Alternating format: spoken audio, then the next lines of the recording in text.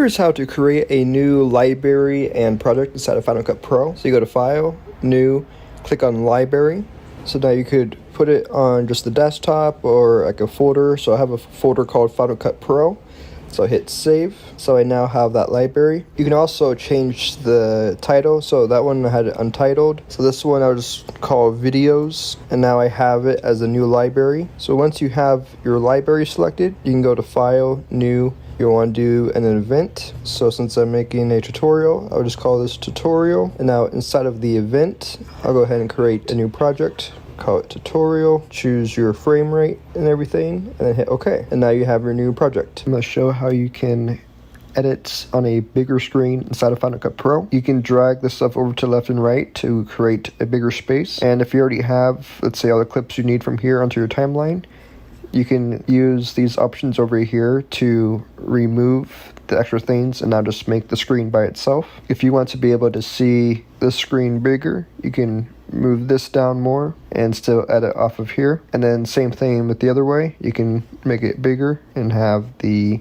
screen up here. Let's get rid of the screen. So now you have a much easier timeline to edit on. The other thing is you can go to Window, click on Show in Workspace, and everything that you have selected, it shows. Whatever is not selected, it doesn't show. So audio meters, and now removes the audio meters. You can go over here to Workspaces and actually click Save Workspace As. Let's just put full screen, hit Save. So now when you go to Workspace, go back to default, so everything's back to normal. You're able to just click Window, Workspaces, Full Screen, and it brings you back to there. That was it for this video, just a quick tutorial on how you're able to make your screen go more full screen for editing. Now, I definitely recommend if you have a second monitor to just use the second monitor. You're able to still have everything that you need, and then you can just move the other stuff to the other monitor. Here is how you can download and install a new font for Final Cut Pro. So if you go to Google and you search the font name that you want to download, so I'll put basic commercial font free download. Now you want to be careful with some of these websites, as a lot of times they'll take you to some kind of scam website. I should click on it and see if I can download it. This looks like it's working. So download this font. And there we go, download basic commercial. So it looks like it's working, it's downloading. So I'll just click, I just want to download.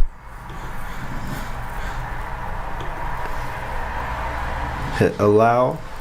Now it's downloaded. So now if you go up to search, you can type font book. I already have this downloaded, but all you have to do is you go to all fonts. You then just grab the font you downloaded, drag it on over, and click.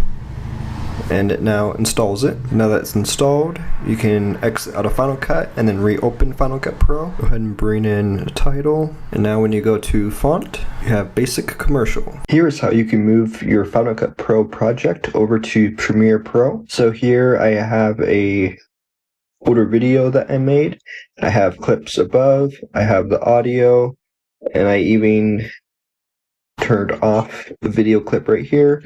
I also turned off audio right here. And the way to do this is you need to also download DaVinci Resolve 20, and then you just scroll down till you find download DaVinci Resolve free. They have two different versions. You can buy the studio one for $2.95, or you can just do the free download. I just did the free download, and then you just download it for whichever one you're using. Now in Final Cut Pro, I'm going to hit File, Export XML. I'll go ahead and just keep it on current version, but if it doesn't work, you can always go to previous. And I'll just go ahead and call this Premiere Pro file. So now we're going to open up DaVinci Resolve. Click on New Project. Go to File, go to Import, Timeline. You can now click on the file you made in Final Cut Pro. Click Import. It's just asking you for some of the settings. Hit OK. Sometimes it can take a while to import everything over. You'll see you now have everything over. It's all the same. Now we hit File, Export, Timeline, and then export Final Cut Pro 7 XML V5 files. To make sure I remember which one it is, I'll just go ahead and type new. Now that it's saved, you can exit out. You can open up Premiere Pro, go File, Import, and now you have the new XML. Hit Import, and there you go. Double click, blur someone's face, and it now opens up inside of Premiere, and everything's working. They even have the clip that I turned off, and same with the audio is turned off. Gotta delete the extra audio, and then even though I had the audio all audio faded, you just kind of have to refade the audio. I'm still trying to learn how to get it the best way to where it's an exact copy, but this has been the best way I've been able to find on how to work between Final Cut and Premiere. Here's how to set up the organization of a wedding film inside of Final Cut Pro. So in Final Cut Pro, I'm going to go to File, New Library. I'll name it the name of the couple. So after making the new library, I'll now go to File, New Event, and for event, I'll call it 0, and then Projects. If you misspelt the word, you can hit Enter on it to change it. So I'll have it say Projects, File, New Event. I'll put 1, Interior, Exterior, File, New Event, 2, put Bride Getting Ready, File, New Event, 3, Groom Getting Ready, New Event, 4, I put First Look, and usually after the first look there's family photos, and since first look's usually just like one video, I like to add these two together. The other thing is, like on the projects, I'll usually have the highlight film, new project, the ceremony, new project, first dance. So usually whatever I'm going to be delivering to them, I'll create the new projects. After first look and family photos is then the ceremony, and then once again ceremony is usually just one video, so I'll put ceremony and dinner, new event. And I usually just like to put this in the order that everything happened, so it's all laid out right there. So next is toasts. Usually when you create a new library, you have an event right here, so you can just move this to the trash. And then we have dances, and then we have exit. Now after dinner, the ceremony and dinner, I'll go ahead and also add and cutting the cake. Alright, so now that we have all of the events, so if you go over to the desktop, right click, hit new folder, you can then type the couple's name. Inside of that folder, I have the different cameras and the audio. So when I go to the main camera, now what you can do is you'll just want to highlight everything. So looking at right here, interior, exterior. So I'll go ahead and highlight all of this right here. Hold down Command, click on this video. I'm gonna right click and I'm gonna choose, I'm gonna tag it with red, and this is so I know that I have already moved the video clips over. So now if I drag this video, I can move it to interior, exterior, and now it's over here for bride getting ready. I'll do the same thing. By looking at the thumbnails, you can see what you are grabbing. So I'll go ahead and use this one as orange, move this over to bride getting ready, and now back here it goes back to interior, exterior. So I'll go ahead and highlight all of these, and I'll put it the same thing as the original one, which is red. Move this to interior, exterior, and then you continue this for just the rest of your footage. And this is what you want to do to get everything organized. It makes it so much easier to when you're doing the edits. Here is how you place text behind you inside of Final Cut Pro.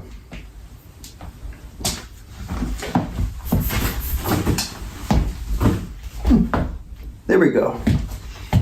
Here's how to do it. So I have my video file right here. Now you want to come over here to the text. I'll go ahead and just grab a basic title. You can type whatever you want. I'll just put Final Cut Pro test.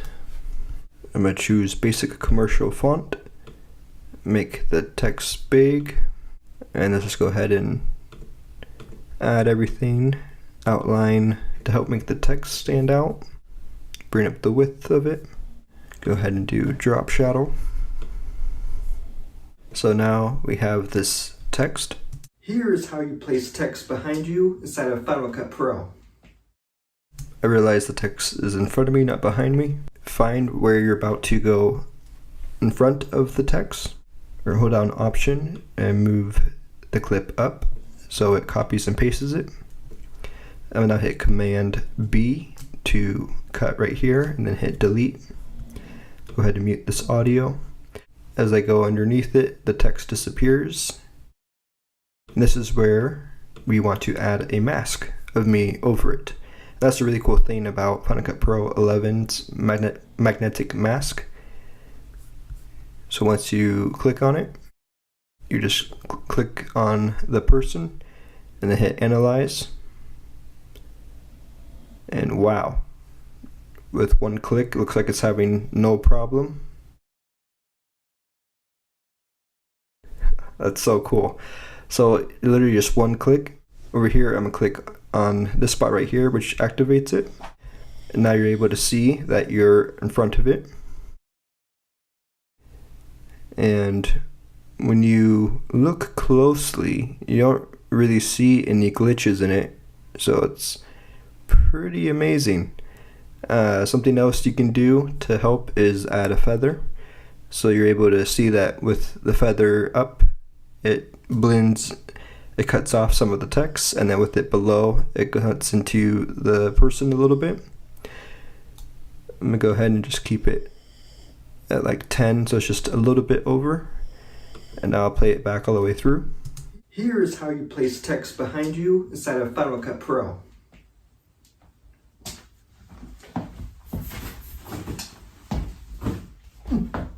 There we go.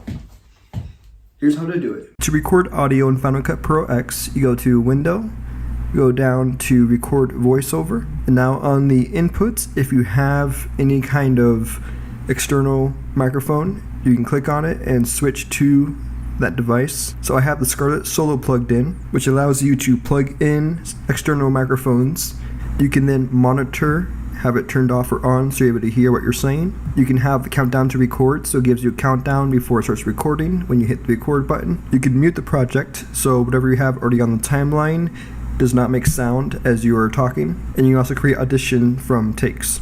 You can also change the name of the audio, so save it to test. Now hit record, it gives you a countdown. Audio test, test, test. This is a audio test of the microphone, as you'll see. This is a audio test of the microphone. And as you'll see, it was recording in just one side. So if that ever happens to you while you record, you can go up to here, and on the pan mode, you can click basic surround, and then you'll want to select the centerpiece. That way it evens out on both sides. Now, even though you can do this in Final Cut, you can also do it in different programs like GarageBand. I'm actually recording this audio right now in GarageBand, and then after I'm done, I just hit share, hit song to music, and then I can go into Final Cut and drag it right into my timeline. Here is how you can get rid of background noise inside of your videos in Final Cut Pro X. Here's what my video sounds like before. Right now, I am recording this video with background sound, and this is on the iPhone with no microphone. What I usually use is this option right here called voice isolation. So it automatically goes to 50%, and here's what it sounds like. Right now, I am recording this video with background sound, and this is on the iPhone with no microphone. And if you think it doesn't quite sound as good, you can move the percentage up and down. So here's 75%. Right now, I am recording this video with background sound, and this is on the iPhone with no microphone. And some other options you can use to bring up the audio is loudness, and you can move it up percentage. Right now, I am recording this video with background sound, and this is on the iPhone with no microphone. Easy way to clear out storage is if you go to New Library, and I'll just save it as New Video. You can move the video that you're working on to the new library. I usually just leave everything checked, hit OK, hit transcode, and now it's moving everything over. And a lot of times when I've done this, there's like 2 or 3 projects that I need that I'll move over all at once. After it's finished, you can click on your other library, click reveal and finder. Now it brings you to the library that you have. You can now just drag it into the trash can, delete it, and you'll get back all of that storage. Go over to the Apple logo, click on System Settings, scroll down to Displays. You have 2 different displays here now, so click on Arrange. Here you can grab on the extra display and you can move it to whatever side you want it to be on. And I usually have it on the right side since my display is on the right. You can also mirror or extend it too by clicking here and clicking on the device. Once you're in Final Cut, all you gotta do now is click on Window, scroll down to Show in Secondary Display, click on Browser. The browser is now on the second display. Click on Window. You can then go to Viewers. So now your viewer is in the other display. And then you can also do Timeline. So your timeline's in the other display. If you want to switch, you can click on Window and click Move to HP27. And now it switches the 2. If you want to bring it back to normal, just click on what you already had clicked. So timeline, and now it goes back to normal. The best way that I have found to sync video and audio, once you open up Final Cut Pro, create a new event, create a new project.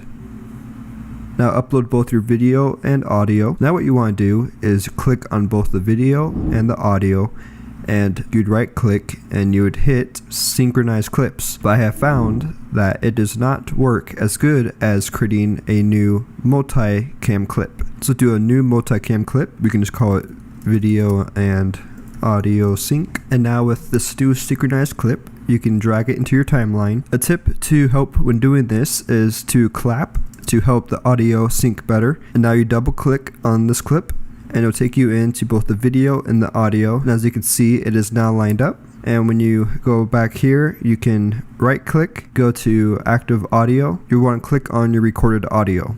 You now have your better audio playing. How you can title track inside of Final Cut Pro. I have some footage I got for free from pexelsvideos.com. I'll link to them in the description below. On this video, I'm going to want to title track onto this car. So let's go ahead and click on the video, go over to the right and scroll down to the bottom to where it says trackers. Click on the plus button. If we touch down on the edge of the grid, you can shorten it, go up to 55%, let's zoom in to 200. Actually, just go ahead and zoom into 400. I think for a really good track, we should try to track one of the brake lights. So once you have a good placement on the brake lights or wherever you're tracking on your footage, let's hit analyze.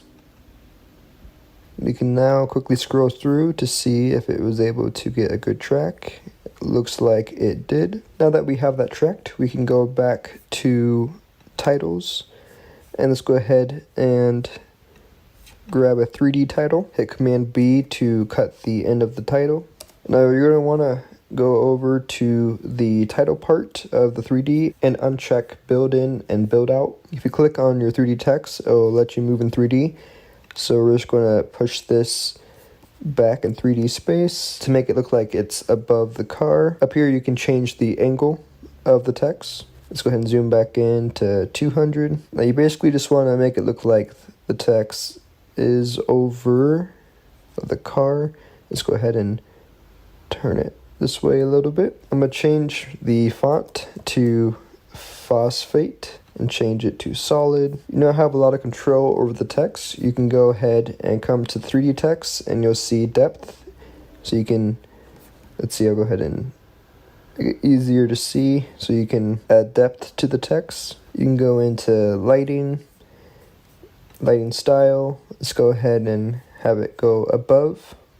Under material, you can click on here and actually have all these pre-made materials, but what I like to do is come over to Options Basic and click on Add Layer.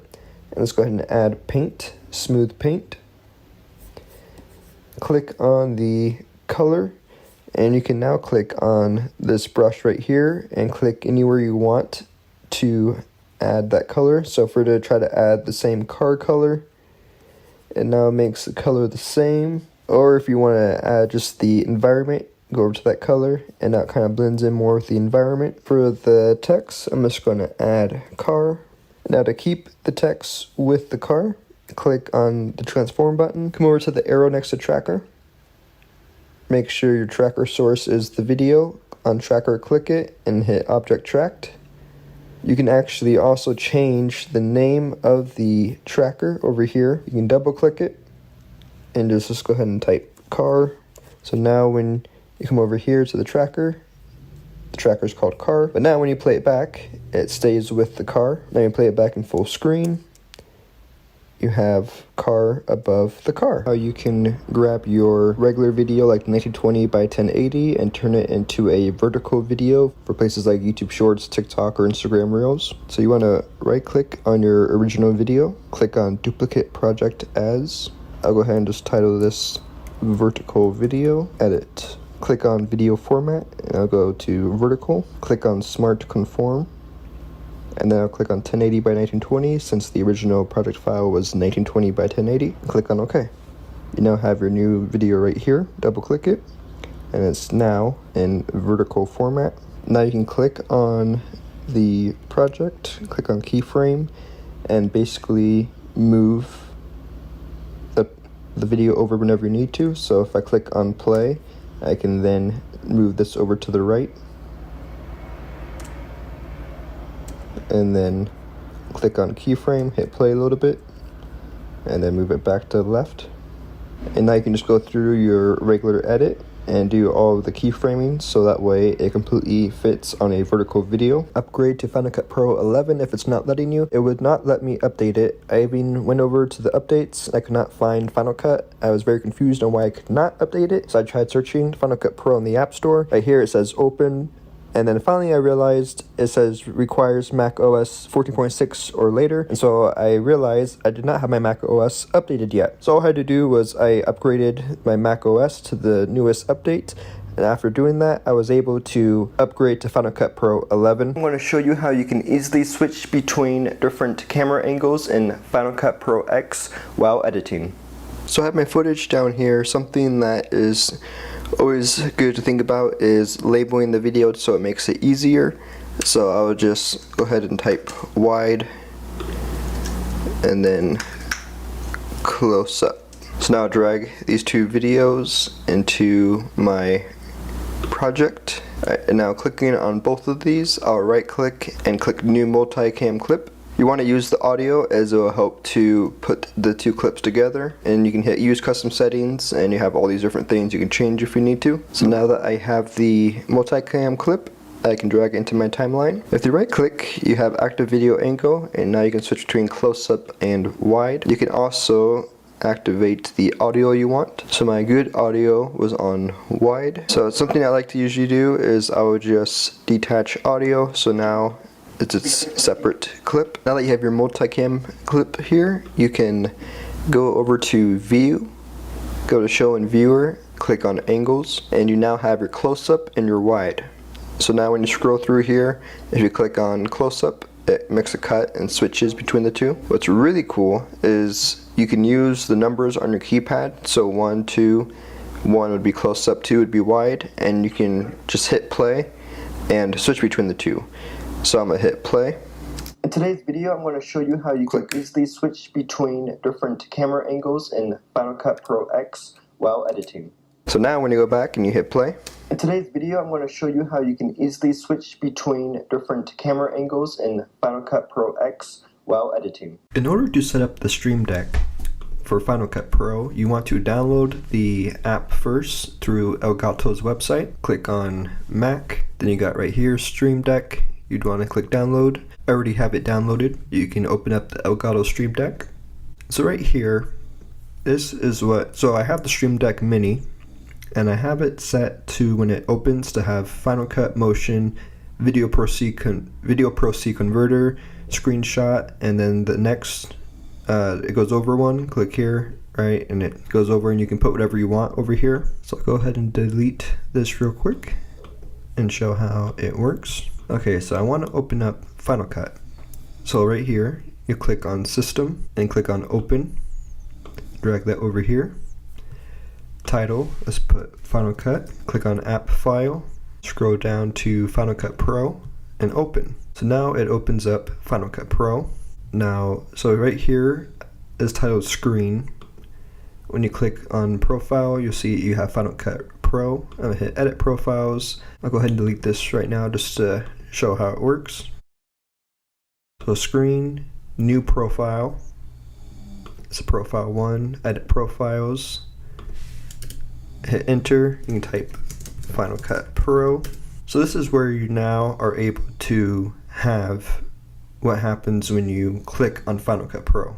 So if you want to have, let's say you want to put copy paste, you'd click on System, Hotkey, click right here, and I'm gonna hit Command C, title, I'm gonna type copy.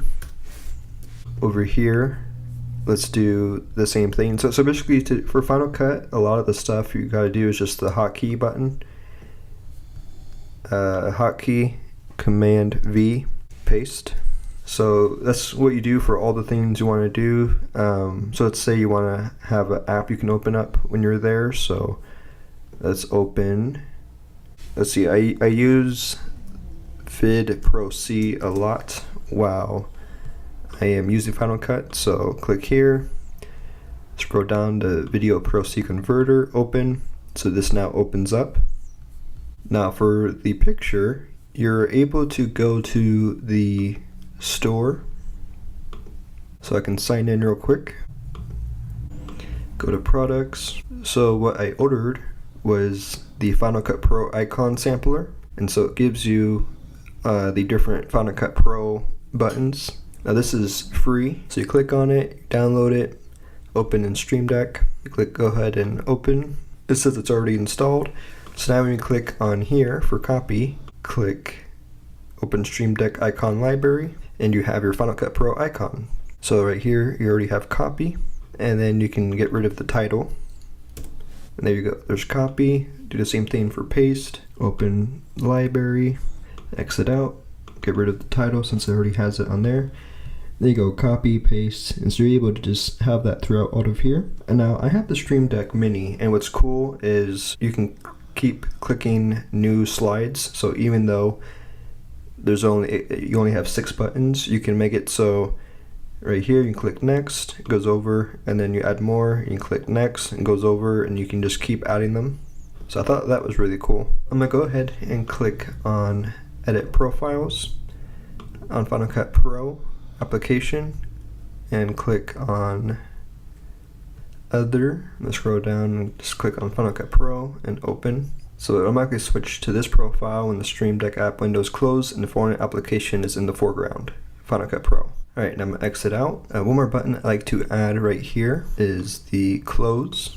And so you can do something like force quit. So it just exit right out, or you could add the hotkey to force quit Final Cut Pro. You can go to switch profile. This is on the Final Cut one, and have it go to screen. So this brings you back to the home page. So the force quit one, I'm actually going to hit delete to get rid of it, and I'm gonna add the hotkey. I'm gonna do click to assign, and my shortcut to exit Final Cut is Command O. Okay, so I don't see any icon, so all you gotta do is just for title add quit. I believe on the force quit one, you just put the application you want it to force quit. So I'm pretty sure that's what you do, but I'd recommend just doing the quit hotkey for Final Cut. So now when I exit out, I can click on Final Cut. It opens up Final Cut Pro for me. I can click on copy, paste. It does that all through the Elgato app, and then I can hit quit. And then it goes back to the original thing. I can open up my next application I want to upload or that I want to work on, and that's how it works. This is a step-by-step on how to make a TikTok on Final Cut Pro X. And this is what the final video looks like. Nah. Hey, right here. It worked. My mask. To start, you want to hit File, New, Event, TikTok Tutorial, File, New Project. For video, you want to switch it to Custom. For the resolution, you just want to switch these two numbers. So 1080 over here, 1920 over here. I filmed this video with my iPhone and it was at 30 frames per second. Everything else is fine. Alright, now we have the new project. I already went and grabbed all my footage and put it in this folder. To do that, just hit File, New Folder. You can type whatever you want, and then you just drag your clips over into there. You can then just drag it over here, and then all your clips will pop up. So you want to drag your first clip into the timeline, and for this one, I'm doing a Spider-Man effect. So you just find where you want to cut it. You can use the arrows on the keyboard to go frame by frame. Hit Command B to blade right here, and then hit delete. So right here is where I'll have the web effect, so I can cut right here. So now you just want to find the next clip that you want. Another thing you can do too is just highlight all your clips, drag them all down, and then you're able to just cut through it all at once. But I already knew which clips I want. So now you just need to match the frame. Now I'm going to find a good spot to cut. And now the final clip.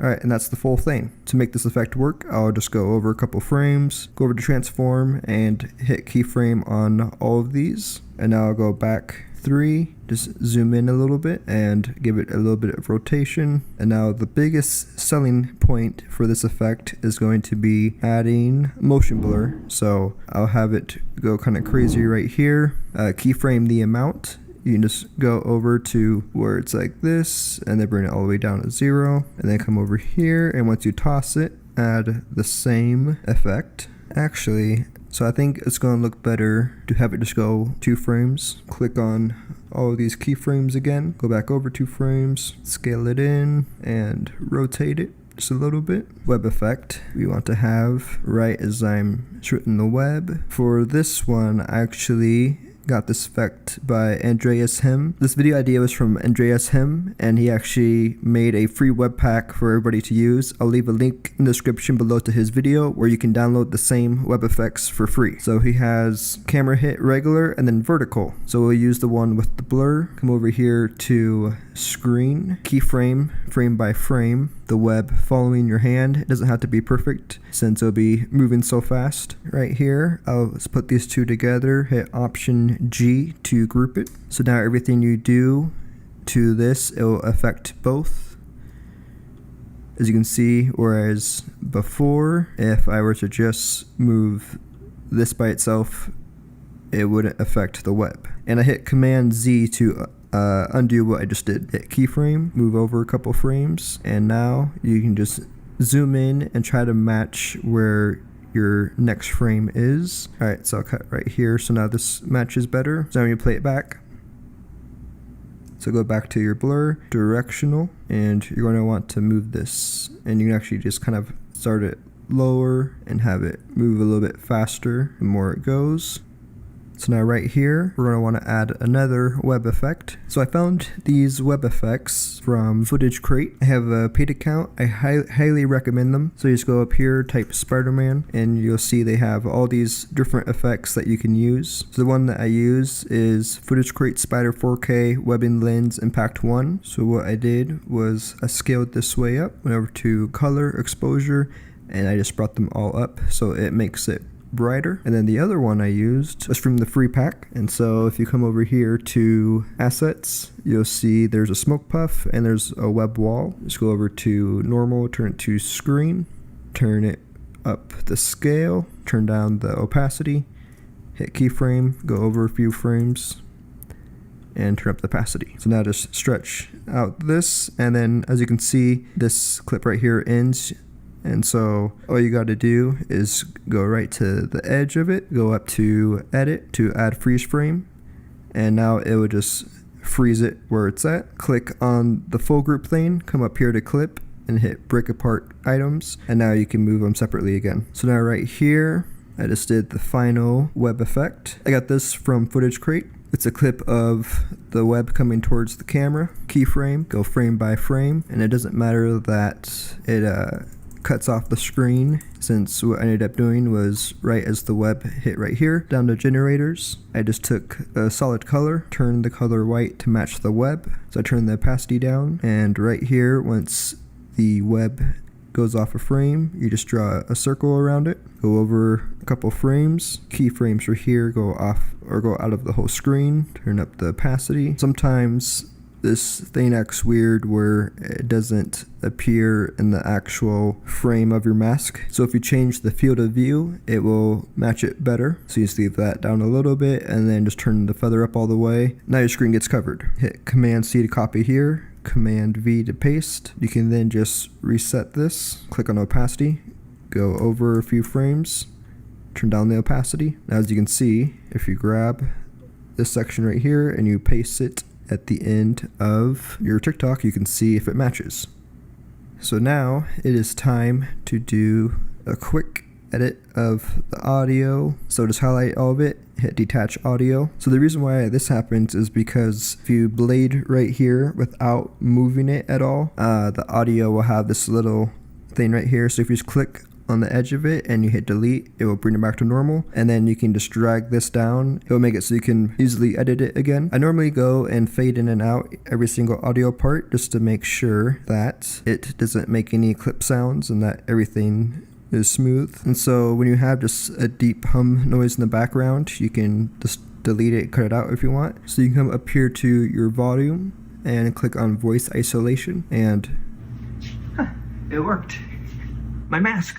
and as you can see, it will cut out a lot of the background sound. To get the spiderweb sounds, you can go online and somewhere like YouTube or somewhere like Footage Crate, type Spider-Man, and down here they have a bunch of sounds. I have this one right here, and something that helps out a lot when you're editing is if you color code the different sounds. So blue is main audio. I usually put sound effects for effects, and then you also have music is green. So here's another sound effect. So now it's just a matter of layering the sounds, and I'll go ahead and just get rid of any background sound except for when I'm talking. And so now just add these sounds again. So right here, but this time just use a couple of them. So now for this part, to get the TikTok to perfectly loop, a cool trick is find what sounds you want to use. Go to right at the end of the clip, Command C to copy the sounds and paste it right at the beginning. When the video loops, the sound is able to loop with it.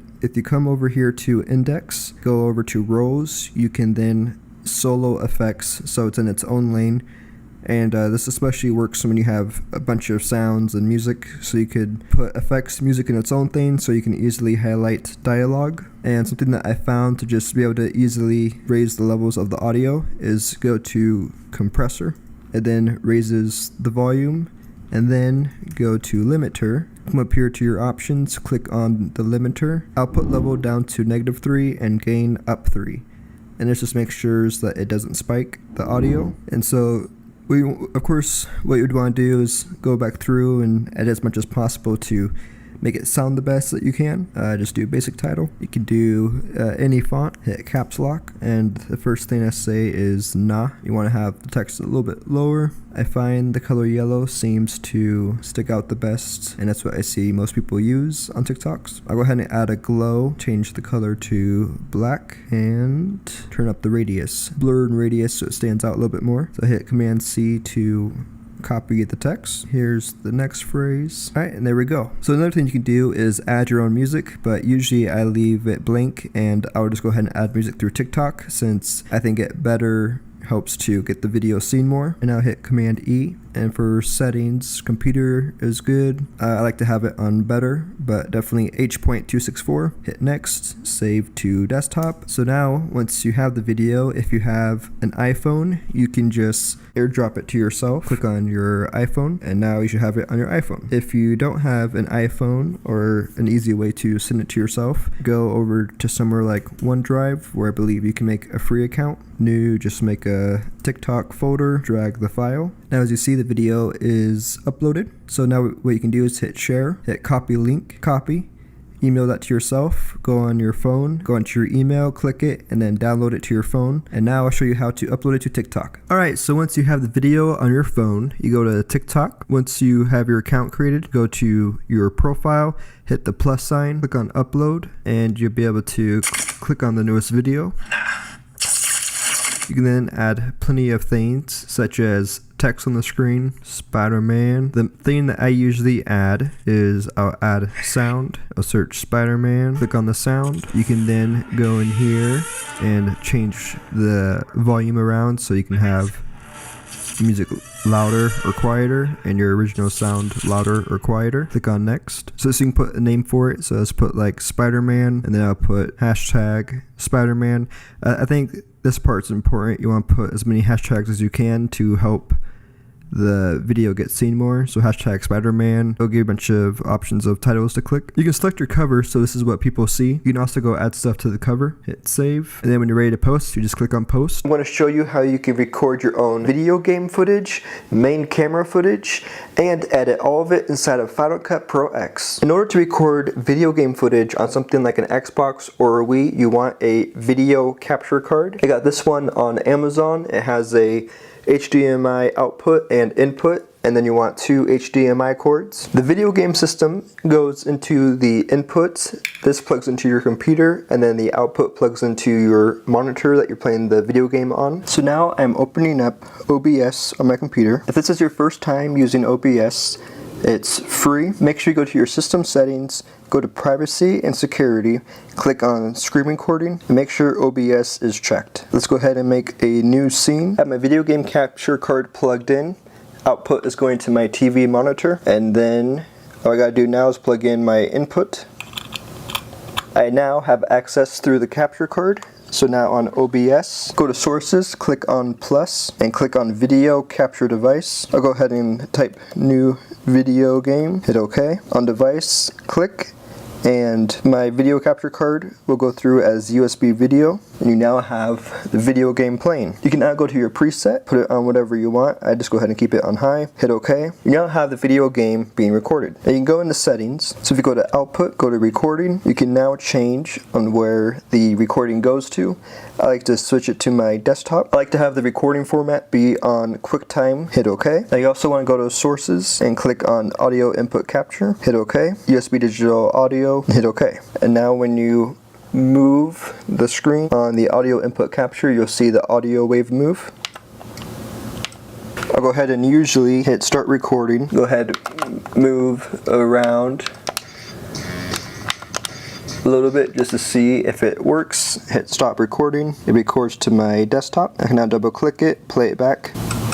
You can hear the audio is working, so now you know you're good to go. You can also go to settings, go over to video, and you can change the frame rate. So the iPhone records at 30 frames per second. And I'm going to use the iPhone for my face camera, so I'm going to go ahead and click on 30 frames per second. To record your main camera footage, you can use any camera you want. For this video, I'm going to use my iPhone. So now I got my phone on here. Okay, cool. I like how this setup looks like. I just grab my controller. I got a couple options in terms of audio from your monitor. You can either just put it on mute, turn it down so you just hear it a little bit, or put in headphones, and that way you don't hear the audio from the video game at the same time. For right now, I'll just go ahead and turn it down. Make sure I hit record on OBS. Video game footage is now recording. So now you just record yourself playing the video game. So this is Tony Hawk's Underground. I'm just going to go ahead and do some cool tricks. Oh man, I was so close to landing that trick. Now you can play as calm as you'd like if you want to be more overreacting or just more calm. There's no way I could do these tricks in real life because I don't even know how to skateboard. That's what makes this video game so much fun. Alright, cool. So now I've recorded several reactions. I can now go take this footage into editing and let's edit it inside of Final Cut Pro X. Cool thing about recording the main footage with your iPhone is you can just simply airdrop the footage you recorded onto your computer. And while the file is airdropping, I'll go ahead and Click File, New Event. I'll just call this Video Game. I'll go ahead and make a new project. So I filmed this all at 30 frames per second. I can now find the footage that I just recorded. Cool, this one's it. And I can now bring my iPhone footage over. And it looks like on my iPhone footage I actually had it under HLG, so if that happens, you can just simply go over to color board and just bring the exposure down so it brings it back to normal. Now that you have all your footage in, you can go and match the audio with the face camera and the video game footage. So let's go ahead and shorten this video clip and move it over. Okay, so I have now found the match. So I want to go ahead and scale up the video game footage a little bit. I'll go ahead and reset. So what I like to do is to group my main camera footage. So let's put main cam. Now that it's in its own group, I'll go ahead and scale it down a little bit. And I like to usually have my footage in the top right corner. Now something you can do if you want to make the footage stick out a little bit, go over to Effects, type Border, and now this gives you a cool color around it, and then you can go and make the width bigger, change the color, blue, green, just so it adds a little bit, or you can just have no border. And then I'll go ahead and detach the audio. If you want your camera footage to be full screen, let's say right here I want to have it go full screen, I'll click on the video clip, hit Command B to blade it, hit play. It's time to do some cool tricks inside of Tony Hawk's Underground. Right there I'll pause, blade again. I can now hit reset and it goes back to full screen. It's time to do some cool tricks inside of Tony Hawk's Underground. Goes right back to the corner. Oh man. It shows I fall. Go ahead and try it again. And that trick, let's try it again. So right here I want to go back to full screen. And now let's say I want to zoom in a little bit more. So oh man, I was so close to landing that trick. Right here, click on the video clip, zoom in a little bit. Let's try it again. Goes back to the corner. And now right here we could just show I try a bunch of times and I keep failing. So blade right here. Let's try it again.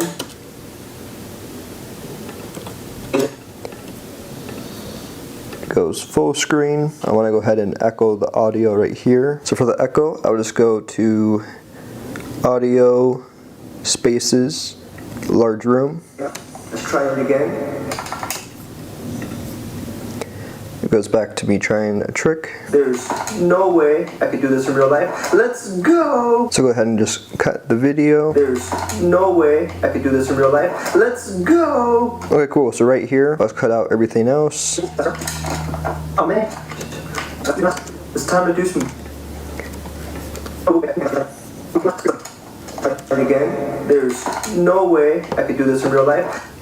After I make it, go back to full screen, go to crop, add a Ken Burns. So it will slowly zoom in throughout the rest of this video clip. And when I hit play, let's go! Okay, so I'll go ahead and not have it zoom in quite as much. Let's go! And right here, I want to have it echo again. This time, I'm going to go to Effects, All Audio and Video. Now let's type echo. Do echo delay. Bring the audio file out a little bit. Let's go! Let's go ahead and add a basic title. I'll just go ahead and type Tony Hawk's Underground, so it echoes throughout that. Go! So now I got a basic layout of just a quick video clip. So I'll go ahead and just do a little bit more editing. It's time to do some cool tricks. Let's go ahead and zoom in right here. Inside of Tony Hawk's Underground.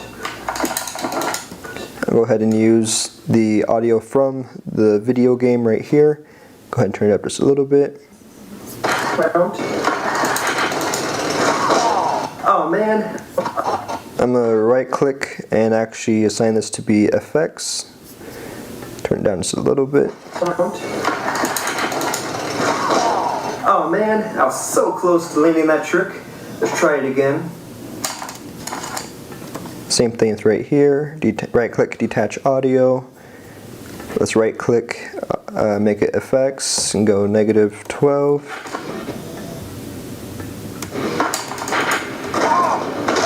Let's try it again. There's no way I could do this. Then one more time, detach the audio. Right click, effects, -12. There's no way I could do this in real life. Cut right there. Let's go. I don't like it that you hear the echo of, I think it's the controller right there, so I'll go ahead and, so actually what I'll go ahead and do is extend this file out a little bit, remove the echo delay,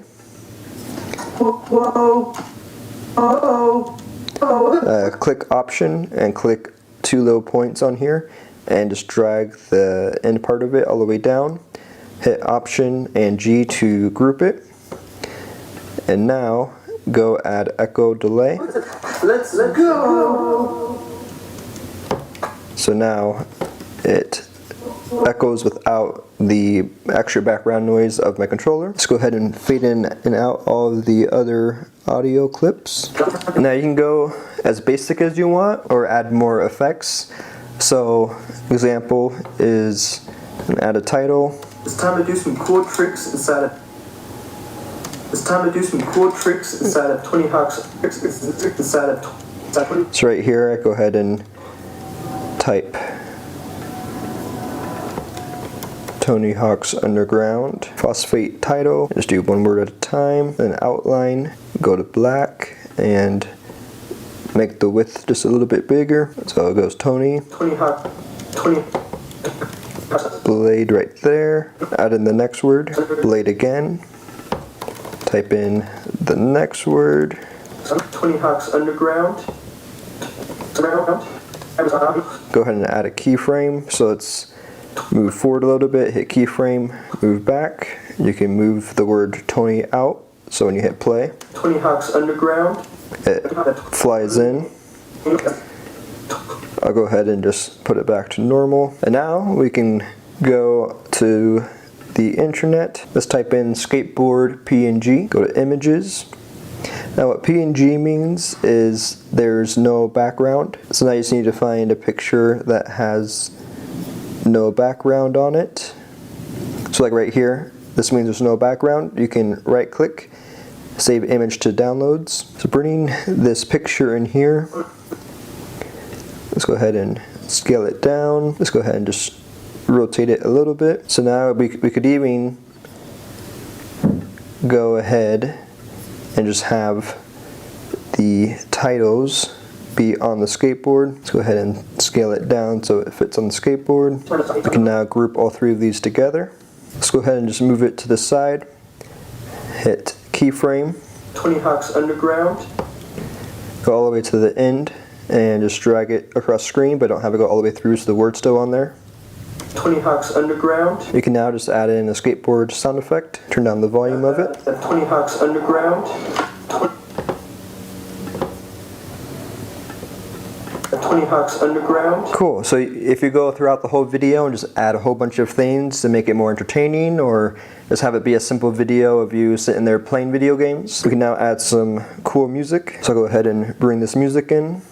This is music that I got off YouTube Studio, which is free. I'm gonna go ahead and have the main beat start once the gameplay footage starts. Just bring the volume way down, assign it to music. It's time to do some cool tricks inside of Tony Hawk's Underground. Right here, once I fall, I'll go ahead and cut it, go back and just move it right here. Let's try it again. Cut it again. Let's try it again. There's no... Got the next song.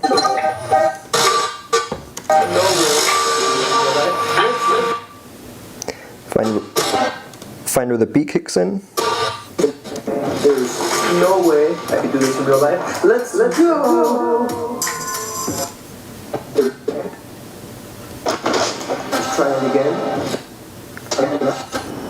try it again. There's no way I could do this in real life. Let's go! There we go. It ends right there on the 20 Hawks Underground text.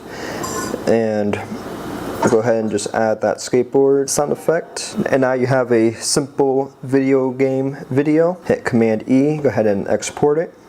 And there we go, here's the video. It's time to do some cool tricks inside of 20 Hawks Underground. Oh man, I was so close to landing that trick. Let's try it again. Let's try it again. There's no way I could do this in real life. Let's go! This is a 2024 tour of my video editing setup. Let's take a look. Starting out, I got this super nice S-Racer chair from Amazon. I'll leave a link to these items in the description below. But this chair is very comfortable and relaxing. It's got a pillow. You can lower the chair down if I can find it. And the back of the chair moves down and forward. Next up is my microphone and microphone stand and pop filter. The microphone arm stand is really nice because you can attach it to your desk, and when you're ready to record a voiceover, you can easily bring it down and bring it back up to move it out of the way. The microphone is called Audio-Technica AT2020. My headphones is called Audio-Technica ATH M20X. The microphone arm is InnoGear microphone arm. Right here I have the Focusrite Scarlett Solo to record audio into my computer. I have the W-Bacon external hard drive reader, and I have the Seagate external hard drive. Right here I have an RE blue light glasses, highly recommend. I have an external monitor right here. I have extra camera batteries, and my main computer that I use is a 2019 iMac. I also have a M1 MacBook Pro that I use when I'm not at the desk. And one of my favorite things is the stand-up desk. Now this is one of the most important things I think editors should get since you're sitting down all the time. Stand-up desk right here has built-in settings to where you can move it to where you're standing or sitting. So now if I double click 2, it'll move itself to where I can edit while standing. The same thing goes for when you want to sit down. I just double click 1 and it moves itself back into the sitting position. And over here on the shelf I have pictures of family, I have my microphones, I have my camera equipment, and just really everything that I need on the video side. So a while back, I was getting advertisements for a plugin called Full Access for Final Cut Pro X. It was like $99, 95% off for all their plugins. I've been using it for a good amount of months now, and I gotta say, it is absolutely incredible. So in this video, I was just going to walk through and show you what you get with Full Access. The great thing about it is it really makes doing effects a lot easier. So I'll just kind of go through a couple of their installed effects. So like right here, doing 3D, you got your X, Y, and Z. Makes it very easy to turn it into 3D space. Next one is desktop windows, and I'll just show you guys a few of them. As you can see, there is a lot of different effects. So it makes it very easy to create cool like desktop window stuff. And the best part is it gives you a lot of creative control. So over here you got the handheld amount, the speed, the position of the window screen, the scale. You can have scale in, scale out. So if you turn off scale out, it will scale in. It won't scale out. You can even change the color of the background. You got some cool glass overlays and plenty more. Not only that, you also have cool transitions for it. Same thing, you just grab it, drag it right over, and then play it. You have a lot of different settings you can change on it. Ones that I use all the time is the fast shift. This is what it looks like. We come over to titles. There's also a lot more. So you got 3D camera tiles. You have an adjustment layer, cool different design elements. This one saves a lot of time. It's the iMessage simulator. So if you're ever trying to do like an iPhone text message thing, this makes it very easy. Then you have Instagram Profile Pro, search engine, And then you even have things for YouTube. So YouTube subscribe, you can have your channel or video from your channel play, and different arrows. That's just a few of these. It comes with a lot of different options. And you even have more in the generators. You have more search bars, more YouTube stuff. You got the bell, channel, subscribe, thumbs up. There's different background options.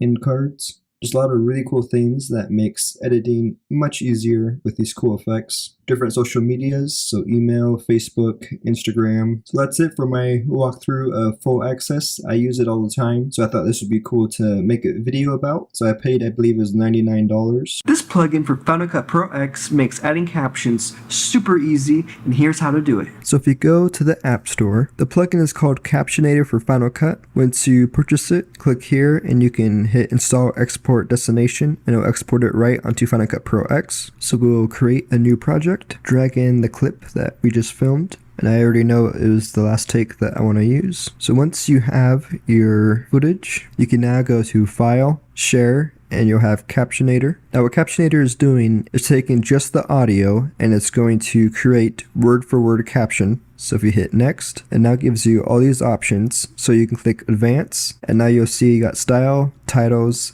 captions, and there's also presets. So you got Final Cut Pro, you got custom, karaoke, top J, and simple. There's a lot of options that you have.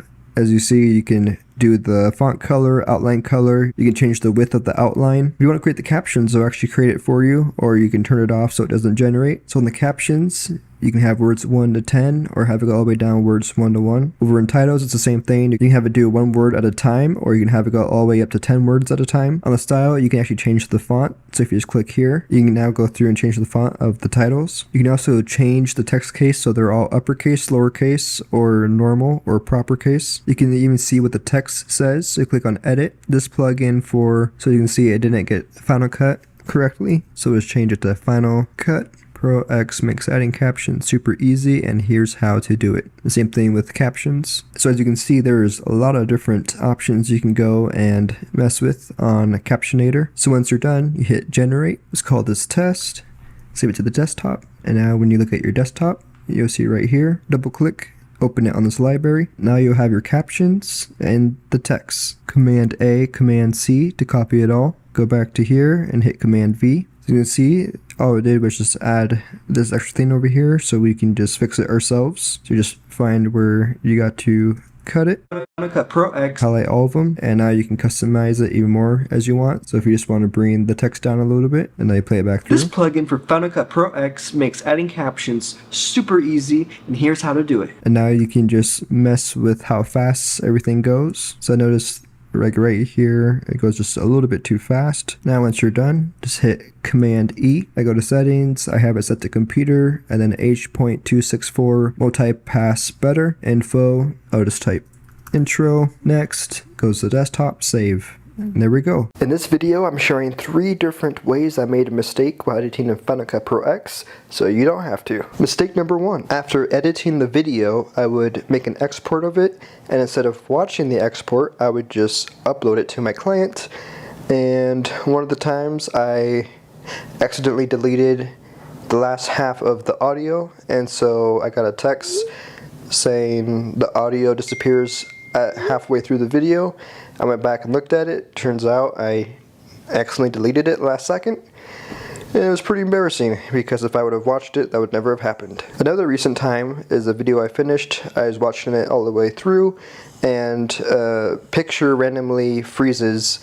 And so I rewatched it, it still froze, re-exported it, and then it worked. So it is very important to watch the export after you export it. Mistake number 2 is not labeling the dialogue, music, and sound effects. It's really easy to get started on editing the audio and not changing the correct labels to it, but at the end, if you're working with somebody in a different platform and they want the video, something you can do is export each section by itself so that way they can drag it in their timeline, and if all your audio is labeled the same, you can't make them separate. But if you right click, you can switch it between music, dialogue, and sound effects. And now when it comes to exporting it, or even if you just want to simply go and edit on sound effects, you can make them separate on the timeline, and that way it's very easy to manage. So I highly recommend you always label your audio. Mistake number 3 is not starting a new library enough. Oftentimes I'll keep editing on the same library, and then once it gets to the point where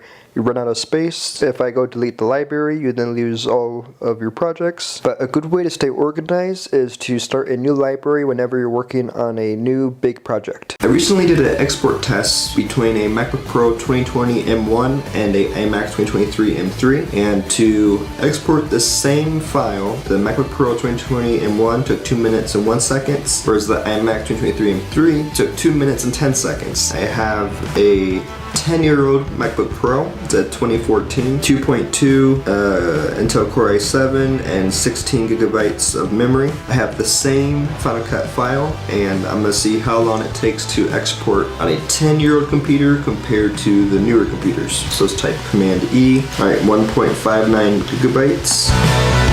I'm not sure if you can hear it, but the fan on the computer is definitely going crazy, whereas I didn't have this problem with the M1 and the M3, which makes sense since it's a lot newer. Currently at 35 seconds, and we're only 9% of the way through.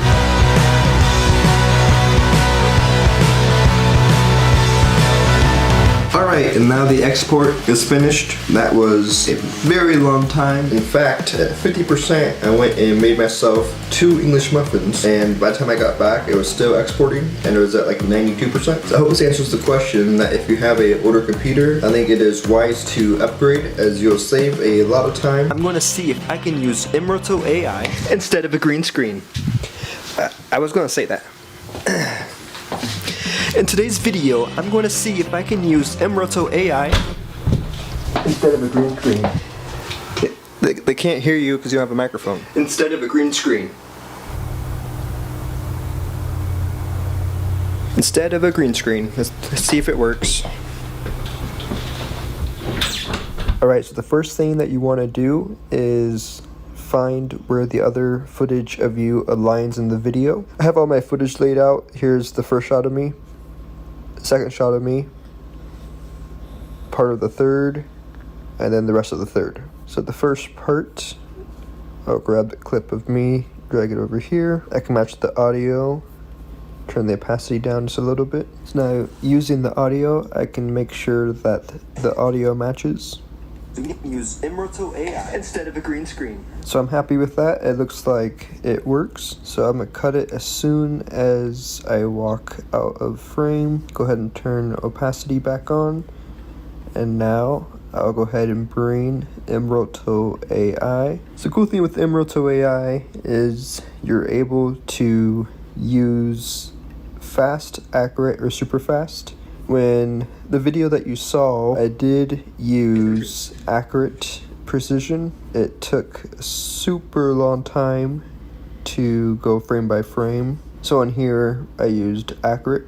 Since this is kind of a walkthrough, I'll go ahead and just use fast. So now I'll go ahead and start drawing the line. I like to start usually a little bit into the video, so I can hit track forward and back instead of starting all the way forward or all the way back. Hit tracker, move forward, and you can see there's quite a bit of parts that are not correctly tracking, so I can go back through afterwards and go kind of move over frame by frame and just make sure that it's all checked. And now once that's done, I can hit on track backwards. Again, there's a little bit of parts that aren't quite tracking. Actually move this over to the brush tool. So let's go over frame by frame, find all the parts that were not masked, and then you can just go ahead and mask it and move over to the next frame. Cool thing is you can be as precise as you want with the time that you spend. So now you can go ahead and click on merge, move it to masked video, and now go ahead and expand the mask a little bit, and now you can play it back. It was mRotoai instead of a green screen. I was going to say that. So I'll go ahead and right click on detach audio. I'm going to go ahead and cut out where the sound of me walking away. So now the second clip that I have is of me from outside the window. do the same thing. I want to move the opacity down. Alright, this looks like it works. So cool thing with this video clip, I don't need to use mRotoai. I'll be able to actually just mask the window. Go ahead and zoom in to 150%. And then I'll just draw a line. Now if I move the opacity back, I have my character moving. So now the thing you want to make sure is that my arm is not bumping into the mask. Like right here you can see it is. So what I'll end up doing is just kind of moving this mask over a little bit. It works because of all the sunlight right there. It kind of already blurs it out. So the next problem that we have is the light change. Right here, once this mask starts, the light changes pretty abruptly right there. So what you can do is drag this out just a little bit. Click on opacity, keyframe, move over to the edge of the clip, and then drag the opacity all the way down. This way it slowly changes the light, and it's not as noticeable, especially when you're looking at it from a wide angle. Just make sure again, now that you made the clip longer, that you don't touch the frame, or you don't touch the mask. Cool, so it looks good. And now for the final part, and then again right here you can see the light changes. So right as your character walks away, go ahead and click on opacity again, and then just move it all the way down to 0. And now we can move the last clip over here. Rotoai. It's right about here. You hear the door open. Yeah. Move the opacity down. Rotoai. Rotoai. Instead of a green screen. They can't hear you because you have a microphone. Instead of a green screen. So I'll go ahead and move this over just a little bit to the right. Rotoai. Instead of a green screen. Cool, that works. So go ahead and bring the opacity back up to 100%. I'm gonna move this underneath my main footage. I'm actually going to mask my main footage instead of the other footage. So it's the same thing, just go ahead and quickly draw a line around yourself. Wow, got it on the first try. That's awesome. Let's go ahead and move the track forward. And this track is going to take quite a while. Pretty impressed with the masking so far. Looks like there's really no big errors that I need to go back and fix. Cool, so now I can go ahead and click on masked video. Go ahead and expand the mask just a little bit. Instead of a green screen. They can't hear you because you have a microphone. Instead of a green screen. Cool, so that worked awesome. So right as I walk out of frame, I'll go ahead and cut right here. Go ahead and detach audio. So for the audio part right here, I want to have the audio be kind of bad when I'm talking from the door. Instead of a green screen. So I'll go ahead and hit V to silence the other audio, and I'll hit Command B to cut the audio of me talking. So with this audio, I want to go ahead and add a muffle filter, so that way it makes it kind of hard to hear. And I'll also change the audio to just the audio microphone I had on my camera. Instead of a green screen. Go ahead and search muffled. Instead of a green screen. So now with it together. Instead of a green screen. They can't hear you because you have a microphone. Instead of. And now it goes back to the better audio. Instead of a green screen. Right here, I'll also cut it back to camera audio. Go ahead and detach the original audio. In today's video, I'm going to see if I can use mRotoai instead of a green screen. So I'm happy with all of the audio. I'm going to go ahead and just highlight all the audio. Hit Option G. And I used the Rode Video Go 2, I believe it's called.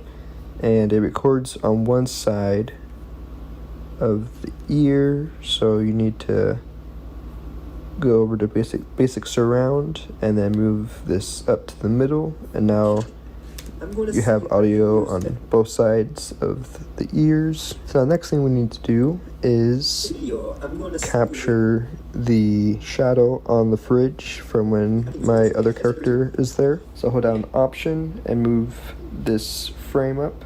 That way it copies and duplicates it. And now turn off mRotoai. And I can see my shadow right here. So I'll go ahead and just try to grab a mask and just have a small mask around this area. Instead of a green screen. So I'm gonna go all the way until I can see my shadow. So I want to be till here. I'm gonna do the same thing of keyframe the opacity, go all the way back, bring it down to 0. Move the mask down just a little bit. I think that works a lot better. And then as I walk out, before my other shadow moves back, I'll grab the opacity again, keyframe it, move over just a little bit, move it down to 0. In today's video, I'm going to see if I can use and then the second shadow. The nice thing is when I walk through the door, there's really no shadow coming from the door. I can just hold down Option and move this clip up so that way I'm able to duplicate it, turn off mRotoai, grab a mask, and now I can just put this mask right around the fridge and it'll be able to capture my shadow. Instead of a green screen. They can't hear you because you have a microphone. That's all I did for this video. Afterwards, I just highlighted it all, hit Option G. So I went to the beginning of the video, hit play for a couple seconds. In today's video, hit Command B, click on the video clip, go over to Kinburns, have the start be closer onto your character, and now it starts zoomed in, zooms out, and there's the video. Here is a quick tutorial on how you can use compressor with Final Cut Pro. So when you have your project and you're ready to export it, you can go to File, Send to Compressor, New Batch, click on the video, now click on Add. Now here's all these different presets you can export it as, and you can actually export multiple ones at once. So if I just use social platforms, let's just do 1080, put the location at desktop, hit OK. So there's one. Let's also do 4K, location, let's put it at desktop, hit OK. You now have the two different projects. You can now click on Start Batch, and now under Active, you'll see that you have both of them going. The cool thing is you can now exit out of Final Cut. Let's just say you go delete a bunch of stuff and work on different projects, and then when you exit out, you can see it is still working on it. Here's how you can change your shortcuts in Final Cut Pro. So if we click on Final Cut Pro, go to Commands, click on Customize. You now have all the shortcuts that you can put onto your keyboard. Now for me, I always put Q for delete because when I'm editing, I usually have my finger on the Q button, so I'm able to just easily delete. And then I have Command B is to cut the video clip, so the blade tool. So I'll click on Q, and over here I already have it on delete. So I'll go ahead and erase all of those. So now when I save it, so now when I click on Q, it's not deleting. So go to Final Cut, Commands, Customize. I'll click on Q, then I'll scroll down to delete, and I'll just drag the delete over here to Q, and now you have it right here that Q deletes. So I also do the same thing for Command and Q. So I'll click on Command, so now drag delete over here.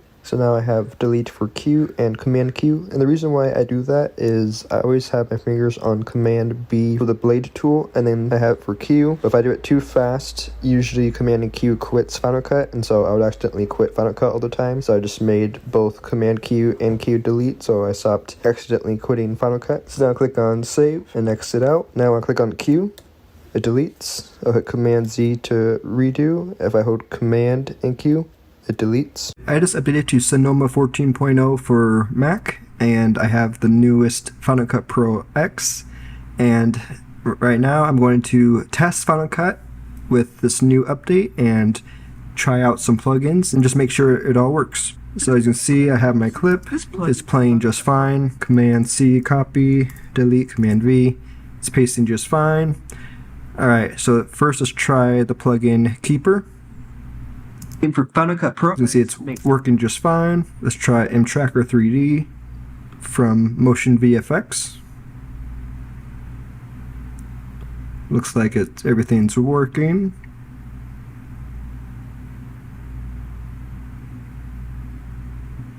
Copy tracking data, copy track. Alright, so that's all working. I have some plugins from Full Access, so let's just see if their stuff's working. Alright, there we go. So far, all good. Let's just try some of the other stuff. It's all working. Cool. All is good. It's working. That's awesome. I have the free trial for Epic Color. Looks like it's working. I have the trial for FX Factory Pro. Let's see if this is working. Cool, yeah, it's all working. So far, looks like the new update and everything isn't really interfering at all with Final Cut, which is awesome. Let's try some titles. Let's click V to hide the video. Drag on the titles. Looks like it's all playing just fine.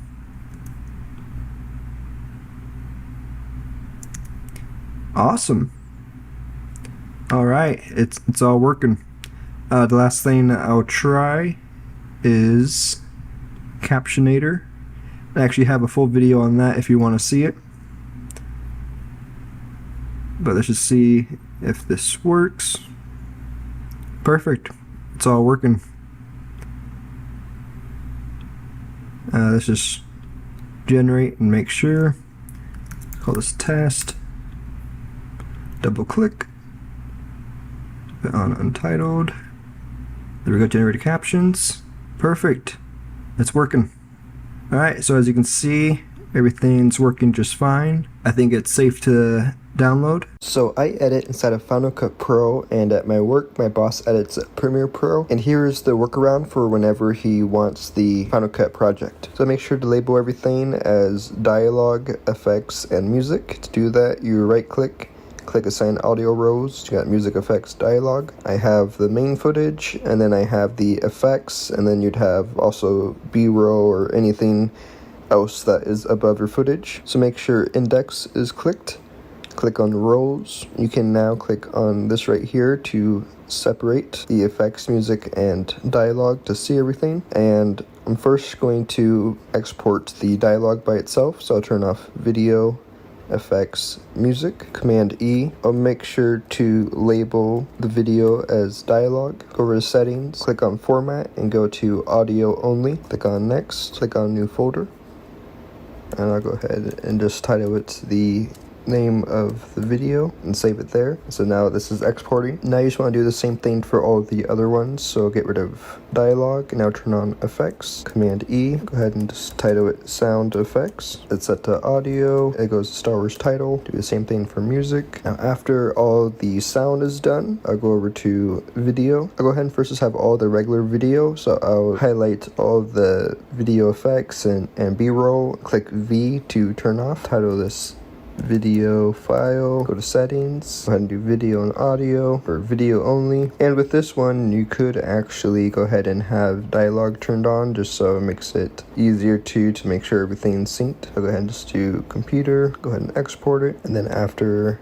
this one, we'll now highlight all of the video, click V to disable, click on the video effect, and click V, Command E, title this video effect. And if you have like B-roll footage, you do the same thing for all of the B-roll. Alright, now that that's complete, you now have everything inside of the folder. So now you'd be able to send this to whoever is using it inside of Premiere Pro. Inside of Premiere, you can simply bring the folder over. Now let's go ahead and drag all of the files over. The video, got the effect. Now bring over dialogue, sound effects. Go ahead and add more tracks. So now bring over sound effects and then the music. So now you have all these together. So now with the video effect, you can go over to effect controls, go to opacity, go to blend mode, click on screen, and so now you have your video effects, and now you're able to continue the edit just like it was inside of Final Cut Pro. Final Cut Pro 11 now has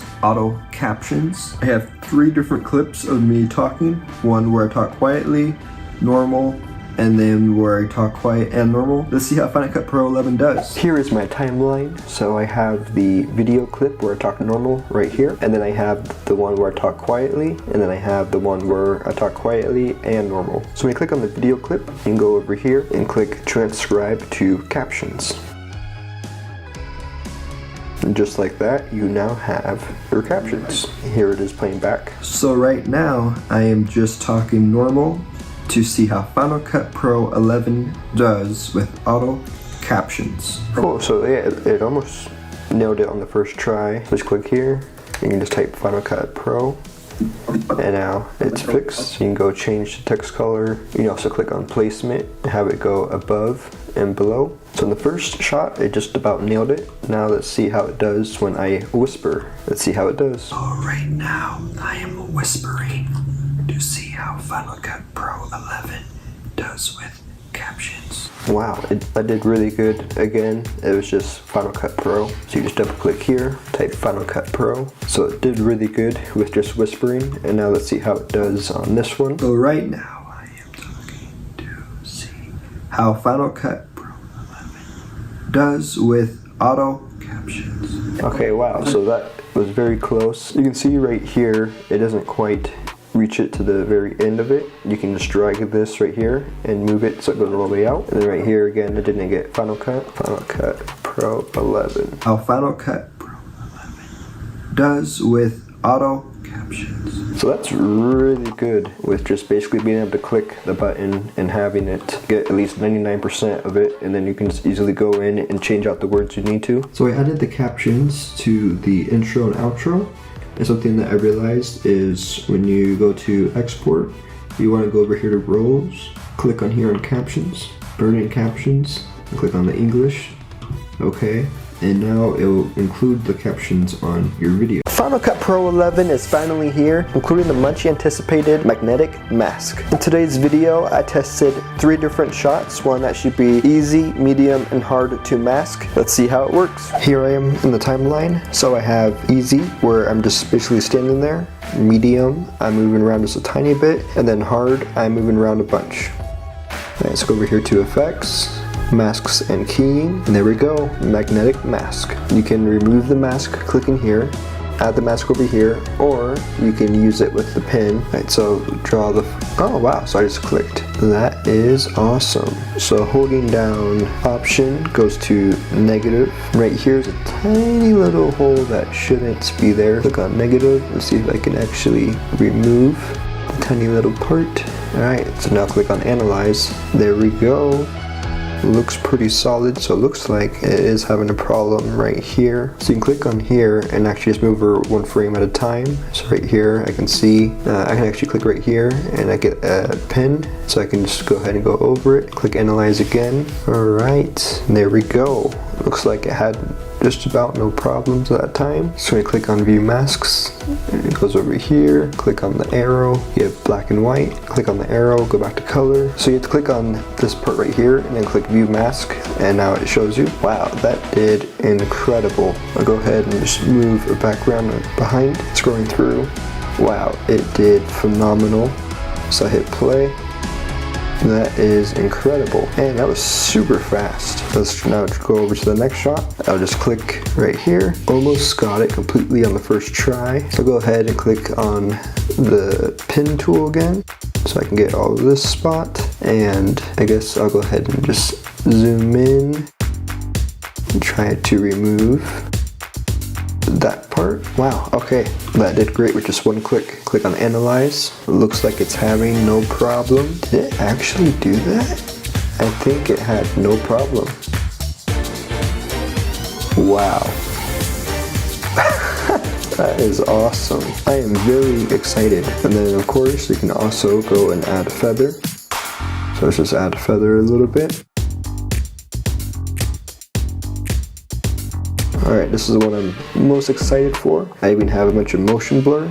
I move my hands out of frame. This will be very interesting. One click. Alright, there we go. All it took was one click. Analyze. Okay, that's awesome. It's moving fast. And it looks like there's only one little spot I saw that it did not mask completely, but it's going out of frame. It's keeping it. Okay, so right here. So I can just click right here again. Bring that back for right there.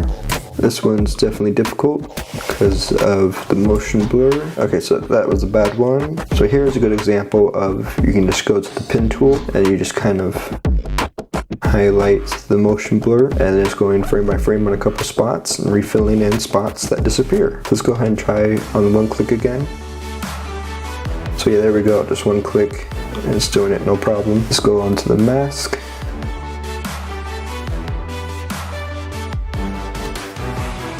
Wow, so yeah, that's incredible. So when you play it back slowly, you can definitely see the extra spots easier. Let's continue to remove all of the extra spots. All right, there we go. So I'll go ahead and just leave it at here with the feather.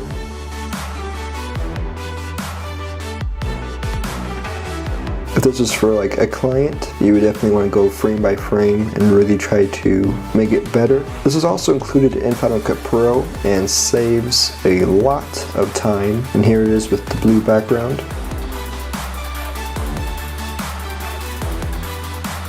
Here is an easy way to do the clone effect inside of Final Cut Pro.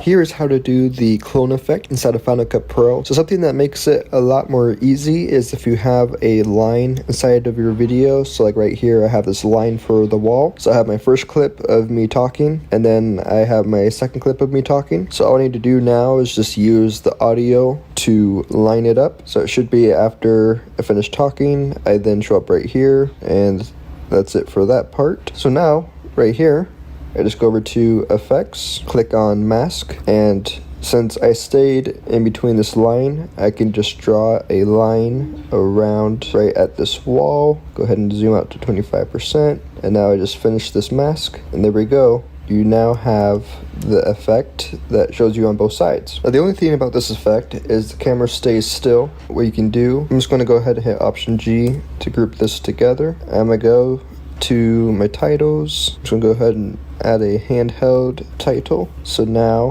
it adds just a little bit of camera movement. Another way you could do it is just scaling in the video yourself and keyframing it. So now if you have the mask over here, even though I had the clip staying still, you can see a pretty clear line right here, which is why it's nice to have a line like the wall. Now another thing you can do, go to color board, go to exposure, and you're able to move this up and down to try to match it better. So like right here, you can see it matches this. It's just a matter of moving it all together to try to better match the brightness of the mask. So now right here it matches better. So you can play around with the exposure to get it to mask better. This is why, if you can, it's much better to, before you film, to look for a spot like the wall where you're able to just seamlessly mask the line. And then even right here, you can still go ahead and turn down the exposure just a little bit if it seems like it might be too bright or too dark for the actual scene. In another video tutorial that I had where I showed using mRotoai instead of a green screen, I did the mask around the window,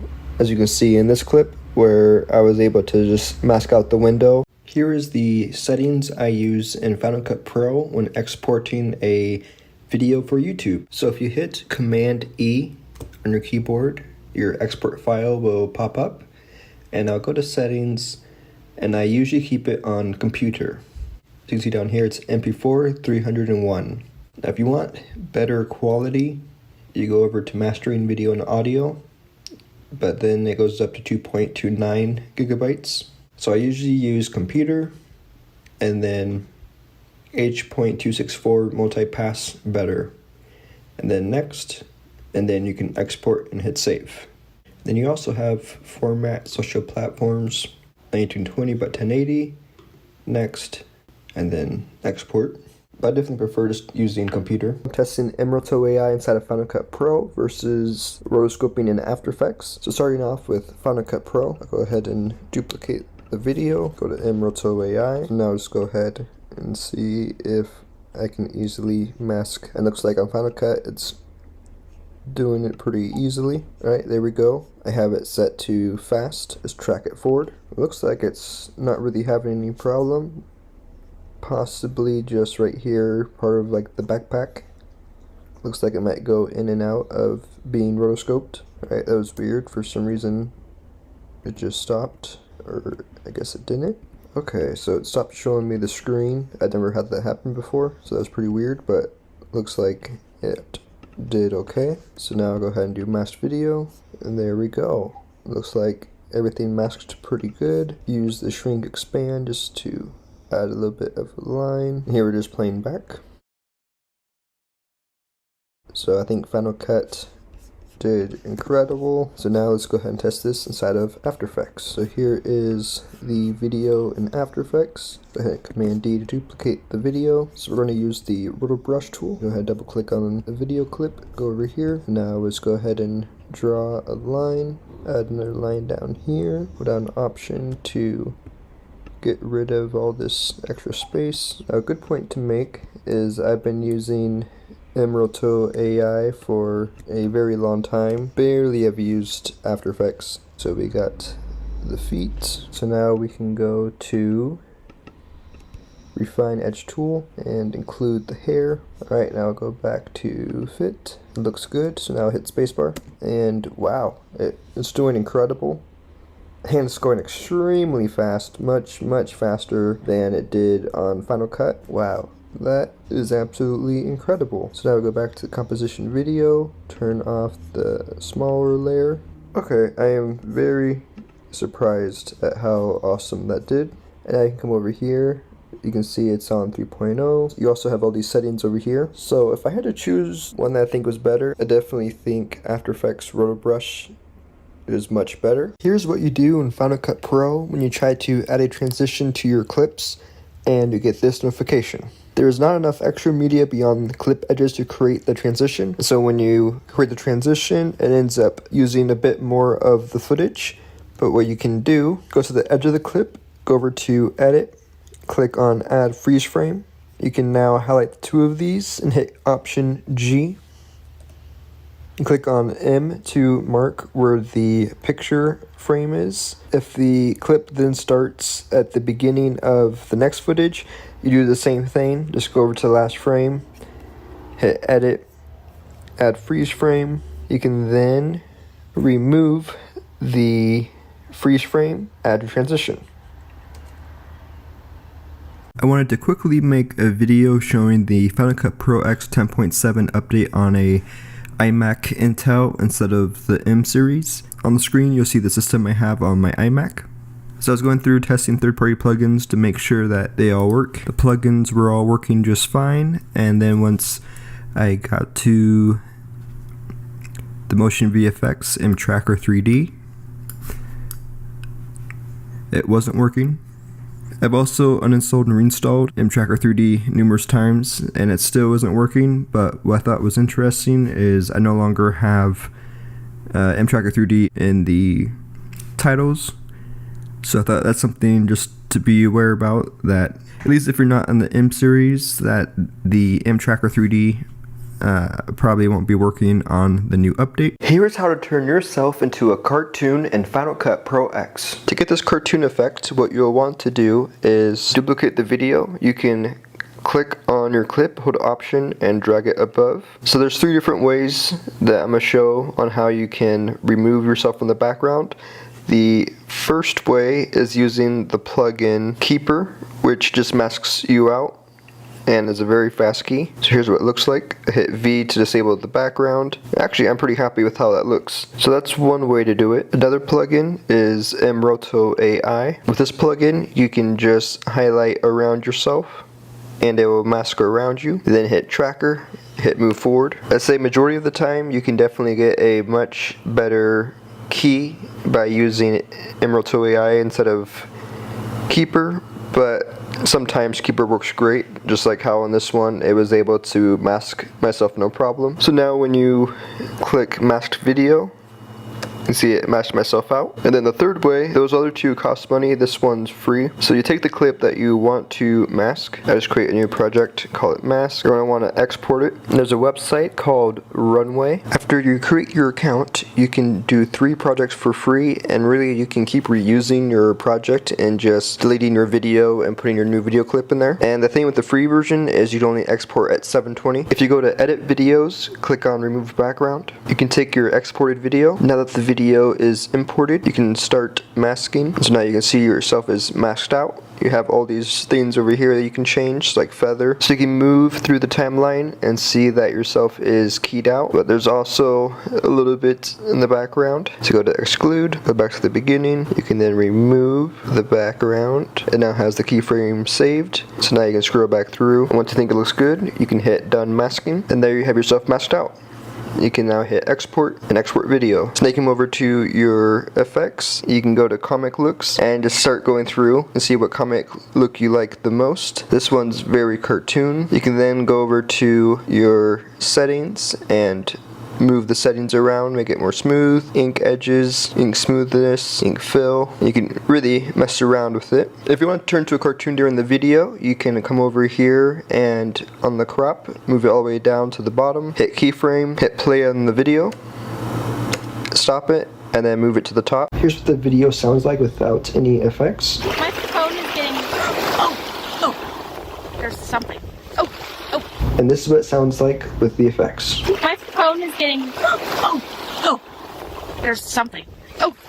So here is the audio clip. So what I did is I highlighted all of the audio clips, hit Command G to group it. And now I can do all of the final touches to this audio. So the effects that I used is I used voice isolation, and I put it to 70%. You can move it up and down, and it does make a difference. I feel like with it all the way, it does make it too isolated. It seems kind of strange, like it's just there's not enough audio, but with it down to about 70%, you still have like the atmosphere of the background. Here's what it sounds like at 100%. My phone is getting... Oh! There's something. Oh! So after the 70%, I also included loudness. I had it at 40% and 3%, and then I added a compressor.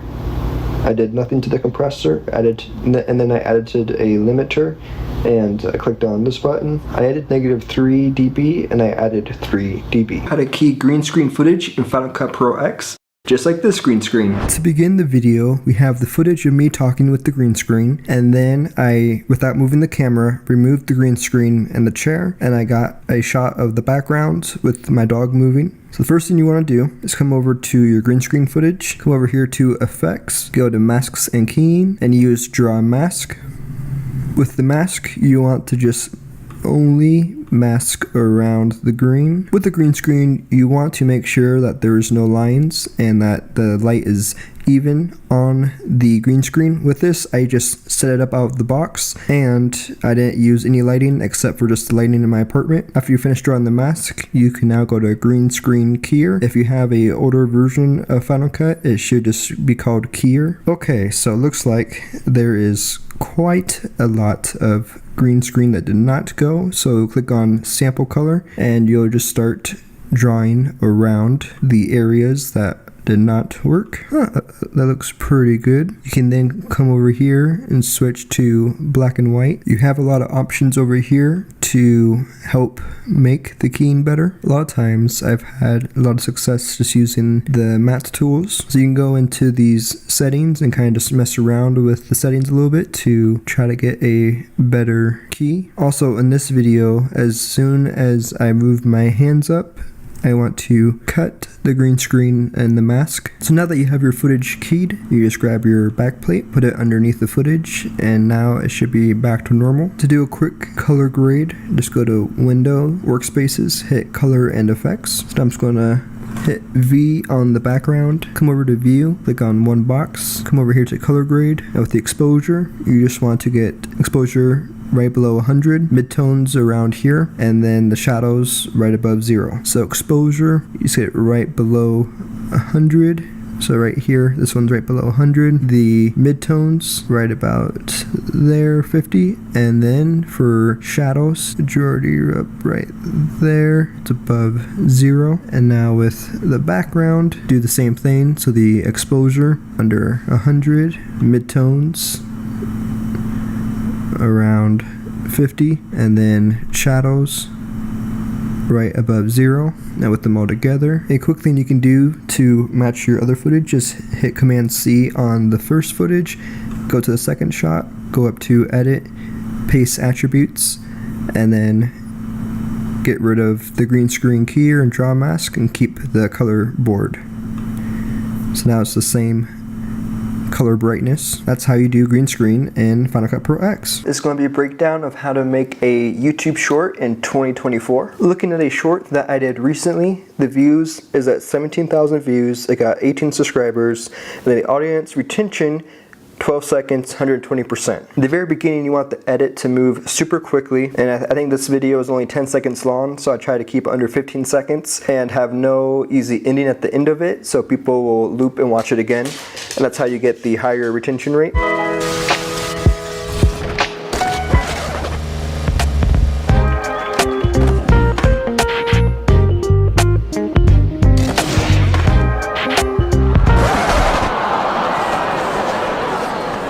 When editing YouTube Shorts, Instagram Reels, any of those things, you want your project to be 1080 by 1920 instead of 1920 by 1080. You can actually go to the format and switch it to vertical and go to resolution 1080 to 1920. So for the first part of the edit, I'm going to edit in a regular 1920 by 1080 since my footage is filmed that way, and after I have it all laid out, I can then switch it over to the 1920 by 1080. For this video, I filmed some gameplay footage of Tony Hawk Underground. So now I'm gonna go through and find all the cool spots with cool tricks that I want in the video. And this video is just basically gonna be a kind of a cool compilation of tricks in the video game. I tried that trick a lot of times, so I'm just gonna go back later to the rest of those tricks.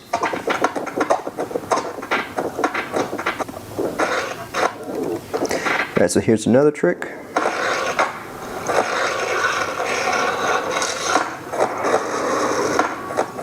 To blade, I hit Command B with my cursor over the footage, and then to undo, you hit Command Z. So something that I was trying to do is redo a lot of the same tricks in different areas of the map. The cool thing about this video game is your character is always right in the middle of the screen, so it'll be easy to do a cool transition from map to map redoing the same tricks. At least that's what I was trying to do.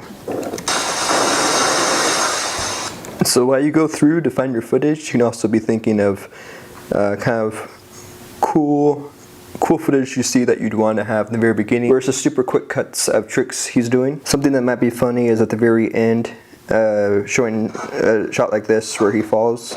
So it's just like a bunch of cool footage, and at the very end cuts to something like him falling, which then people watching it might be like, oh, that was funny, I want to see it again. To see it again, they have to rewatch the whole YouTube short, and then getting a higher retention. So if you click M on your keyboard, it will mark the footage, so that way you'll be able to find it easier later. And you can also double click on it, and then you can type whatever you want to help remember what you're thinking. And so like right here, remembering that footage I have where I run through the glass at the ice arena, I can then transition it from there to right here.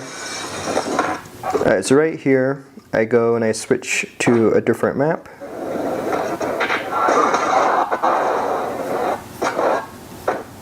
Actually, this might be a better fail since you have everybody in the background surprised.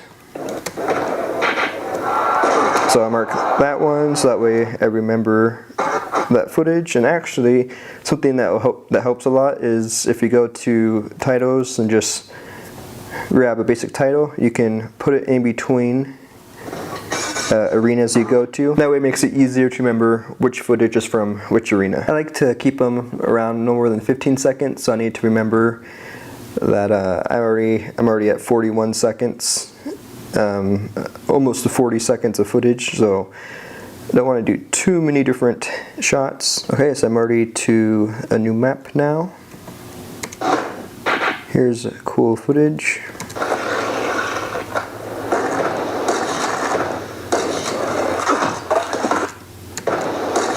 So I was trying to do a cool trick here for a long time, and then I realized finally how to do it, and then went back here over and over and over until I got a cool shot of it. And so right here,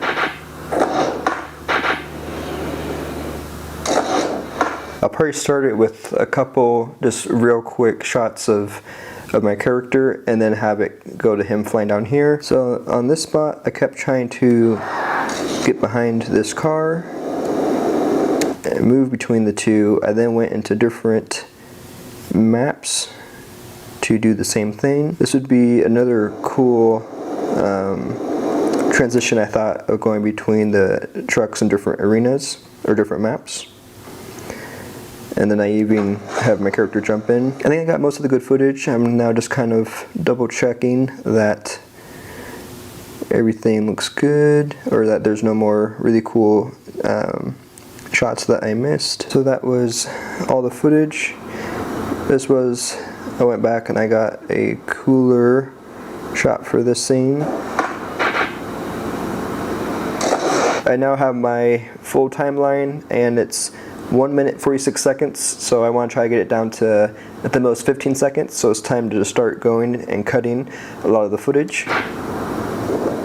So you can probably get rid of that one. I hit V to disable the footage because it's going to be vertical. This footage is going to be zoomed in a lot closer, and so it will look a lot more cool than being just a wide angle. So I'm going to start it with this clip.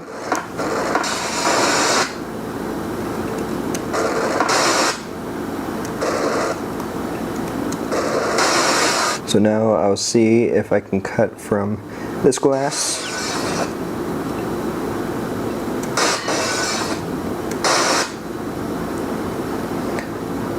Cut the audio right here, so it's still the same audio as I cut through this spot.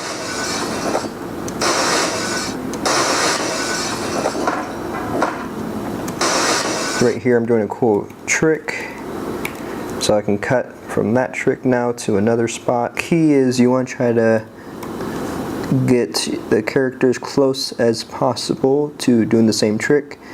And so if you grab the edge and you move frame by frame, you can match the two together easier. So instead I can do it while it's still moving. See, this one might not work. I don't think that one works. So I want to start deleting some of this footage. So if you come up here to YouTube Short, right click, you can hit duplicate project, and now you'll just have that as a backup. So now I can delete the stuff I know I'm not going to use. So I guess right as my character lands on the ground, I'm going to try to switch it with another shot of my character landing. Okay, right here my character lands.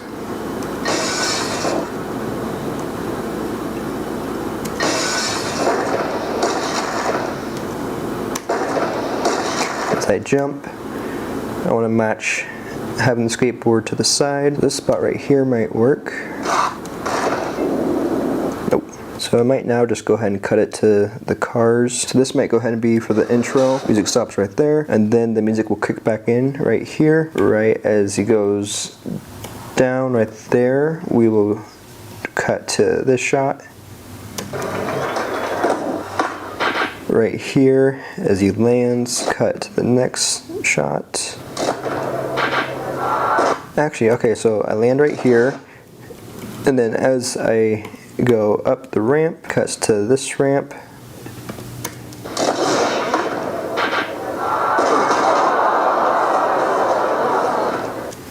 And then that's the ending of the video. Right before he puts his skateboard down. So there we go, I just worked through the video. The video's 18 seconds so far. I might cut it down just a little bit more. So now I highlight everything, hit Command C for copy, I go to full edit, Command V to paste. I'll now just go ahead and scale in the footage so it reaches the whole screen. Hit Command C, click on the next footage, hit Shift, click on the end of the screen, go up here to edit, hit paste effects, and they're all now full screen. So this makes it easier now to edit since everything is zoomed in. Now highlight all the video clips, right click, hit detach audio, and I'm now just going to go in and fade in and out every audio clip. And this just makes the audio better so it doesn't clip. So all the audio is done. This is where you can get more creative. So I'm going to just start trying out things. So I'm going to try zooming in on the closer of the skateboard. The video quality might be too bad for it to make sense or for it to look good, so I'm gonna hit keyframe up here, go through the video clip, and kind of just scroll through showing the skateboard closer. So actually it might be better to hit Command Z to back out to the regular. So it might be better to have it start as a wide, go in close at this spot, and I can also animate the camera or animate the video like it's a camera. So hit keyframe, move over just a little bit, zoom in on the feet, go over a couple frames, move the footage over a little bit, a couple more frames over. And I'm using just the arrows to move frame by frame. Move it back a little bit to the right, and then go right to the end again, and back to the middle.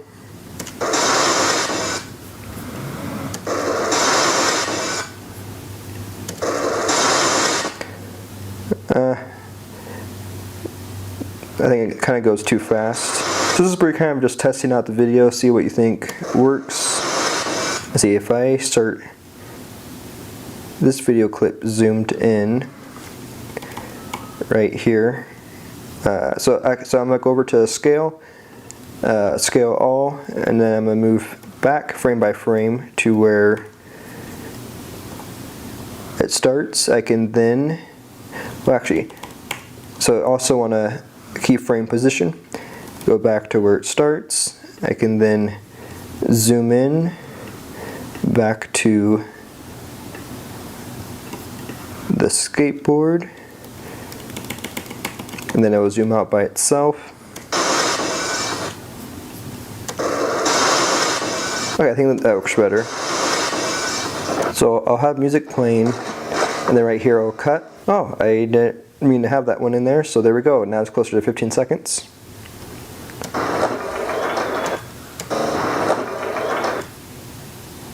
I can get rid of that one too.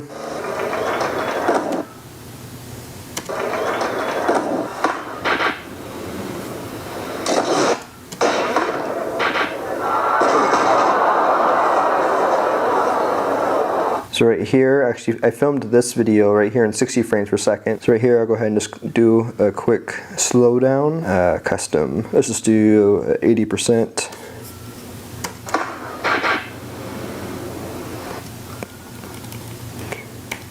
And then right here, cut it back to normal. So I guess right here, I'm not really going to do too much. I'll go ahead and just re-fade the audio for this part. Alright, I'm going to go over here to my effects. I have a bunch of effects from Full Access, and it's easy to just add quick, cool effects. So like right here. And I like how right here it disappears and then stops, so I'll hit Command B to blade this spot right here, come over here to the main effects, and then turn off film burn. I also don't want the film burn to be too much, so I'll just turn it down a little bit.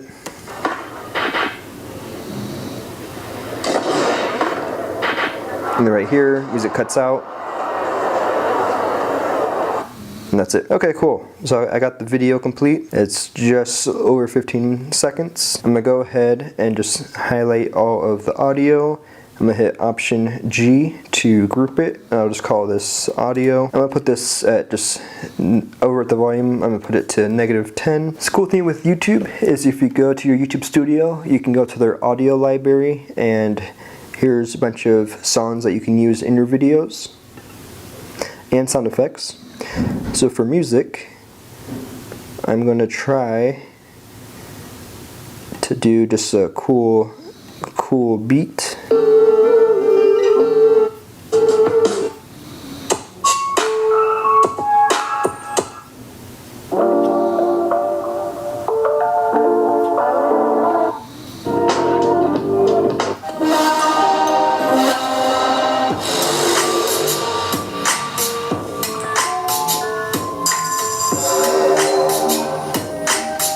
You can always try music and then just simply switch it out if you don't like it. So I'm downloading this. I'm going to keep looking for some more.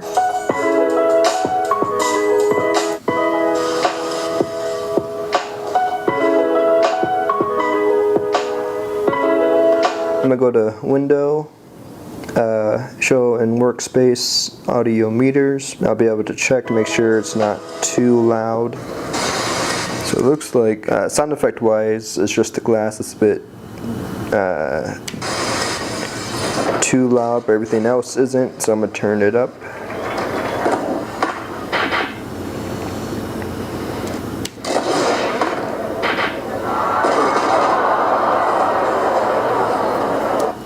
So now I have the music.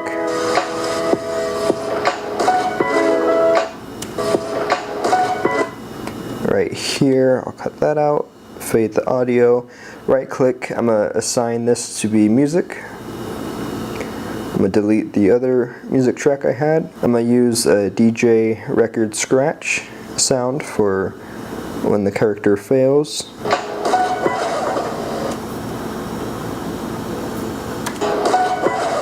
And then it's going to cut back to the next track.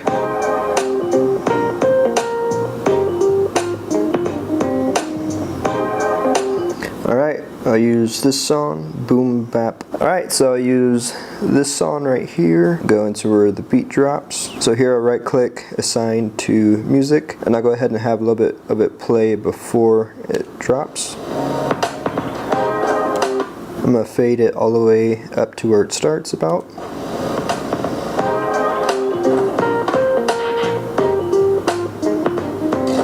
Then right here, where he falls again, grab the record scratch. Turn up the volume.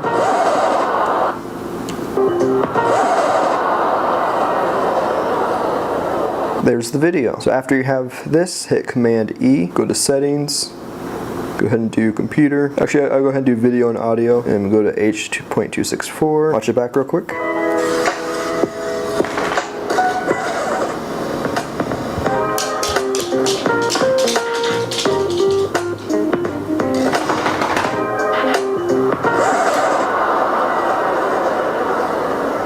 There we go. Now I'm going to airdrop it to my phone. I'll be able to post it onto YouTube as YouTube Shorts. And here's how to do that. Now that I have it on my phone, I go to the YouTube app, hit the plus, and right there you have it as short. Click on your recents. I click on the video.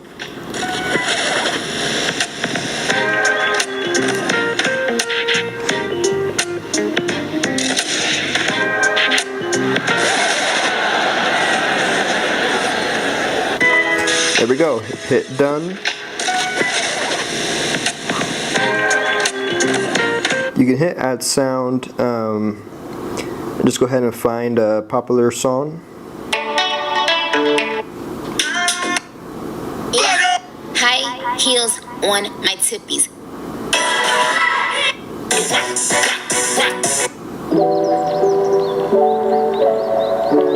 So go ahead and just click on one of these songs, hit the check, and then hit volume. We'll go ahead and turn. We'll go ahead and leave the song at like just volume 3.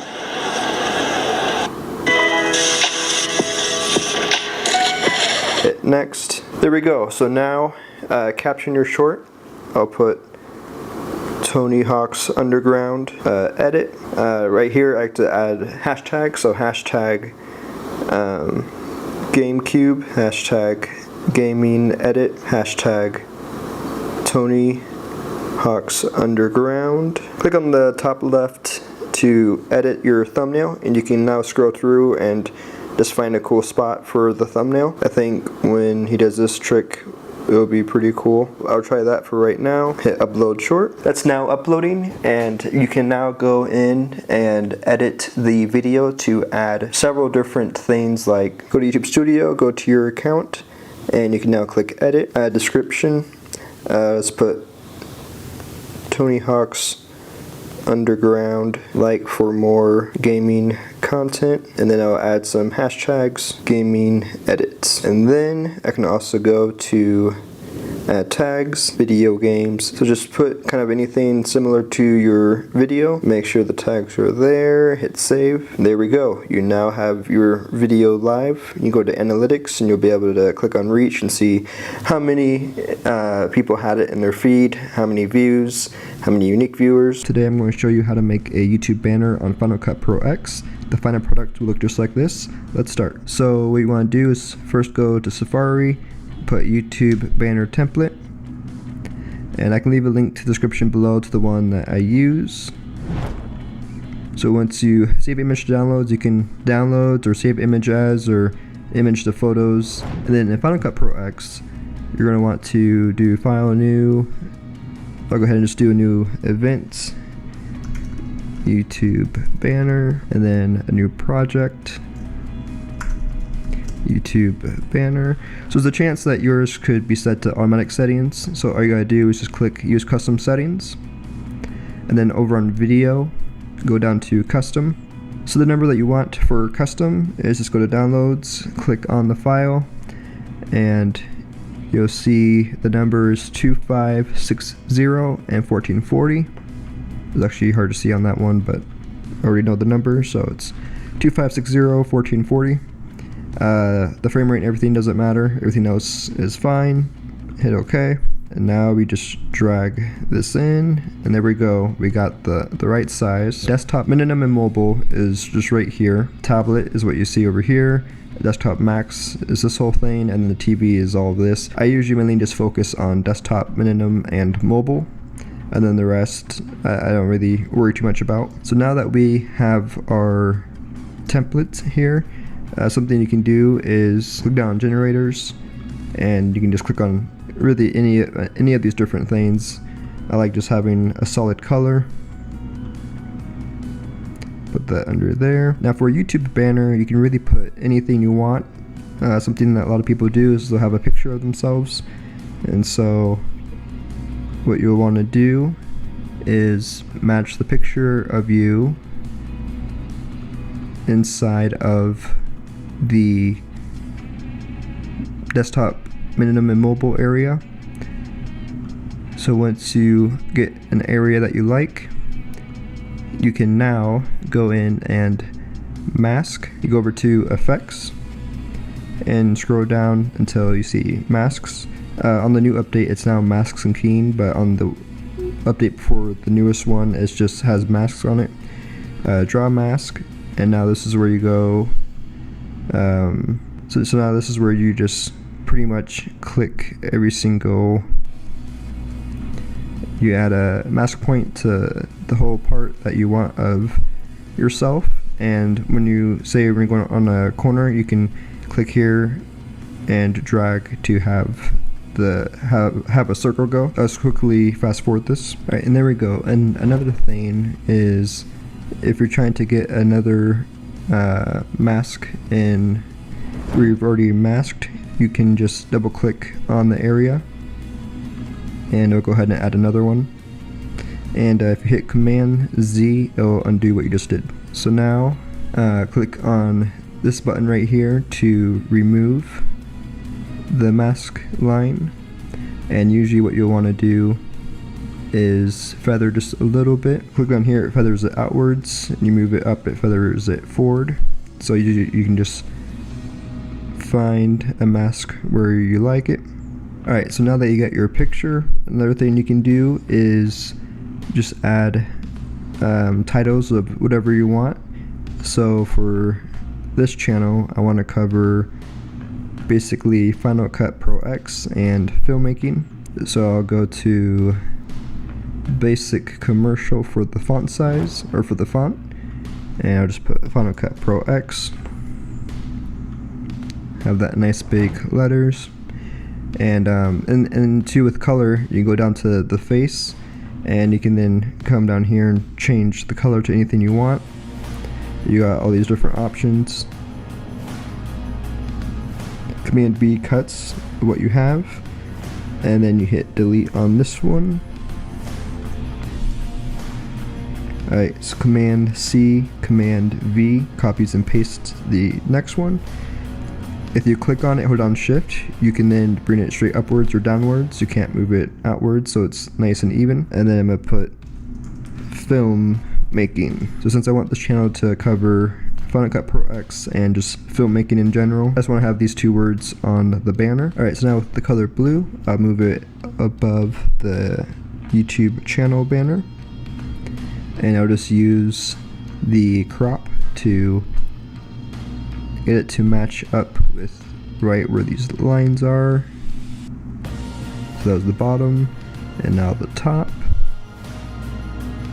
And then another cool thing that you can do is, if you go back to generators, there are so many different cool materials and things that you can add to your stuff. So I'm going to add this beam right here and have it cover the line. And I would, once again, I would just hit Command C, Command V to paste it, and then I'll just click it and move it above it. So now when I get rid of the channel banner, this is what people would see. With the generators, they're really cool because if you go into the generator tab, you can actually change the glow, change the size, change the angle of it, change the color. So it gives you a lot of options that you can use with it. And since this color is blue, I'll go ahead and just make these colors both blue.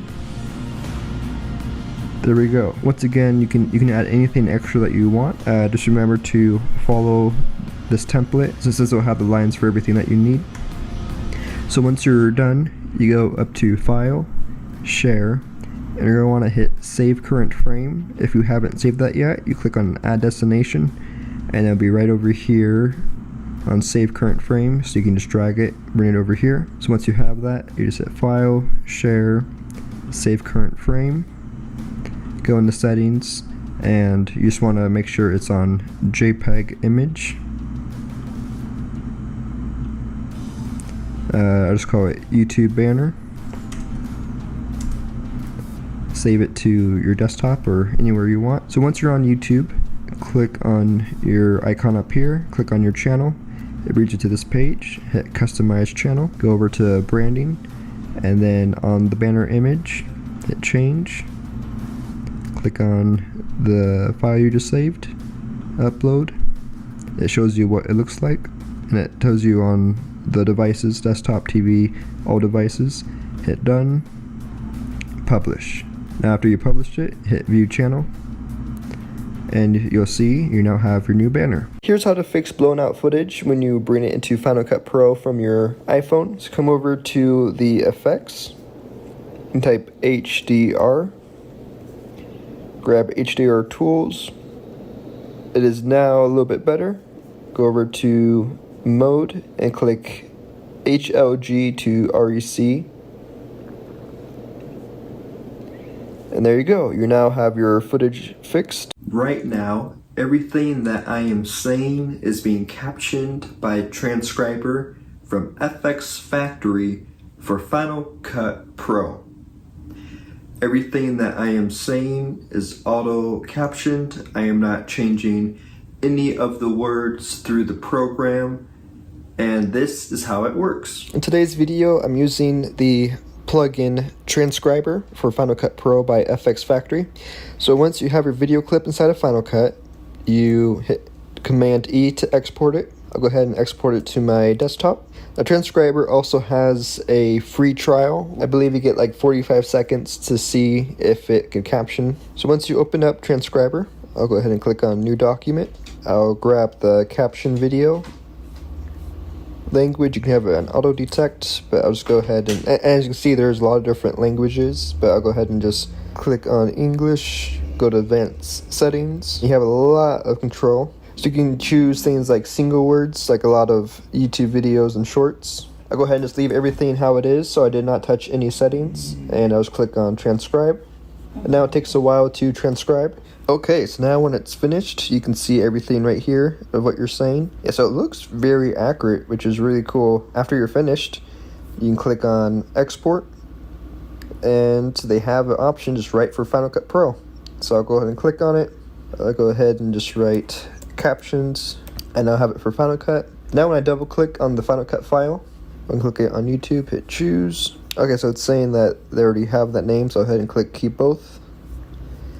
Now I'm gonna double click on here. Here's all my subtitles. Wow, I'm very impressed with how accurate everything is. The only thing I noticed is right here, it says being captioned by a transcriber from FX Factory, but I said it's being captioned by Transcriber from FX Factory. And now you can come in and customize it even more by like changing the size of the text, adding the different font and all that stuff. I'll bring it back to how it was exported. I wanted to make sure I didn't change anything so you're able to see what happens just from using the plugin only. I am putting Final Cut Pro 11's caption tool to the test. I have a new song that I made recently, and I am going to try to make a lyric video. So I click on the audio, click on this button, and there we go, transcribe to captions. Transcribing the captions, and of course it's very quick, which is incredible. Let's see how accurate it is. Today's gonna be a good day. Looking outside, see the sunshine. Type of weather to give you a blessed life. Type of weather to give you a clear mind. Then again, I always seem to be stressing. Always seem to think that there is something. Okay, so it's definitely not perfect, but it's got majority of it, which is awesome. Today's gonna be a good day. So this is correct. Gonna be a good day. Looking outside. So I can just add my own captions here. And after I finish all of the wording, I'll be able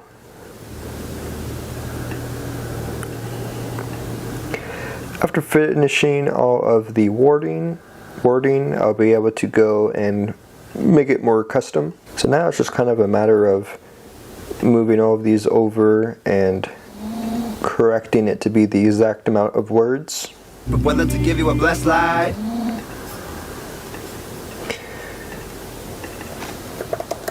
Type of whether to give you a blessed life. But whether to give you a blessed life.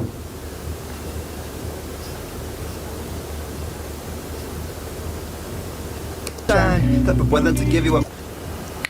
Okay, I don't understand why this is not working. Is it on a different? I don't know. I would definitely say it is not yet able to create a good lyric video, and that you'll just want to do it yourself. Well, that was a quick video. I was hoping it would make it a lot easier, but I think it's just going to be easier to put my own title and add it myself. Yeah, I'm looking forward to them hopefully updating it in the future and for it to get better and better. I'm going to show you how you can set up an adjustment layer inside of Final Cut Pro. So if you download FX Factory, they have a lot of plugins for Final Cut Pro. Once you have FX Factory, you can search adjustment layer, and right here it's free. So you'd click on download. It would then download it over to Final Cut, and now inside of Final Cut you go over to titles. Right here you have adjustment layers. They give you a lot of different options, like right here they have guides, and so you can move these lines around. They have widescreen, a bunch of different options, and then they have just the normal adjustment. So you can drag this line out here. Now anything that you add to this line will affect all the footage below it. So if you're doing something like adding color, go ahead and type color, grab color board, put it on the adjustment layer, double click color board, and now say if you change color, it adds it to all of the footage below. I'm going to show how you can create a tracker on footage in Final Cut Pro and add an object. In this video, I'm going to place the Pokemon Charizard onto this footage. So when you go to your footage, if you scroll down here, you have the thing that says trackers. Click on the plus button. Now you want to find something in your footage that you can track. So I will go ahead and make tracker just a little bit smaller, and I'll just place it right over this log. And then you hit analyze. You'll be able to then scroll through and see how it did. So it looks like it didn't do too good, so I'll hit reset. And the trick is you kind of just keep on trying it until you get a better track. You can even go ahead and just zoom on in to get a better look at a spot you can track. So I'll go ahead and make this a lot shorter and just try like right on the edge of the log. Okay, so it looks like this worked. So now you can come over here, and on the object track, you can double click it, and I'll just go ahead and put Pokemon. So here's what I want to place into this footage. I'll go ahead and cut it to where Charizard has already landed. Place this on top of the footage. Go ahead and hit Command B to cut it off right at the edge. Go over into my effects, go to keying, grab the keyer to remove the green screen. So once you click on transform, you can come over to this little arrow, click on tracker, and I'll go ahead and click on Pokemon and click on scale. And now I'm gonna go over here and just scale up Charizard and move him to where I want him on this video. Go ahead and scale him up some more, and now see how this looks. Rotate him just a little bit, and now play it back. And they got Charizard, and then of course you can scale him up even more, and now it looks like you got Charizard inside the footage. Go ahead and scale it down a little bit, move him down, so now he's a lot shorter. And that is how you are able to add an object into your video. And of course, if this doesn't work fully, you can click V to hide Charizard, click here, click on reset, and then try doing this again just to see if you can get a better track. I'm going to show how you can create an outline over your subject using Keyper in Final Cut Pro X. They've now added some pretty cool features that I wanted to show. Before you add Keyper, I'd usually just use it to quickly take out the background, but now when you come over to the effects, there's a lot more settings. You could switch it so it's just the outline, and with it being on the outline, you can move the width, hit invert, put down option, move the clip up, click on the bottom, hit invert again, come over to color settings, you go to color and actually change the color that you want of the outline. I'm gonna click on V to remove the color. When you come over to composite, you can now have the colored matte. Let's go back to invert. So now you're able to just see the color. So now you just have a cool outline. You come over here to the color and actually change the color right here. And you got different settings too to just make it easier. It gives a cool kind of glow effect. I'm going to show you how you can create a muzzle flash for a gunshot inside of Final Cut Pro. For the footage, I showed me shooting a Nerf gun. The website that I'm using is called Footage Crate.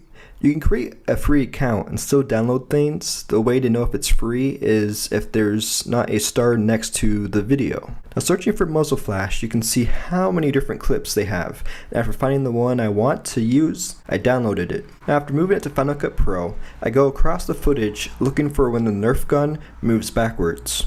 I lined up the muzzle flash to where it would be in front of my gun. I use Command B to cut the video right below the muzzle flash, and hold option and drag the clip above the muzzle flash, using V to hide the muzzle flash. Now using Final Cut Pro Magnetic Mask, you can mask both your arms and the gun. Afterwards, it makes the muzzle flash look like it's actually coming from the front of the Nerf gun. Since the video is not in full frame, I used the crop to hide the muzzle flash for when it would exit the video clip, and then I used Option G to group the effect with the video. I used Option and dragged the video below itself, and then scaled the bottom to fill in the rest of the frame, then adding a blur to the bottom clip. You could also just switch this over to a vertical video or film the video different so it fills the whole frame. I now want to add a light around the gun and muzzle flash. So I double click the group to edit inside of the group. I used Option and dragged the original clip above the original clip again. So I grouped the very top one, which has the gun and arms, so I could label it and make it easier to be organized. Now I used a mask onto the clip and made a random shape around the gun. Now adding the keyframes, I moved it barely through a couple of frames, then hit Command B to cut and then delete the rest of the video. You can make it any color, so I started to just move the color, saturation, and exposure randomly, and then use the feather and opacity to make it blend in more. After all of this, it should be updated to the bottom and top clip since it is grouped. I went back to Footage Crate to search for gun sound effects. The same thing, if there is no star next to it, you can download it for free. I downloaded a loading sound and a gunshot sound effect. After downloading it, I placed it inside of Final Cut Pro and placed it where it matches the footage. Right click in the audio, I changed them to the effects label to help stay organized, and then the final product looks just like this.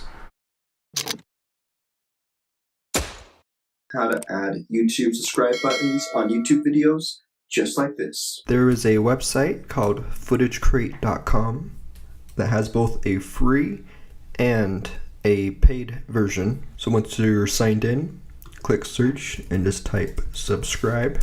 So everything with the gold star is paid, and there's a total of 12 free ones. So when you look at all of these things, like right here is free. So like this one right here, it's free. You just click on download and it will download. Cool thing about these videos is that they're already transparent. You can move it over to wherever you want it on the screen. I'm gonna go ahead and scale it up. And now when you play it back, it plays right through. Now sometimes you'll have one that moves a little bit slower, so you could hit Command B and use something like right here, click here, hit fast, go 4 times faster and have it move faster in. Another thing, this fades in and out pretty good, but if it didn't, you can move the opacity down to 0, click on keyframe, hit space, move it up to 100, and then it will fade in by itself. So that's the first thing, and then the other way you could do it is going to YouTube, and I searched YouTube subscribe green screen no copyright. And so right here, you can just download. And I use this thing called Video Pro C converter, which is what I'm using to screen record right now. They have a video downloader, so you can just copy and paste it into the video downloader and it downloads it for you. So once you have the file, you can move it into the computer, hit Command B, delete. Cool thing too is this one comes with sound. So I'm gonna scale this down, move it to where I want to on the screen, make sure it all fits, go over to Effects, Masks and Keying, and click on Green Screen Keyer. Sometimes the green screen keyer won't work the first time, it will still be green, so I usually just turn off green screen keyer, hit delete, and then I'll try it again, and then it works. So same thing, you could just go to keyframe opacity, keyframe, hit space, move it to 100%. Everything works. Right after it finishes, click opacity, space, opacity down to 0, Command B to delete, and there you have it. Here's how you can blur out a face in Final Cut Pro. So in this video, I'm going to be blurring out this guy's face, and you'll be able to see he actually walks behind people. So this is how to not only blur out their face, but also have the people in front of them not blurred out. So starting out, I'm going to hold down Option and drag the video clip above it to copy and paste. And now the next spot is I'm going to add draw mask. And for this part, I'm just going to draw a simple circle over his face. And then I'm going to push the keyframe on the control points, and then push the arrow on transforms, and also keyframe all 3 sections, position, rotation, and scale. And now using the keyboard arrow, I'm going to click left and just simply move the mask over to follow him. So now that's all the way over to the left. Do the same thing, but now all the way to the right. And it's fine if you don't have it exact. The main thing you're just trying to do is get a rough blur over the person's face. And you can go back a couple just to make sure that you have it over the face. And then if you need to make the mask a little bit bigger, you can just simply drag the mask a little bit bigger. Alright, and now when you go back and forth, you can see that it follows the person pretty good. The next thing I'm going to do is grab the Gaussian blur.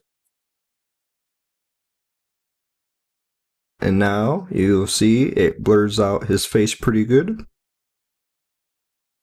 And then if you want it to be more or less, you can use the controls over here. You can also go to the mask and move up the feather, have it go wider, or move down the feather, move up and down the amount.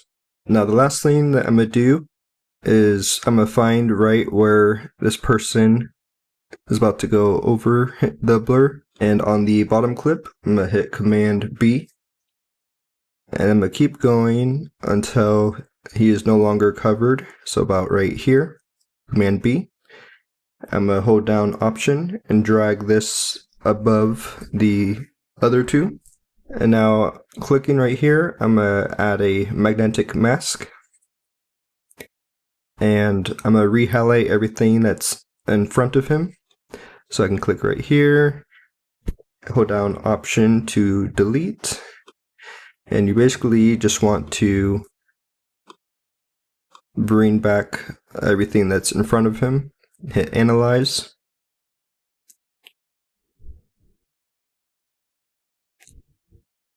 And it looks like it did it. So click on the mask right here.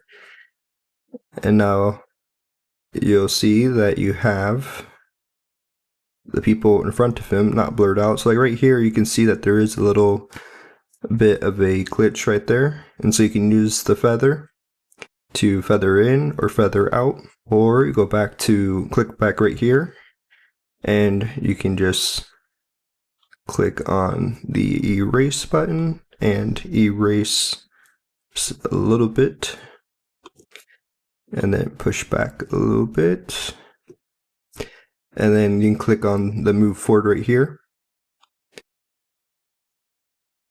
Now go back to here to see if that did better.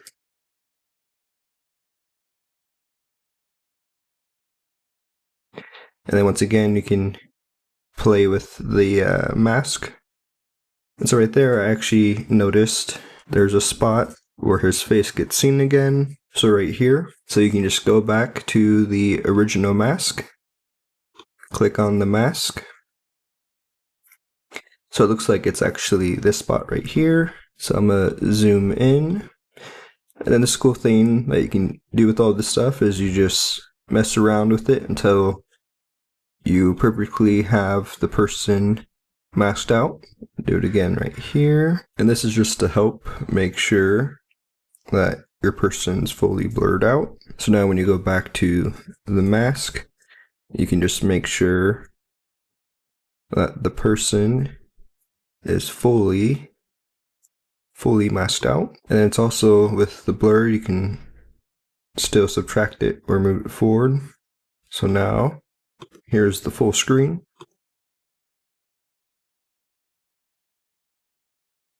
Here is how I was able to go from Final Cut Pro 11 back down to Final Cut Pro 10.6.5 so I can use plugins like mO2 again. First off, we need to downgrade to Big Sur because 10.6.5 was the last version to work on it. When I tried clicking install Big Sur that you get from online from the Apple Store, it did not work. I plugged in an external hard drive. I used the T7. Online, I read that anything with about 30 gigabytes should be plenty to do this. I went to Apple's website that shows a code you can use in Terminal to have the external hard drive install Big Sur. It said error. So I placed the install Big Sur onto the external hard drive and made sure to name my hard drive my volume.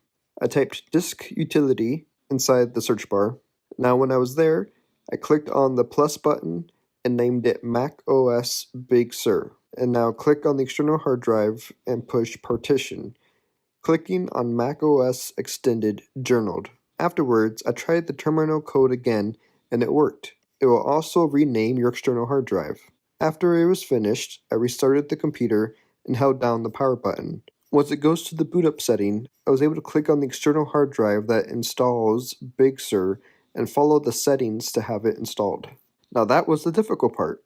I went back to the App Store, clicked installed Final Cut Pro, and it says downloading the older version.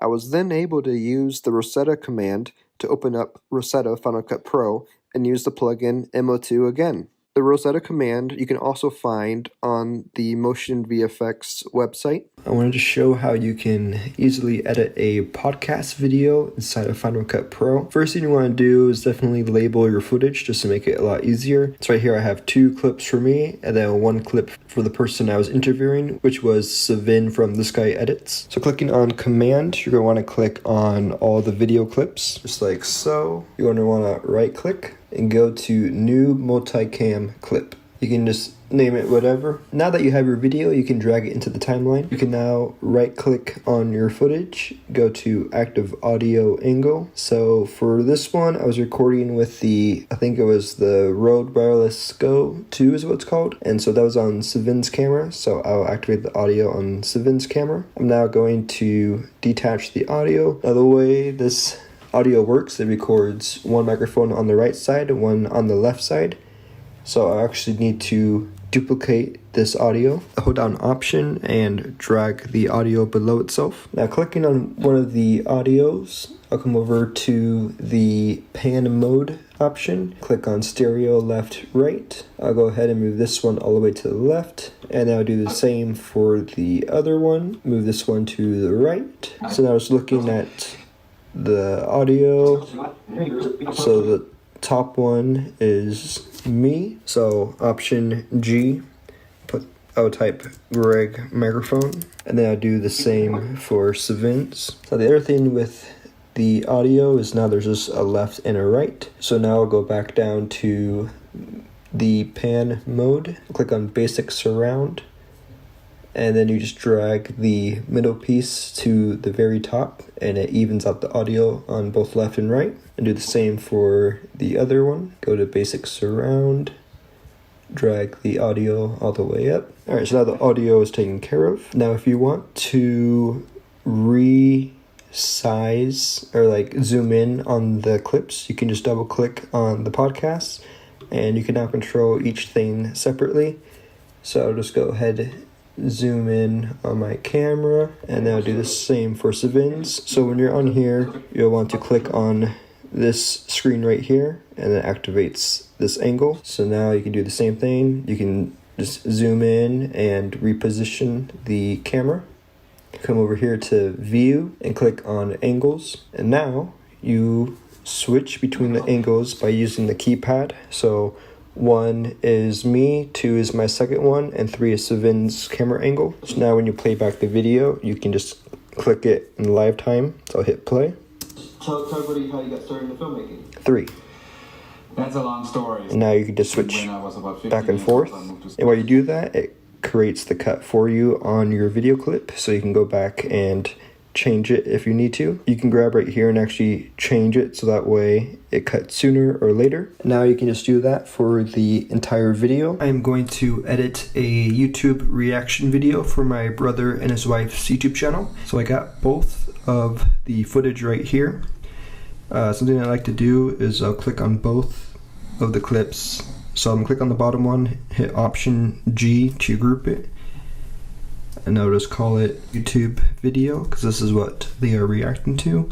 And then I would do the same to their main video and just call it main video.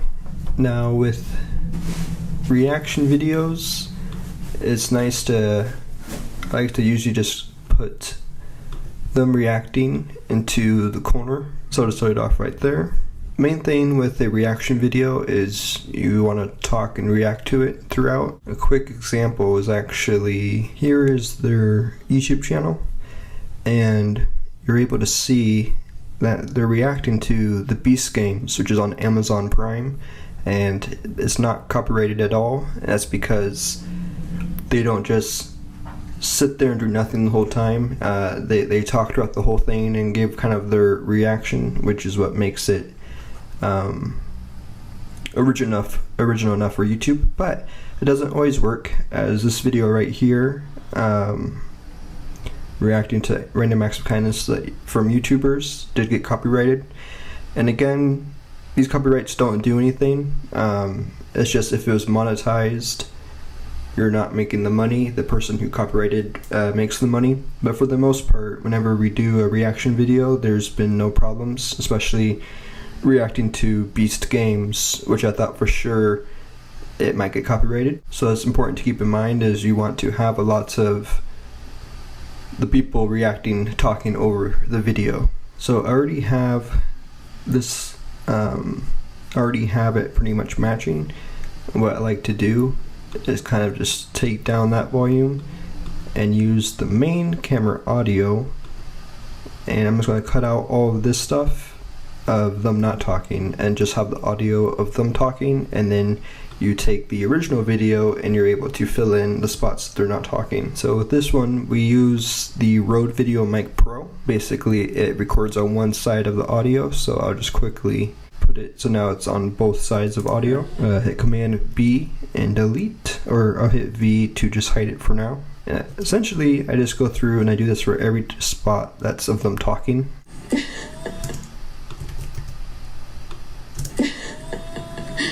Oh. This can take a while. It's like the paintball gun. Ow, that's gonna hurt. Ow! You really got shot. And he was really close. That's gonna leave a pellet mark. And when you think of when you're going through and doing this and you find a spot that you would like to remember to come back to, you can click M to put a marker on the spot. That's probably fake. They don't have. I think they're shooting blanks. Protection. What's blank? So right here where Sophia's asking what's blanks, I like to put this on full screen, so I'll click M to leave a marker right there, so later I'll remember to come back to the spot. The cool thing is you're able to kind of tell where all the talking parts are from when the audio waves spike. That guy's going for it. 1001. For this? I promise you, this is not fake. This is all real. So I just realized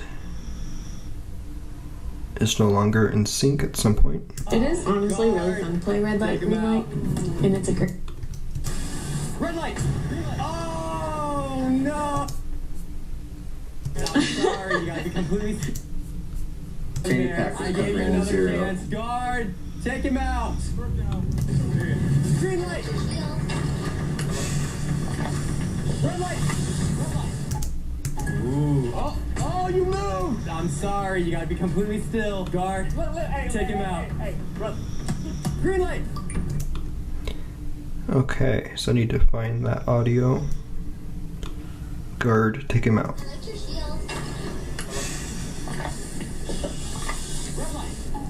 Come on, man. I gave you. Green light!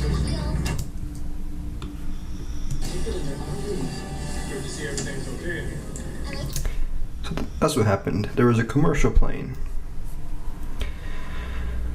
Okay. Fanny pack was covering the 0. Yeah, why do they both have the same jersey? Eliminated. 1001? Yeah, weird. 1001? Yeah, weird. 1001? Okay, so I think about right here is when the commercial starts.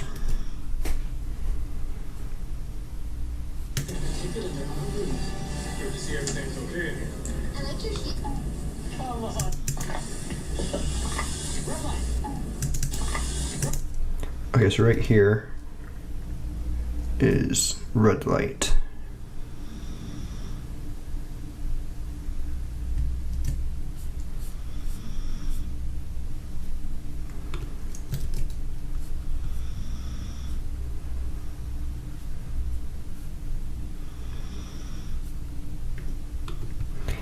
So 1001?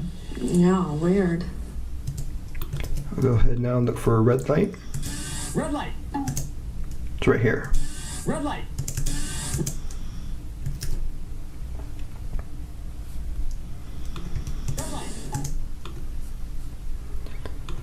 Okay, so I'll click on this, hit Command, click on here, drag this all the way back. Red light.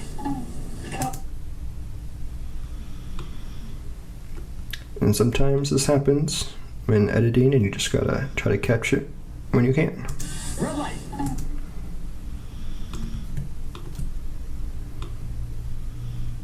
Light. Okay, so now we're back on track. Go ahead and delete all this audio and then drag this audio back.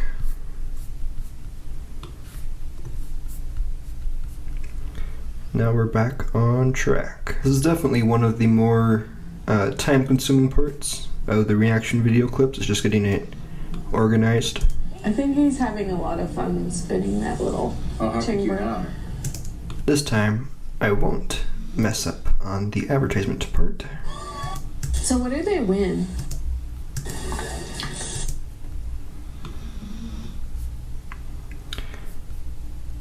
Okay, so right about here, it sounds like it goes back.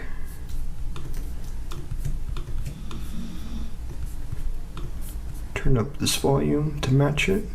You're saved!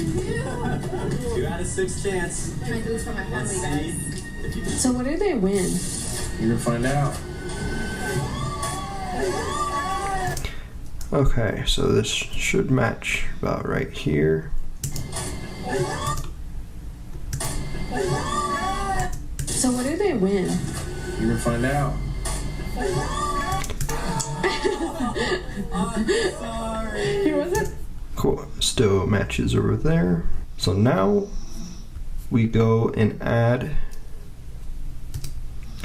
all of the original video clip, original video audio in the background. What I like to do is create a different color for this. So if you right click, you can do assign audio rows, and actually you just gotta double click on it real quick because it's on a group.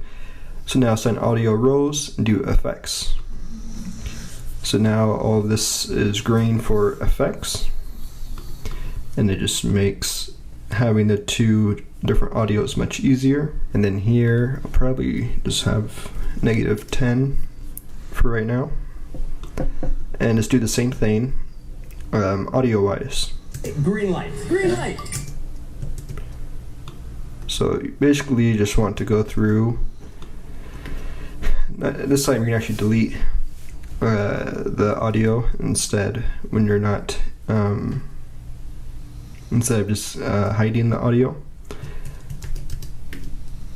But you're basically just going through, and also to fade the audio, you grab this little corner right here and you can fade in and out. But you just want to go through and make sure that there's either blue or green audio for each part of the video. Now what you'd want to do is go through and just any spots you want to take out, you would do that right now. You can see right here I marked this spot right here, so now we're to go back to it. Shooting blanks. Protection. What's blanks? There's nothing in the hopper. It's called a hopper. It holds pain. It holds pain. So click right here, reset. Protection. What's blanks? There's nothing in the hopper. It's called a hopper. It holds pain. So there's that. Over here, you can, so on index, you click on rows, hit FX, so now it separates them. I usually, a trick that I found to be very helpful is I'll right click all of this audio, and I'll just go ahead and quickly add a compressor and then a limiter, and push this limiter to -3 output and +3 for gain, and that should be good for audio. Today we're watching Beast Game players play. And then Can Beast Game players beat Squid? You want to test the audio between the two when it switches to see how it works. Brennan, number 711. Can Beast Game players beat Squid Game? And you watch over here to see the levels. Number 711. Can Beast Game players beat Squid Game? We're gonna find out right now by competing in real life recreations of the game. Okay, let's try go into just negative. Let's try -3. This is a video by Brennan, number 711. Can Beast Game players beat Squid? -5. Can Beast Game players beat Squid Game? We're gonna find out right. Cool. So it's about the same level. Today we're watching Beast Game play. Today we're watching. Okay, so I'm gonna go ahead and add a quick frame for Beast Games. So I hit Command-Shift-4. I'll take a quick screenshot of the screen. I can add the screenshot here.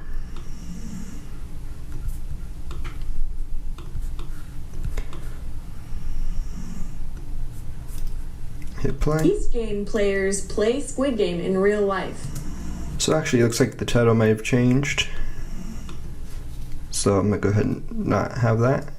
Instead, I'll just have Ken Burns start closer and go out slowly. Today we're watching Beast Game players play Squid Game in real life. This is a video by.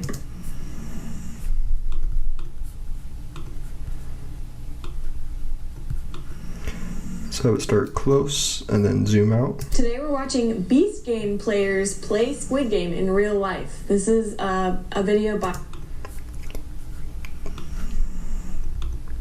Go ahead and add the screenshot. This is a video by Brennan, number 711. Can Beast Game? Can Beast Game players beat Squid Game? We're gonna find out right now by competing in real life. There we have it. It's now been over a month since uploading the video, and here is a quick look at the results. So unfortunately, where I was saying earlier the Beast Games videos were not copyrighted, the episode 2 got copyrighted.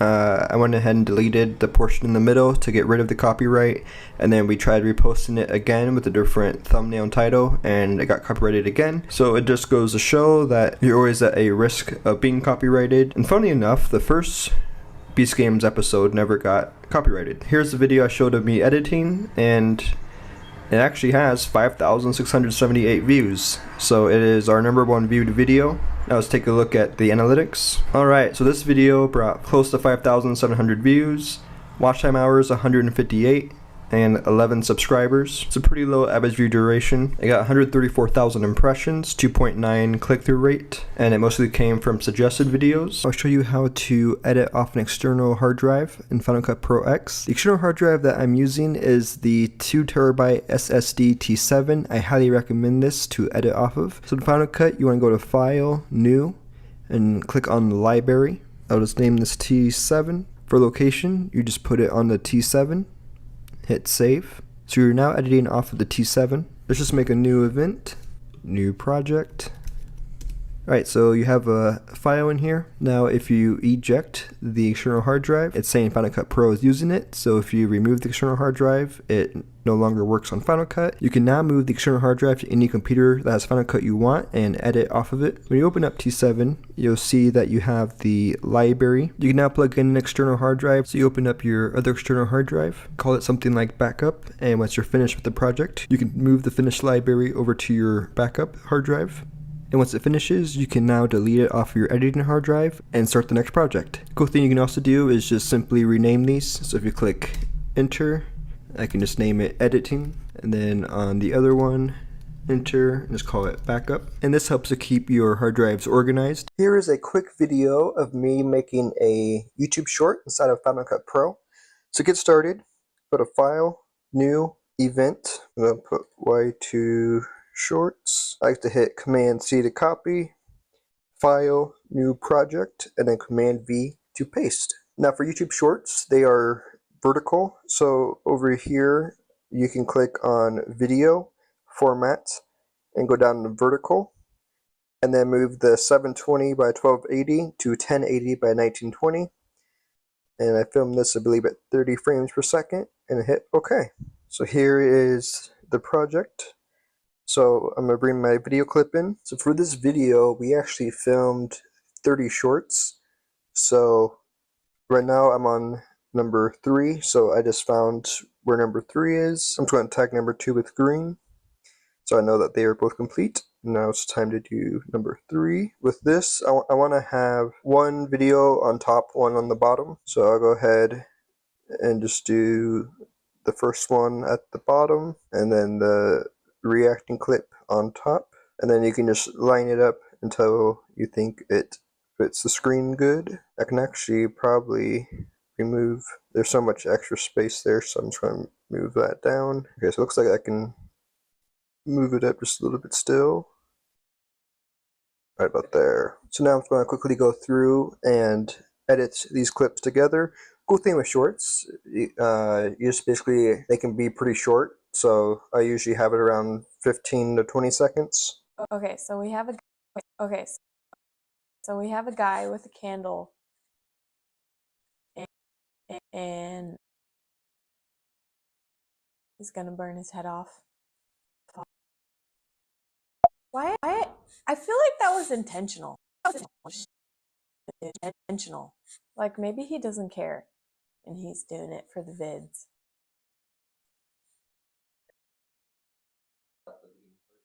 Oh. Oh. Oh. Oh. Oh. Oh. Oh. Do golf carts? I feel like golf carts just tip a lot. Maybe we shouldn't. Golf cart? I feel like golf carts just tip a lot. Maybe we shouldn't ride golf carts. Oh, was this guy left? Oh, oh,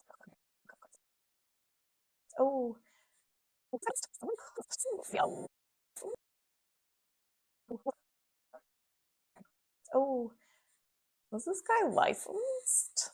Someone call the Arbalists of America. That was really not well thought out. I quickly cut the footage together. The main thing is at the start of the video, you want the, I guess, strongest clip or the strongest whatever part of the video to be at the beginning. And I think the strongest reaction is when the golf cart falls. Oh, oh, oh. I feel like golf carts. So I'm going to move that to the beginning. I'll have this one be second, and then that one third. So I'm going to detach the audio, and I'm going to zoom in and just quickly add in the fade in and out the audios, just to make sure that there's no clipping sound.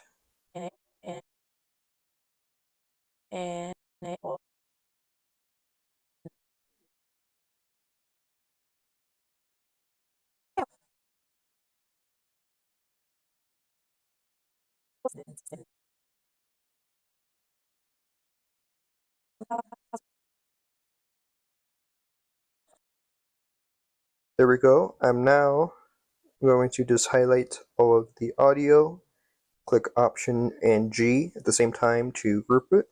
So over here, you have these different audio options you can do. So in audio enhancements, if you click Show, and then on the audio analyst, hit Show, you can click on loudness, move this all the way up to 100%. It brings up the audio a lot. And then I'm going to throw in a compressor and a limiter. We go to the limiter, bring output level to -3, and then the gain to +3. And then this should make the audio nice and loud. Oh, I feel like golf carts just tip a lot. So we have a guy with a candle, and he's gonna burn his head off. And he's gonna burn his head off. What? I feel like that was intentional. Alright, so here you can't really see the fire, so I'm just gonna have the full clip play. With a candle, and he's gonna burn his head off. What? I feel like that was intentional. Like maybe he doesn't care, and he's doing it for the vids. Oh, was this guy licensed? Someone call the herbalists of America. That was really not well thought out. All the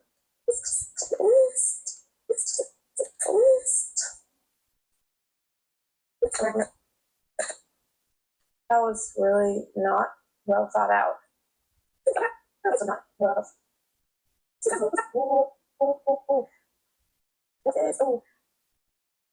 Oh, was this guy licensed?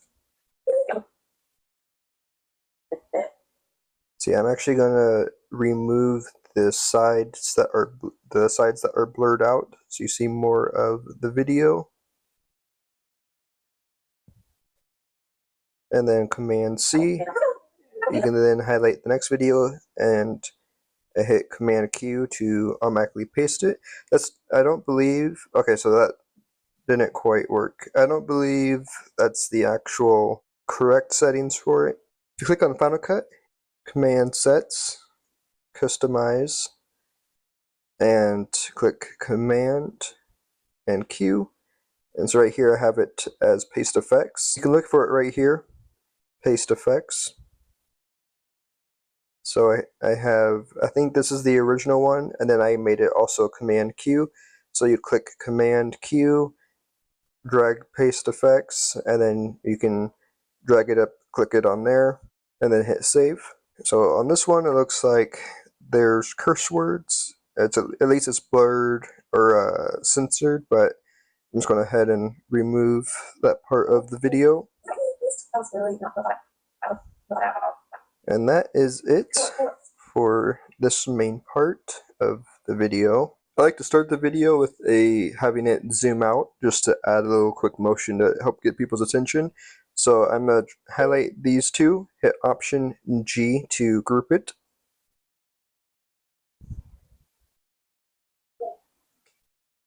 I'm going to hit pause, play and pause real quick. Hit Command B. And now I'm going to click on Crop, Ken Burns, and I'm going to have it start zoomed in. So this way it quickly zooms out. And I'm going to add directional blur.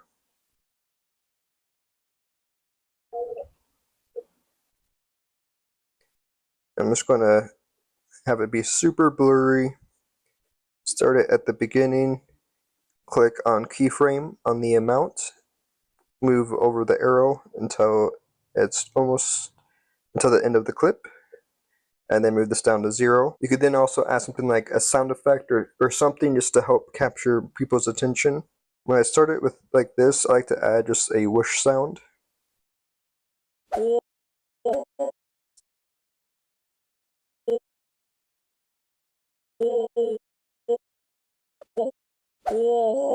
And then once it goes out, I'm click. I'm actually going to click on this part, hit clip, break apart clip items. I'm gonna go to the end of Sophia saying "whoa," hit Command B, go over to Effects, and search for Earthquake, and just crank this up.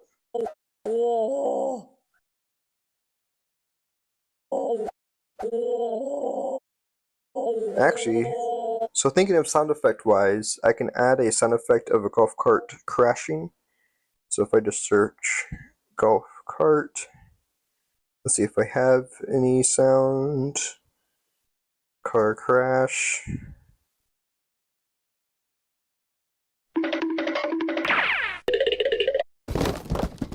So searching crash, I have these crash sound effects.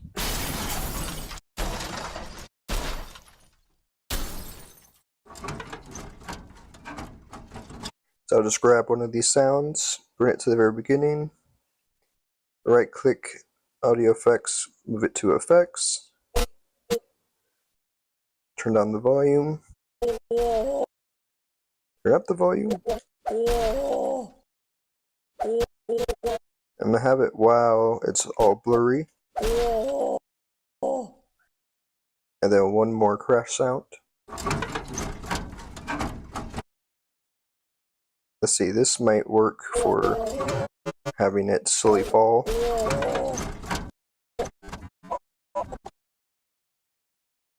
And then I want a big crash sound.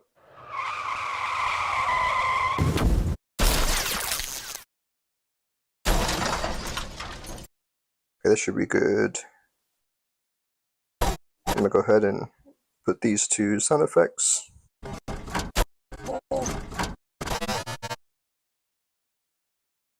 So as this falls over, have the crash sound. Turn down the volume.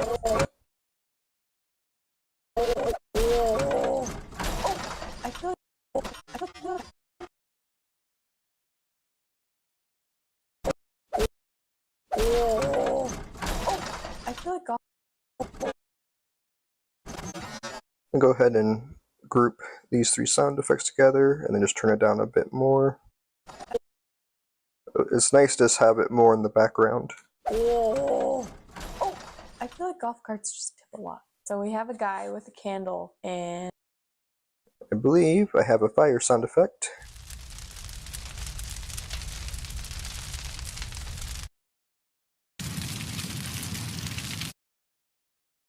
So move the fire effect over here, right as the fire starts.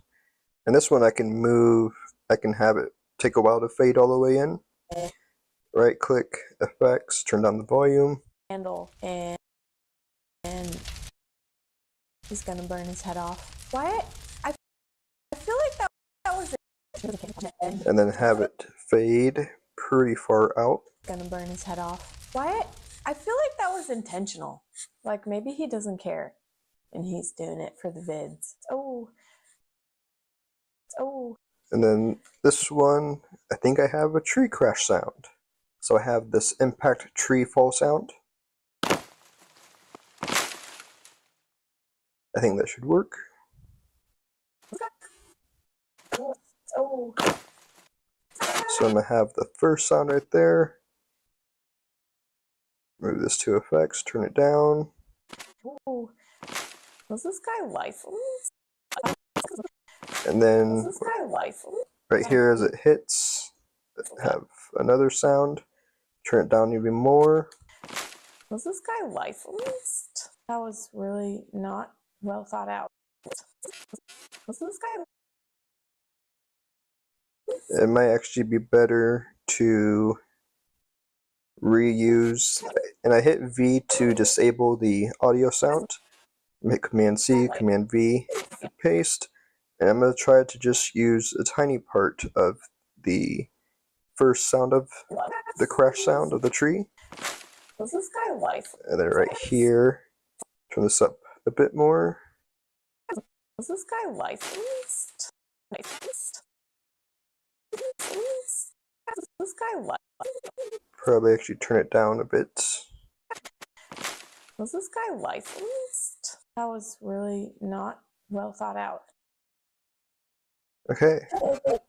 And there we go. I got a pretty good mix. Okay, so I'm done with this short. Since we have 30 shorts that we filmed, I find it easier to just put 3, and then let's put 20 fails shorts. Now something that I think is really cool to add on YouTube Shorts are the subtitles, and I've been using this website called Opus Pro. And what's really cool, so here's like the other videos I've done where I'll add it. One of the things they have is AI captions.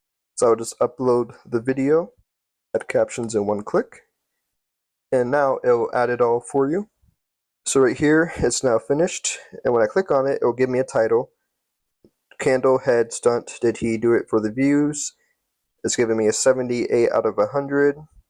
See on the hook. And so it just kind of tells you how it thinks you did with the short. I usually click play just to make sure the text is close. I like to then hit edit clip. I like to have so I'll go to where it cuts to the full thing of Sophia, and I'll hit split, and then I'll go back to this text, and I'll move it to be in the center. So right here, it goes. You can use the key to go frame by frame. So right here goes back to split screen. So I'm gonna split right here. Find where it goes back to full screen, go frame by frame, and then hit split again.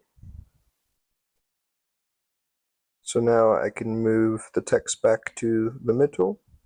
If you want to get rid of the emoji, you can just click on it and hit delete. I'll go ahead and delete the other emoji.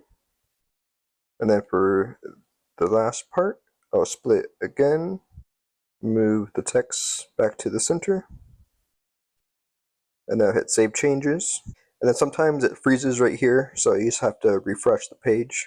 So right now it's saving the video, and then I'll click download HD, and now it should be downloaded.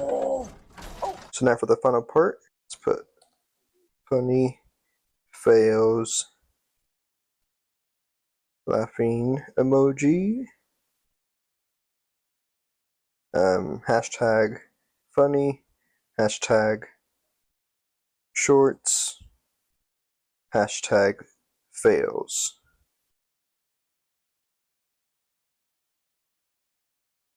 And then I usually just copy and paste this to the description. Put no age restriction. I'll go down here to the tags. I'll just retype funny, fails, shorts, try not to laugh, cutting trees, golf cart, fail, typing things that relate to the video. The cool thing is it knows it's a short, so when you hit next, it will ask you to add the related video. Because on the channel we have fail videos, I will usually just go ahead and put one of those, like right here, epic TikTok fails. And then next,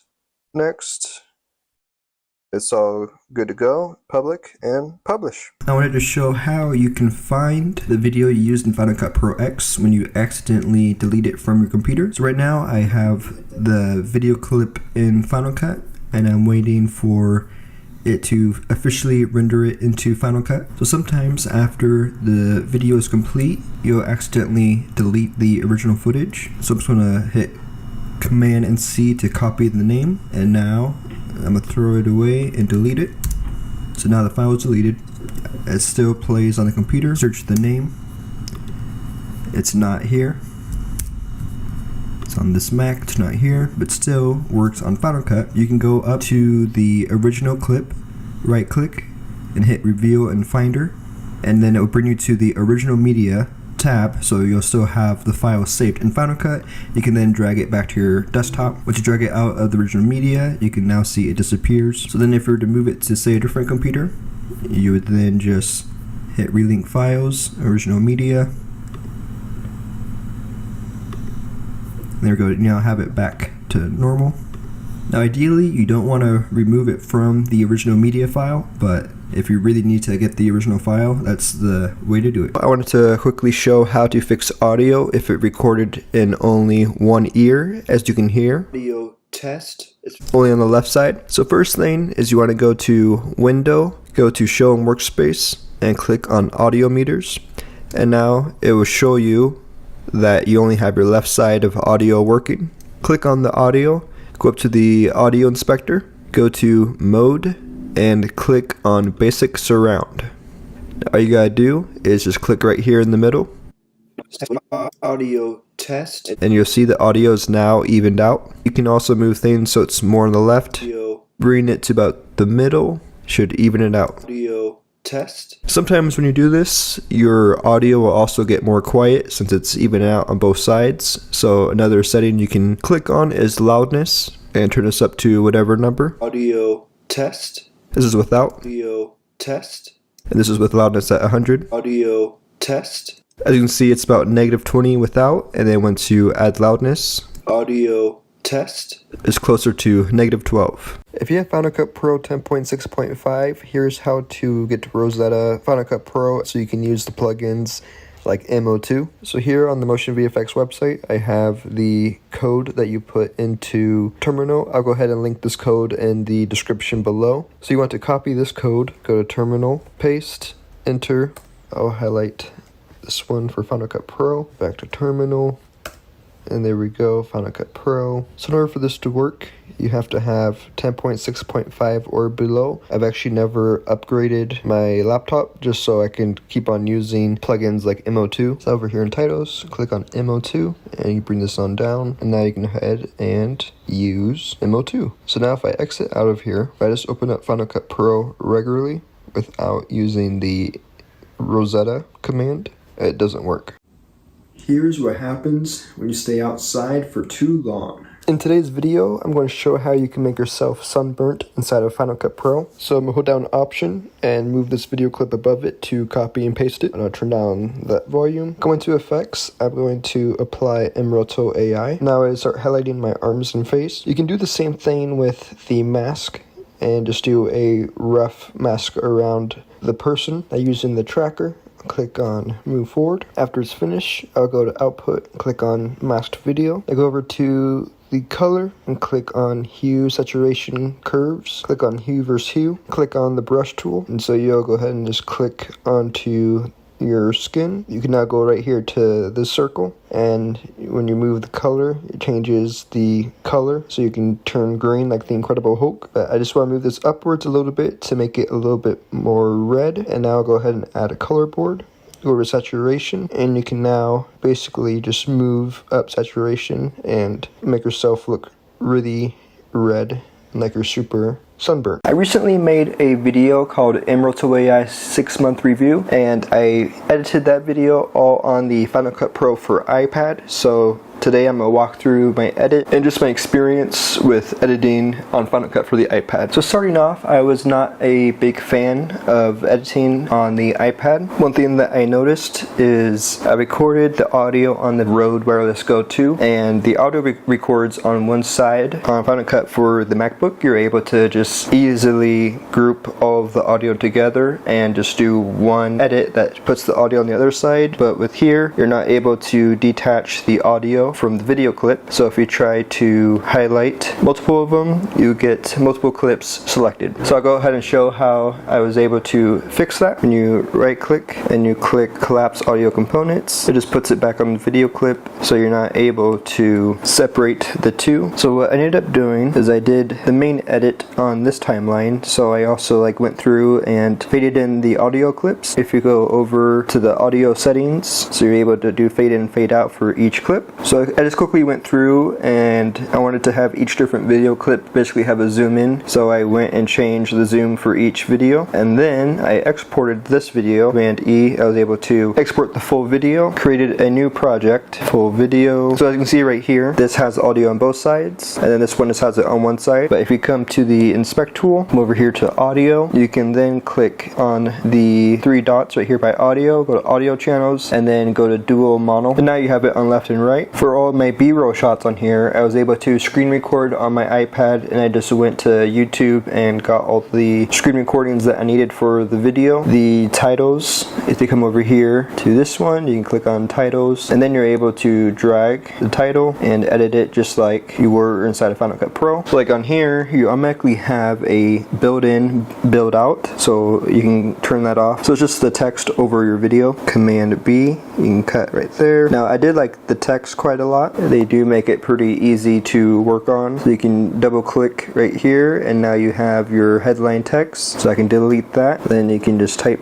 whatever you want. Final Cut Pro for the iPad. You can change the font, change the size, the color. You also have like the outline feature on here, so click on backplate, and then you can change the background color. So I just did this for the rest of the video. If you want to do a zoom on your text or video, click on this one right here. Now you can drag the sides and do zoom in, zoom out, and that's it for the rest of my project. I just used a bunch of B-roll that I got from screen recording. Something you can do that I didn't add is music. So if you go over here, soundtracks, there's a bunch of music on Final Cut. Then when you want to export the video, Command E, let's go higher quality, click export, and then you can save the video. I just got the new iMac M3, and today I wanted to do a quick test in Final Cut with 4K footage and see how fast it exports. Quick side note, I got this free footage from Pexels.com, and they have free stock videos that you can download. I have my clips laid out. As I move the mouse around,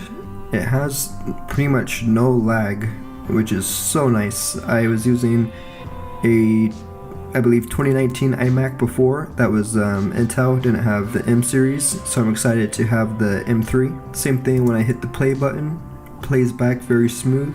Something I wanted to try to do is to stack a bunch of this footage together to just see how much footage it can handle. If you hit Option G, you can put it into a group, hit Command C to copy, Command V paste. Let's just move it up and just paste a bunch. Let's see how it plays back. Still the same things, having no problem. That's amazing. You can scroll through. It looks like a little bit laggy, but then again, there's 1, 2, 3, 4, 5, 6, 7 layers all topped together, and it's all 4K, so it's handling amazing. I also have my settings on better performance, but when you scroll, it looks like it is scrolling with no problem. So now I want to try to add some quick color and color correction to see how it handles. I'll go ahead and add colorize on the first one.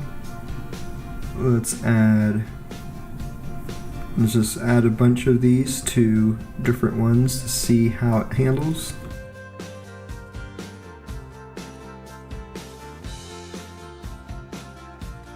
Every video clip now has a different color on it. Let's hit play and see how it does. And once again, it's playing no problem. That's amazing. And also up here, it's currently rendering it, and it still is playing it back at just fine speed. You scroll through, looks like a little bit of lag, but that's expected with this many layers. So this is over 2 minutes. Let's see how fast it can export. So hit Command E, info, I'll call it iMac M3 test. I'm gonna move this to the desktop and to see how long it takes to export. Wow, I believe that was less than 1 minute. So because it was 2 minutes, let's see what happens. We bring this out to 10 minutes. Okay, so it's now over 11 minutes. Everything's the same, has 7 files, and each clip has a color added to it. So let's see how long it takes to export. Wow, 10.87 gigabytes.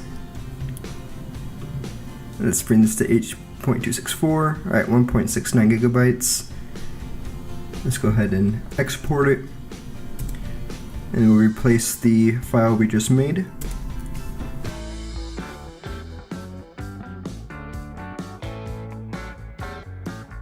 And there we go, it finished 11 minutes. I believe it took only probably like what, 2 to 3 minutes. That's amazing. And remember too, I also have audio recording in the background and screen recording, also recording the screen, so it's doing more than just rendering this video. So far, I think the M3 is incredible. Final Cut Pro 11.01 has officially been released.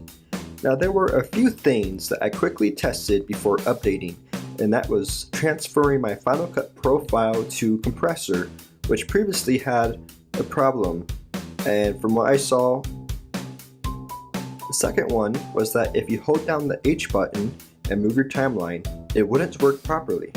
And that was correct. Now I updated and went to test those two things out.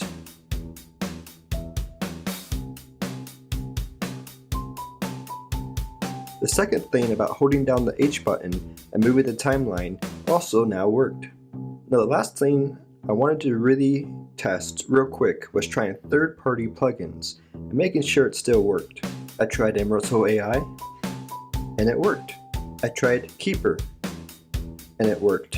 I went ahead and tried Final Cut Pro's magnetic mask and also still worked. I tried a few presets from Final Cut Pro that also worked, and finally I tried exporting and had no issues at all. FX Factory has released a program called Rotomatic, an AI-powered plugin to rotoscope inside of Final Cut Pro. Today I am taking a look to see how it does with 3 different shots, one that I think should be easy, one that I think should be intermediate, and one that I think should be difficult. Let's see how it does. So going over to Effects, we go to Color Tricks, click on Rotomatic. So here is the display board, and so all we have to do is just click and it automatically masks. So you just want to make sure you fully get your subject masked, and then you can hold down Option and click on spots that you want to remove. I'll click on Toggle Timeline View, click on Option and click right here. Let's try this again. You can move these things around to try to make it more precise. I think mRotoai is definitely designed much better, but this is also a one-time payment, which is really nice. Okay, so I'll go ahead and leave it right there. Oh, another thing I realized is I'm not sure how to move it backwards. So if I start right here and I click move forward, it'll go forward, but I don't know how to get to go backwards. So I'll start processing. You're supposed to be able to easily see frame by frame, but it keeps doing this thing for me where I can't really see how it's going, so I'll see afterwards if it worked or not. Okay, so it looks alright. I'll go ahead and move spread just a little bit and the blur radius just to get a little bit extra of the edges. Okay, so we got none, so it looks normal. We got blend, cutout, and then mask only. So then we go to cutout. We can now mess around some more with the blur radius to try to mask it all out without making it obvious. Here's what this looks like with a blue background. So there's definitely a little bit of glitches. Let's go to the medium shot. We'll just click right here. So this is definitely interesting. I'm not able to move this out of the way, so I can't click right here. There should be an easy way to move this out of the way. Click Option, go back, try to get this more precise. I think that looks alright. Let's go ahead and click Processing. Okay, so I'm able to see this one more easily. And one thing that's really cool is how fast this moves. Okay, let's see how this does. Cool, it looks like it did pretty good. Negative on the blur radius and negative on the spread. Okay, so here's what it looks like with the background. You can definitely see some glitches. Okay, and here is the last one. Very interested to see what happens. Hold down Option. Let's try to remove the background. And now let's process this. I think it might have worked. Let's take a look at it. Wow, okay, that's pretty accurate, even as my arm goes out. So right here, with a lot of motion blur, it doesn't quite have the full arm, but you are able to have it go out of frame and move back into frame. So let's go to cutout. Let's just play this without doing anything to it to see what it looks like. We can go back to blend and start filling in some more of the area. So after adding just a little bit of blur radius and spread, here's what it looks like. So I try to add spots like right here where you need to fill in more area, but it was not working. Export challenge between the M1 and the M3. I just downloaded a bunch of stock footage and random music to put together on the timeline, and it's about 10 minutes, 30 seconds. I'm just going to export and we'll see which one exports the fastest.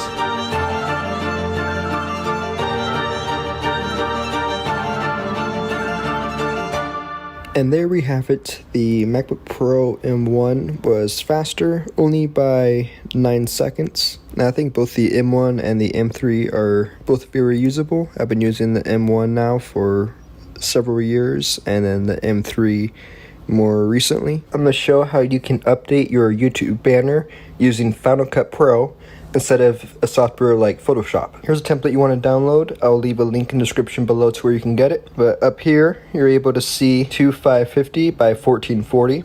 So what you want to do is go File, New Project. I'll just call this YouTube banner. Click on the video format, go to Custom. And now you just want to switch the resolution over to those numbers. So 2550 by 1440. And the frame rate and stuff, it doesn't really matter. I'll leave that there. Click OK. And now you can drag the YouTube banner over. So essentially, this is your layout for your banner. And so as you're able to see, this spot right here is desktop and mobile. So what you see over here is what you'll be able to see on your computer and your phone. And this is usually all I really focus on too much. I kind of just have a color around the rest of it. So I'll go over to title. I'll go over to backgrounds.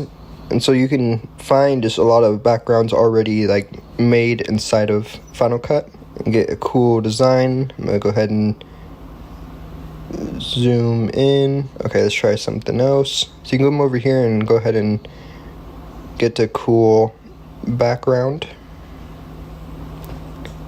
I think this looks pretty cool. So I'll go ahead and zoom in. I'm going to turn the opacity down so I can see the safe zone for desktop and mobile. Now I want to just keep this pretty simple. I'm going to go ahead and just search for basic title. And essentially I'm just going to add what my channel is about right here. I'm going to find a font that I like. Now my channel is basically about video editing. So I'm just going to place this right here. Come over to the face and change the color. And then what you want to do is make sure that what you end up using works with the background. And you can do something like add a drop shadow. And now we turn back on the background, and I'm hitting V to toggle on and off the background. So now go into Google. Now my channel mainly focuses on Final Cut Pro, so I want to add a Final Cut Pro logo. So by searching Final Cut Pro PNG, click on the picture, and now you can see the background removes, but over here it does not show that on the background. Whereas this picture right here shows it in the background, so it would not work because that is the full picture. But if there's just a blank background like this and then this pops up, that means once you download it, it'll automatically have the background removed. So I'm going to click on this right here to zoom in. It's a little bit too much. Now I want to add the logo below. Another program that I'm going to start doing tutorials on is called Motion, which is also from Apple, and it's kind of like After Effects, but for Apple and Final Cut Pro. So I'll just type Motion. Okay, let's try Apple Motion PNG. So right here, I was able to click it, right click, save image to downloads. I can move this into here, scale it down. Go ahead and try to get this just close to the same size. There we go. So this is a pretty simple banner. I just thought I should go ahead and update my current banner, and this is what it looks like. So now I go File, Share, Save Current Frame, and if you don't have Save Current Frame, you click Add Destination. And then right over here, Save Current Frame, you just drag it over here and let go, and it adds it over there. Save Current Frame, YouTube Banner, next, save to your desktop, and save. And now this is where you can go test it. So you go over to YouTube, click on Customization, and so right here, here's my old one. Click on Change, click on YouTube Banner, and this is where you're able to see the preview. This is what it looks like on desktop, on devices, on TV. So you just got the full background. Cool, I like it. So click Done. and hit publish. Now we click on view channel. You now have it updated. So today I'm taking a look at mMusic Video 2 for Motion VFX. And so I recorded my own song recently called When I Step, and I quickly just filmed a music video by just filming 3 different shots of me performing the song. And here is the effects from mMusic Video 2 that I used. So they have a lot of really cool things like camera movements, which I used through this whole thing. So I have handheld, so it's making the camera move constantly. Without it, there's no movement, but once you activate it, it just makes the video feel a lot better having the camera movement. This was the handheld one. I also used Film Grunge, this one right here for the beginning. For the text, I used Typography 4. I used this one, and then just put the title of the song. And so now throughout this whole thing, I just actually was just testing out a bunch of different effects. So this one right here, I used the fisheye effect, vertical streak, pixel sorting. This handheld effect right here, I used the dynamic, which moves a lot more. I also used a lot of transitions. You go over here to mMusic Video 2. They have just a bunch of different transitions you can use, so throughout a lot of these I use the transitions for each thing. I like this one right here, the movement. For this shot right here, I use the rotation, so that's right here, a full 360. It's really cool. And then right here I use the custom split screen, which you have right here in the effects, and I think it looks pretty cool. That's it for this video. The link to the music videos in the description below, or you can click right here on the screen. Also, I have the link to my song on Spotify if you want to hear it on Spotify. I highly recommend mMusic Video 2. It's pretty awesome, and it makes it very easy and fast to edit. One of my favorite plugins for Final Cut Pro is MO2 by Motion VFX. It turns Final Cut Pro into a 3D software. I'd say it's similar to Element 3D for After Effects. The problem is, after Apple upgraded, specifically after Final Cut Pro 10.6.5, Final Cut Pro no longer worked with MO2. So now there's MO3. Now here's the problem. It was announced back in 2021. After setting release dates and then not being able to release it, they now no longer have a set release date. So hopefully this year, 2025, is the year that we get MO3. Now we can still use MO2, it's just that you need to downgrade to Final Cut Pro 10.6.5. Now they say that if you bought MO2, you'll be able to purchase MO3 when it releases and own it forever. Otherwise, the only way to use it would be paying for the Cinestudio subscription. Final Cut Pro 11 has released Magnetic Mask, and the question is, how does it compare to Motion VFX's mRotoai? I have some different footage here of different scenarios, and I'm going to put them both to the test to see how it goes. For the first clip, I'm going to use both of them to just track my hand. On this one, I'm going to try to mask the full body. This one, I'm going to try to mask the person running in the field. And this one, just the drone camera, and then this one, the horse running around. For each shot, we're going to start off with Magnetic Mask. Go ahead and add Magnetic Mask. So I'm just going to click on the hand, hold down Option to get rid of. Okay, there we go. So with just about 3 clicks, we got just the hand. Now analyze. Click stop, hold down Option, click again to try to remove. Okay, so we removed there. Now let's go ahead and go backwards. Okay, hit stop again, hold down Option. So it looks like it should be good now. Wow, so that took about 10 minutes. Go ahead and view just the mask by itself. So you got just the hand floating around. Go ahead and feather. Now hold down Option, and I'll just move the clip above itself. I'll remove the mask. So now it's just the top one that has it. Click V on the bottom to remove it, V to bring it back. I'm gonna go ahead and just add the light ray effect to my hand just to see how it did. Alright, and there we go. So that's how it did.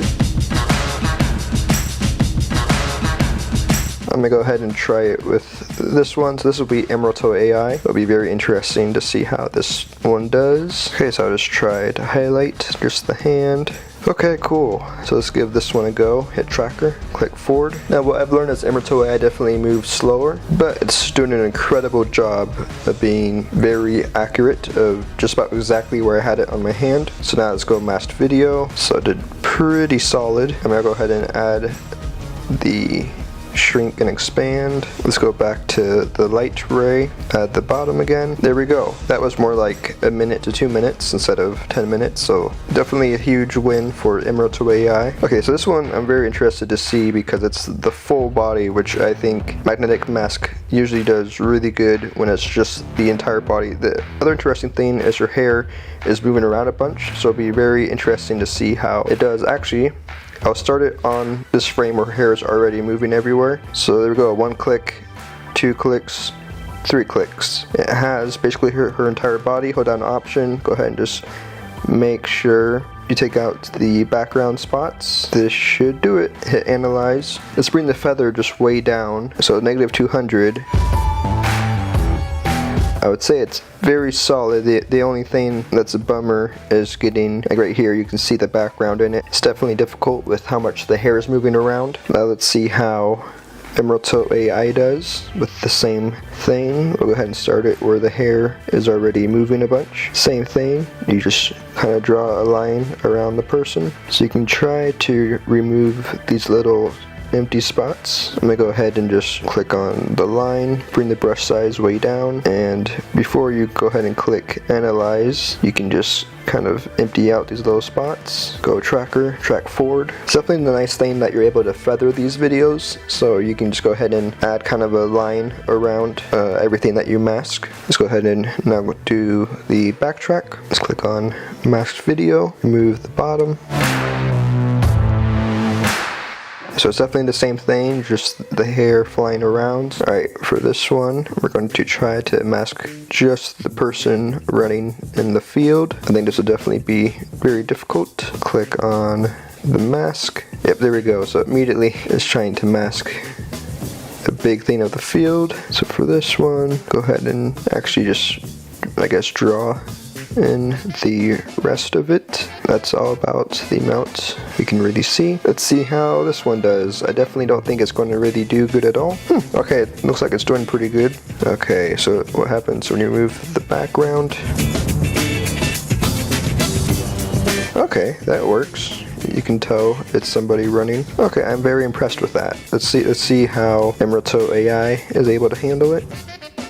Okay, so it's doing much better of like recognizing right away that there's a person here. Let's see if it can handle the legs. Alright, let's go ahead and track forward. Okay, let's go for the masked video. It did a really good job too, especially for how small the frame is. And you can go ahead and take a little bit of the feather away. Okay, so here is the drone. I want to add a circle just around the lens. Go ahead and zoom in.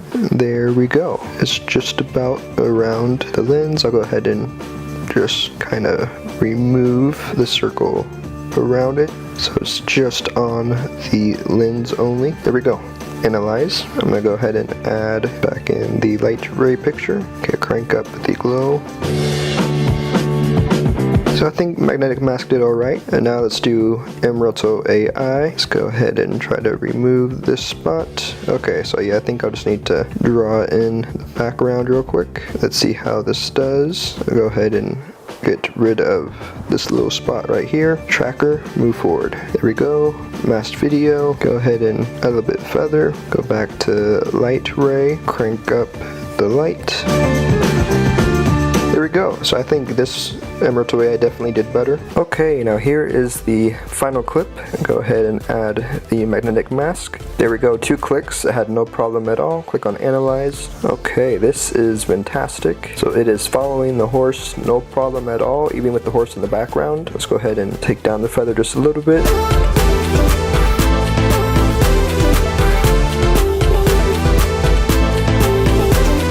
Okay, let's see if mRotoai can compete with that. Tracker, move it forward. One thing that's very nice about magnetic mask is it goes really fast. You probably see earlier it quickly went through this whole thing, whereas mRotoai takes its time more, but it can definitely be a bit more accurate. Like earlier with my hand, it was able to easily focus on just my hand, and it took me about 10 minutes to get the magnetic mask to correctly track my hand. Again, it's doing really good of keeping the horse by itself and not capturing the horse in the background. So that's awesome. Only a couple errors right here, like the ear was getting missed. Alright, let's go to masked video, bring down the feather just a little bit.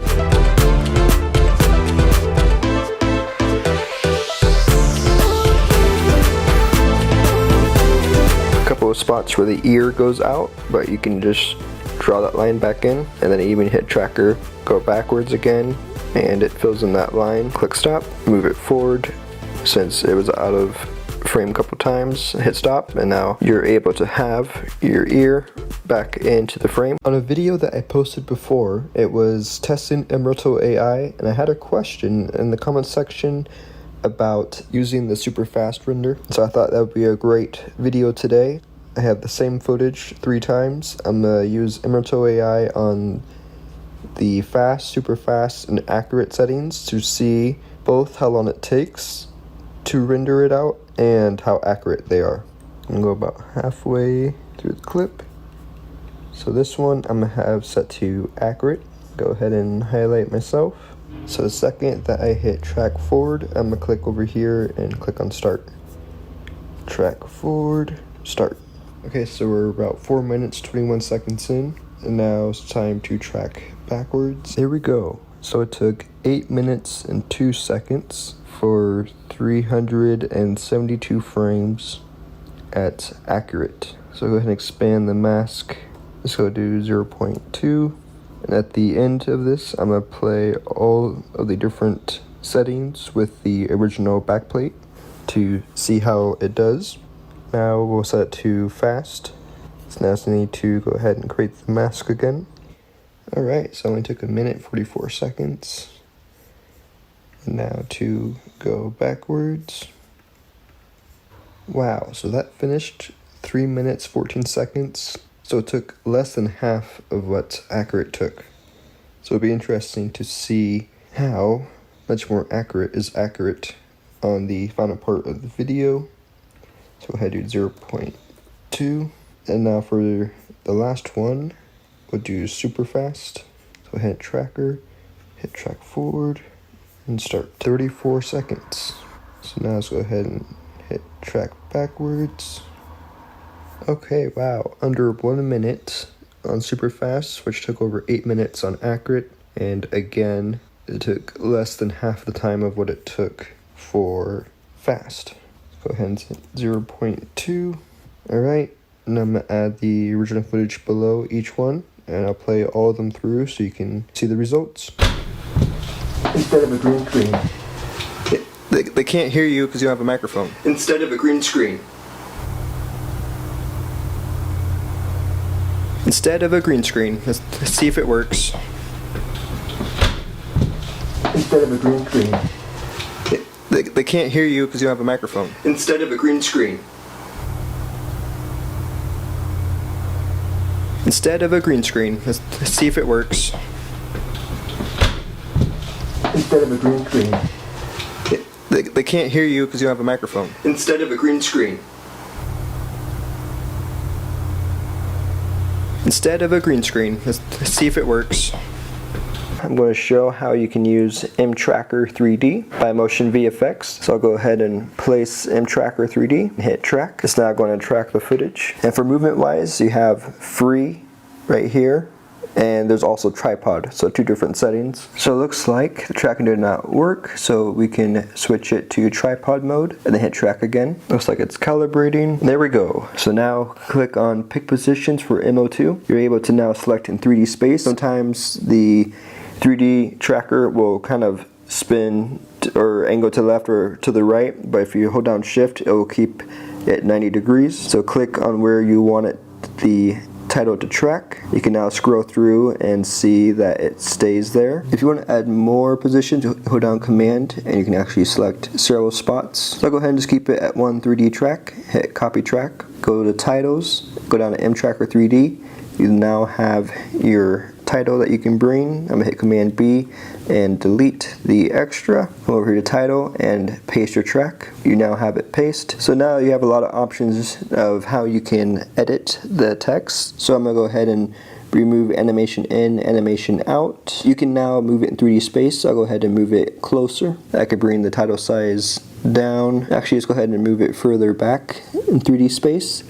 I'll put outside as the title. You can also change the angle of the text. We can go title color and actually click on this little brush right here and click on the environment. So now it blends in the color. You have all these different title options, like angle. You can see the shadow moves. Ambient light color. Let's go ahead and just do a little bit of yellow. Right, and shadows, shadow opacity, you can now turn up the shadows, turn it down, shadow softness, reflection, you can reflect the word, and then just a lot of really cool other options you can do. So now you play it back. I wanted to show the awesome visual effect program for Final Cut Pro called MO2 by Motion VFX. So in order to use MO2, you currently have to have the Final Cut Pro Rosetta command. Currently have Final Cut 10.6.5. I believe this was the last update before MO2 no longer worked on Final Cut. So if you go over to titles, scroll down to MO2, here's the plugin. Over here you have all your settings. So if you come over here, click on add, click on model. It comes with a lot of models that you can already use. Very similar to like Element 3D for After Effects. Let's go ahead and click on a cube. You can use these settings to then look around, zoom in, zoom out, and move the screen around. You come over to scene settings, and you go on environment.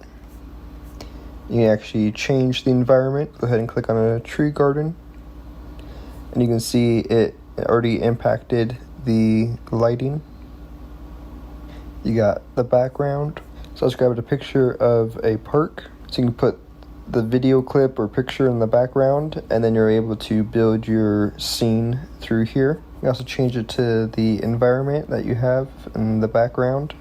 You can go ahead and add other things like lights and cameras. Once you have the light selected, you can then go into the settings and change lights through here. So let's say you add a yellow light.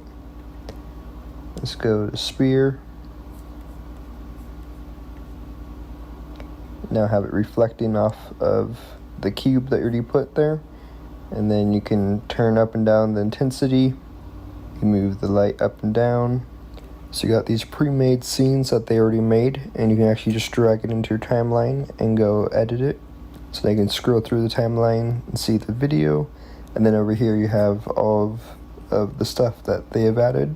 So you can click on the custom text. So you can go over here and actually change the text. So let's go ahead and type test. It now updated it to test, and it all blends in with the video. So now you can add your logo there. You're also able to go in and just really break down everything that they did to create these projects. I recently posted a video with music that I made that's copyright free, and throughout the whole video I have logo for editor assets spinning throughout the entire video. And so today I just wanted to show how to make a simple audio visualizer inside of Final Cut Pro. Now the website that I used to make the logo is through Canva. It's a wonderful website. I've been able to create all of my music album pictures through Canva, and once you create what you want, you can click share, download, and then click transparent background and hit download. So here it is inside of Final Cut Pro. So I'm just going to paste the music a bunch of times. So now it's a 17-minute video of just mainly audio. I'm gonna go ahead and drag this out to the full time, highlight, move this all over. So to create a background, I'm gonna go over to titles, go to generators, click on backgrounds. Now, the cool thing with this is you can really just mess around with different backgrounds until you find something that you like. So let's say I use the underwater one. Cool thing about this is you can actually just drag this video all the way through, so it just keeps replaying the same thing over and over. So now it's moving throughout the whole video, and I want to add something cool to the main logo so it's moving and doesn't just sit there the whole time. So what I ended up doing for the video is, if you go to the beginning, click on the logo, click on rotation keyframe, and then scroll all the way through to the end of the video, you can now just add a whole bunch of rotation, and because you keyframed it, it will now do this throughout the whole video. So now the entire video is just going to be spinning. When you see how slow it is, if you want to go faster, you can go back to where you had the keyframe. So there's 1, 2, 3, 4, 5. So do negative 1, 2, 3, 4, 5. And there we go. It's now going much faster. So now you just got a cool visualizer for your audio. That's right. I got a lightsaber. And it works.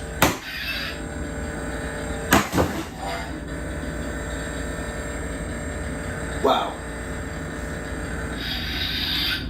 That's more dangerous than I thought. In today's video, I'm going to show how you can do the Star Wars lightsaber effect using mRotoai inside of Final Cut Pro. So I'll go ahead and click Option and move this footage. Cool thing about these lightsabers is they actually turn on the lights by themselves, so it gives you the light already. What I'm going to do is go to where the light starts, drag over mRotoai, go to where it turns off, hit Command B right there. The nice thing about having the light is it makes it a lot easier to track with mRotoai.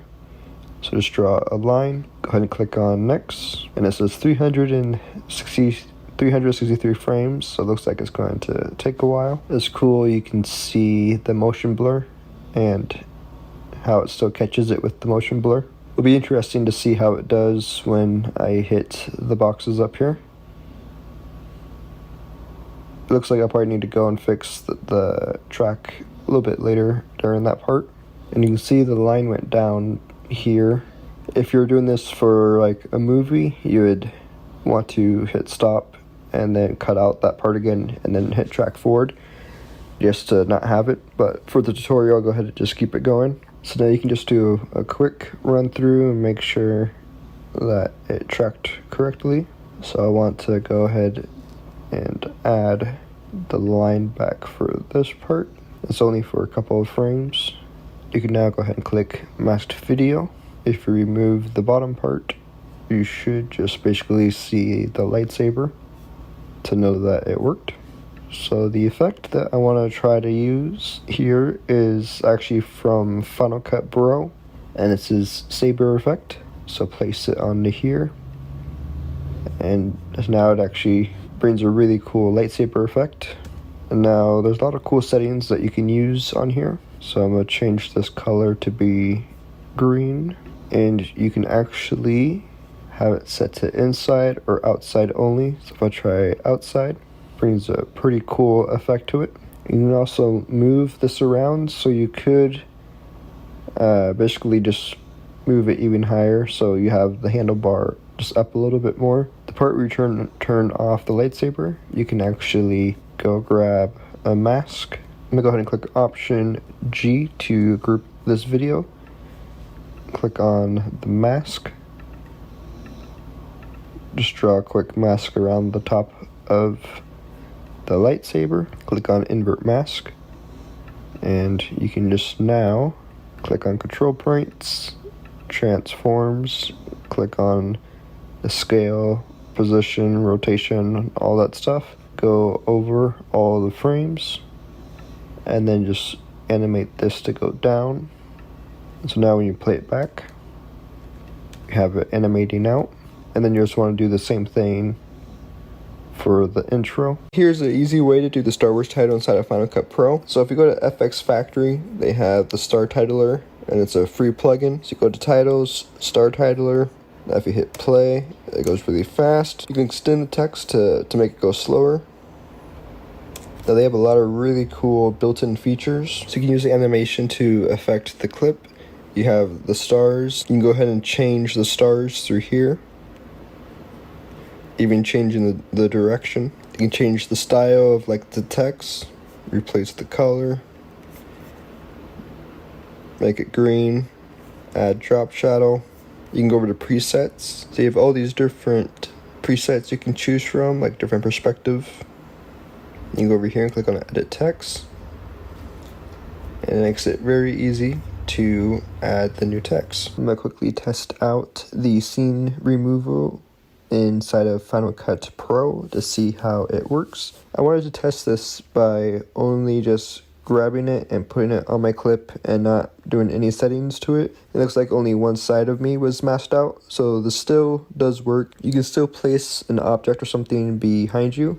If you hold down Option and drag your clip above it, it will make 2 copies, so that way you can have one that's masked and then one that's not. You can now place the object in the middle, and now you can see it goes behind you. So again, I wanted to test this by only just grabbing the scene removal mask and putting it on my clip and not doing anything else to it. I went ahead and just quickly keyframed the logo to go behind me. Looks like it does work for placing objects behind you. Today we're taking a look at the plugin Keyper for Final Cut Pro X. This plugin is incredible. All you have to do is drag Keyper onto your clip and it automatically masks around you. A thing to note is this only works for humans, so for my dog it's probably not really working too good. I normally use this when I want to have, say, a logo behind me. If you also just want to put something completely behind you, change the background, sometimes it works, sometimes it's not good enough of a mask. And now I'm going to try 3 different movements to see how good it does at masking me. I have 3 different video clips. First one, I don't move at all. Second one, I move just a little bit. Third one, I move around a bunch. Let's see how Keyper does at masking. Let's bring Keyper over. It looks like it doesn't really have any problem masking me, but I'm in front of my dog. It shows her, and it looks like part of the couch. There's also different settings you can use. There's medium, low, and high. So right now it's on medium, and now it's on low, and this is on high. I normally just use it at medium, and then you can invert it. You can change from composite. You can also use these different settings. There's thin, thicken, dilate, erode, soften, and mix. Onto the second clip. Looks like once again it masked me really good, and then you can just see things like my dog on the couch as I walk past it. And then the third clip, the same thing, it masked me really good, and it just shows the background of my dog as I move around, but it worked a lot better than I thought with the amount I'm moving around. Motion VFX just released Cine Studio, and today we're taking a look at their plugin mRotoai. I have filmed 3 different clips, one that I think is probably going to be easy, one that's probably going to be medium, and one that's probably going to be hard for the mRotoai to rotoscope. Let's see how it does. So I have my 3 video clips, easy, medium, and hard, and now you go over to Effects, mRotoai. So let's put it on the first clip. So for right now we'll put it on merged and we'll put it on accurate. Now we have the pin to draw. The cool thing is you now draw a line over what you want to track. So as you can see, we got most of it on the first try, and now we just fill in the rest. You can even zoom in just to double check that everything is filled. You come over to the tracker part and click track forwards. I basically stayed still in this clip and just moved barely, so it should be hopefully easy for the plugin. Very interested to see how it does on the last one because I moved a lot, did a lot of motion blur, went out of frame, so it'll be very interesting to see how it does. Alright, there we go, it finished. As you can see, it follows me the whole time. And you got these settings over here: smoothness, shrink, expand, blur, invert mask. So that's a really cool way to be able to mask out the background. So now if you go from merge to masked video, that looks awesome.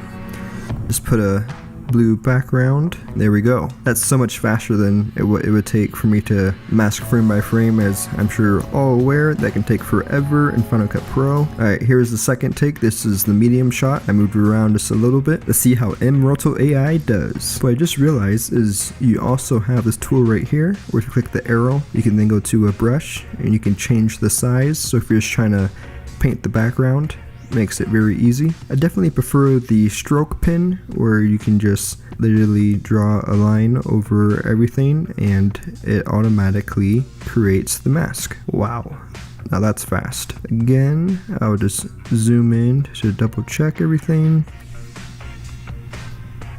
As you can see, my t-shirt's basically the same color as the couch, and look how amazing it's doing. So I actually should have not erased that. That's actually part of my t-shirt.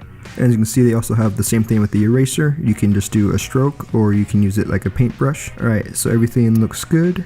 And now the fun part, we track forward. This one's cool because I'm moving around a lot more. You're able to see a lot easier how it's working, since in the easy footage I really wasn't moving that much, but in this one I'm moving a bunch, so you can see as it tracks as I move. Alright, there we go. A spot or two right here looks like it might have blended the t-shirt in with the couch. Nope, I think that's my t-shirt. Wow, yeah, I literally had no problem. That's awesome. Precision is actually on fast, so that's pretty impressive. So I have to go to masked video. Wow, that's amazing. As you can see with the blue background. Alright, and now the final shot. This is the one I'm most interested in seeing because I move around a lot. Alright, let's add the roto. Alright, so actually here's a good example of just go into the brush and now just fill in the rest of the mask. And now just zoom in, make sure everything is covered. Now for the fun part, let's see how it does. Alright, so now it's revealing my hand. Let's see if it's able to stay with my hand. Wow, it is. Oh, there we go. As you can see, tiny little spots, but I mean, for just literally adding a stroke and hitting track forward, this is incredible. Right there, there's a little bit, but again, I was not expecting for this to be perfect on this one because of how much I move around, and honestly, you probably won't get a lot of footage like this, especially if you're aware of you're going to be trying to mask something out and you're not using a green screen. You'll know to just not move around like crazy, but still, it's doing pretty incredible, especially if you're just adding stuff behind you and not a full background. If it misses little spots here and there, it really doesn't matter. Wow, that's incredible. It is able to stay on my arm when I go out of frame. Alright, so it is finished. As you can see, it did incredible. It way past my expectations. I thought for sure the second there'd be motion blur, it would not be able to keep up. So this is absolutely incredible. This is what it looks like just fully masked.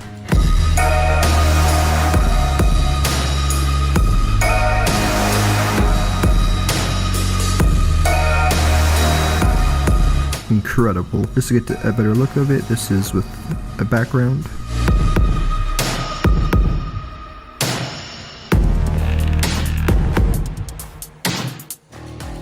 You can go back into the footage and fill in that spot, and there you go. It's now gone and it still plays back normal. We are looking at the new Final Cut Pro update for 10.8.1. We'll be testing third-party plugins just to make sure that they all still work on this update. So go ahead and start out with Keyper. So Keyper is working just fine. Perfect. Let's go to mTracker 3D, track footage. Alright, let's switch it to tripod, track footage, and perfect, it worked. Copy track, let's go to the text, go ahead and just throw 3D. Alright, and it looks like mTracker is working just fine. Alright, cool, so yeah, there's no problem with mTracker 3D. mRotoai, let's go ahead and try it on the trees. Let's go ahead and use the brush to fill in the rest of this. Alright, tracker, move forward. Okay, so that's interesting. I wonder if it's working. Okay, so it is acting kind of weird. Usually it doesn't do that. Let's track it backwards. Don't understand why it's showing 4. Oh, mTracker 3D was still on. I wonder if that was part of it. Okay, so let me try this again real quick. I'm gonna go ahead and just try to mask this line right here. Move forward. Okay, so now it's doing it normal. So I wonder if just the mTracker 3D was throwing it off, because it looks like now it's working just fine. See, track it backwards. Now let's go to masked video. Okay, cool. So mRotoai works. For this video, I am going to be putting mRotoai to the test with an underwater shot, a shot of a moving horse, shot of a moving turtle, shot of a moving car that gets hidden underneath trees, and then a shot of a couple running through the forest while holding hands. Let's begin with the first clip. So go over to your effects, click on mRotoai. You can switch between being able to just drag a line to your selected item, or going over to here where you can move the brush size and also just draw this line right here. Get the rest of the fin. Let's see how it handles two at the same time. Let's go tracker and click forward. In the last test that I did, I had some questions asking how long it took to render it out. So in this video, I'm including a time code to show how long it took. So far it's doing fantastic. Even with all the moving particles, it's not blocking it. I also had the setting put to, I believe, fast instead of accurate. And so it's doing a really good job, especially on the fast setting. Alright, there we go. So you can see the precision was on fast. Let's now go to masked video. Wow, here's full screen.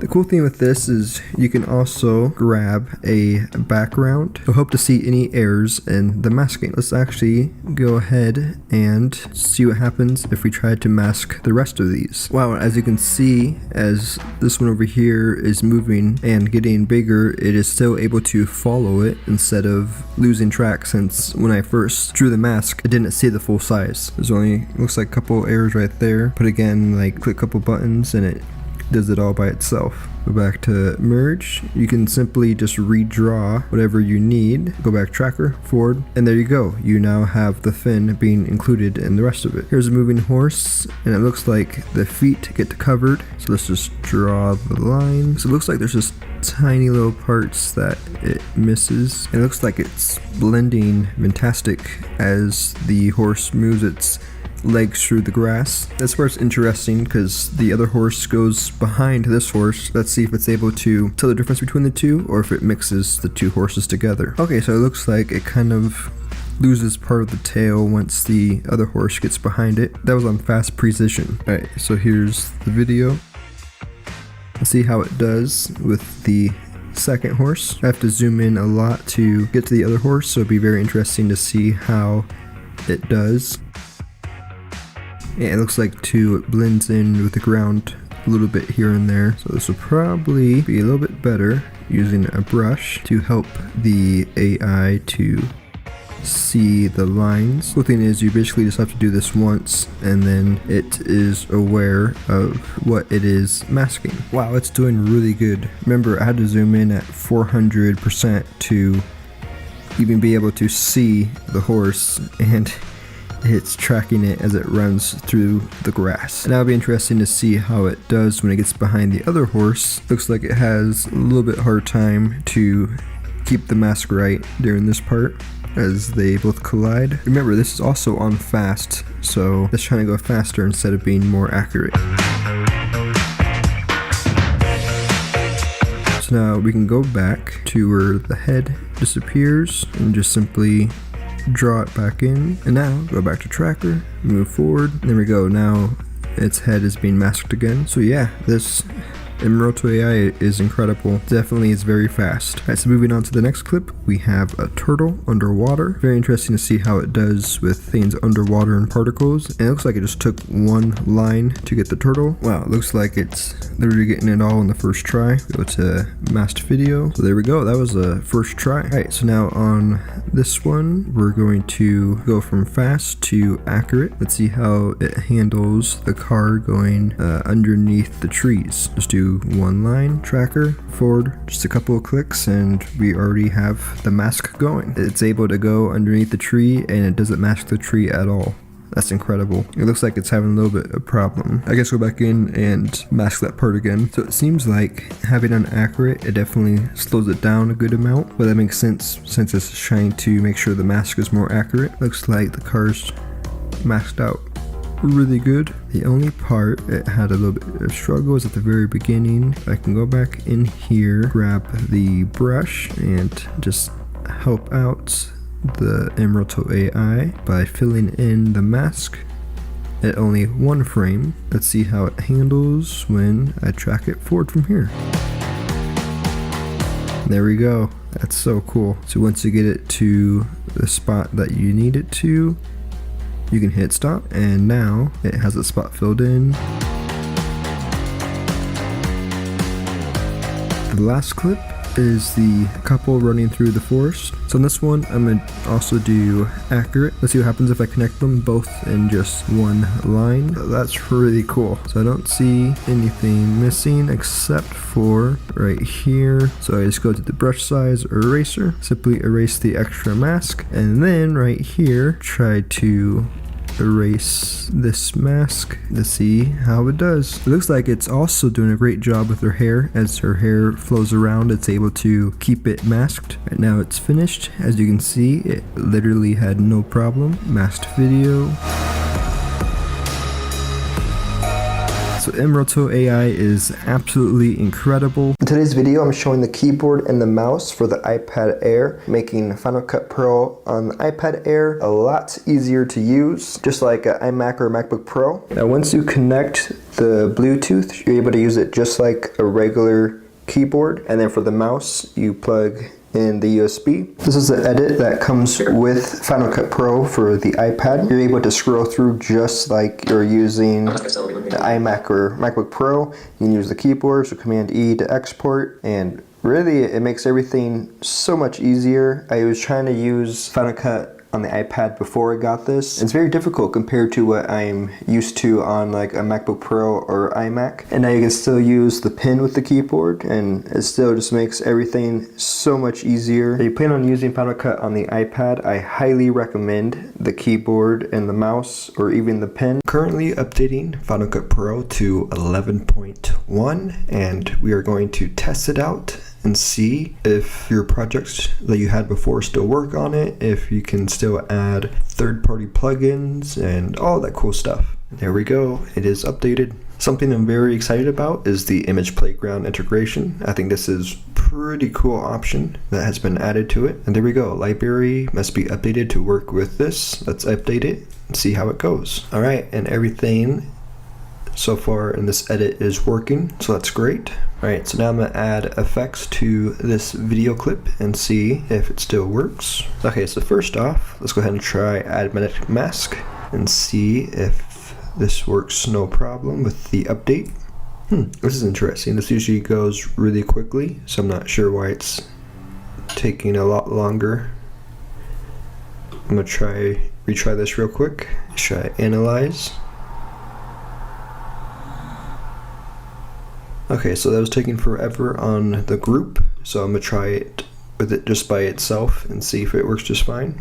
One of the things that I really like about the mask is how fast it does it. So yeah, it is going way much more slower than it always has. It's pretty annoying. Let's take a look at the spot right here. Alright, if this is regular, definitely not a fan of it taking so much longer. I'm gonna go ahead and try this on a different video and see if it does the same thing. Let's add a mask. Okay, here we go. So now it is going normal speed. That's good, it still works at normal speed. I wonder if it just has to do with this video. Let me try it on a separate video.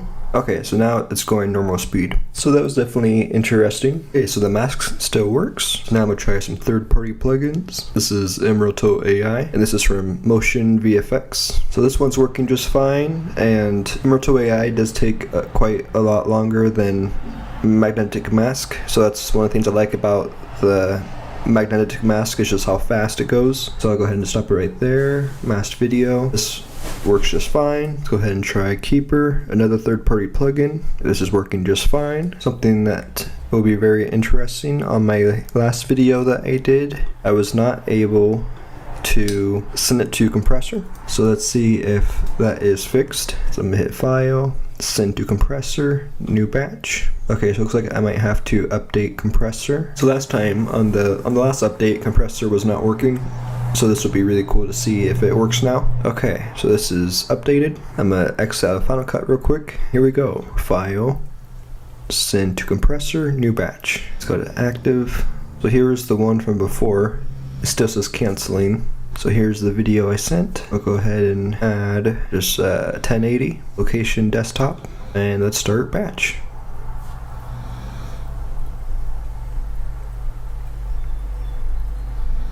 So here's the problem it had before. The progress bar would not move. It looks like it might be having the same problem still. Okay, so it's been 2 minutes and still the progress bar has not even moved, so it looks like there's still a problem with it. Here's how to edit inside of Final Cut Pro 11 in 2025. I'm going to show how to create this commercial. We're going to create it from scratch. Here's the final video. Have you ever asked yourself, can I have too much soda? But you drink so much soda, it feels impossible to stop. What if I said there was a better, yet tasted similar drink? Introducing sparkling water. Good tasting, more healthy, overall better choice of drink. Sparkling water, now that's delicious. Let's begin. Go to Start Final Cut Pro. Now the first thing that we want to do is create a new library. So go to File, New, Library. For where, we can just go ahead and put on the desktop. I'll save this as tutorial. Now the way that library works is it's like a organized file. So let's say if you're filming weddings, you could put your business name. So just put Greg Miller Films. And now you can create a new event and then put the couple's name.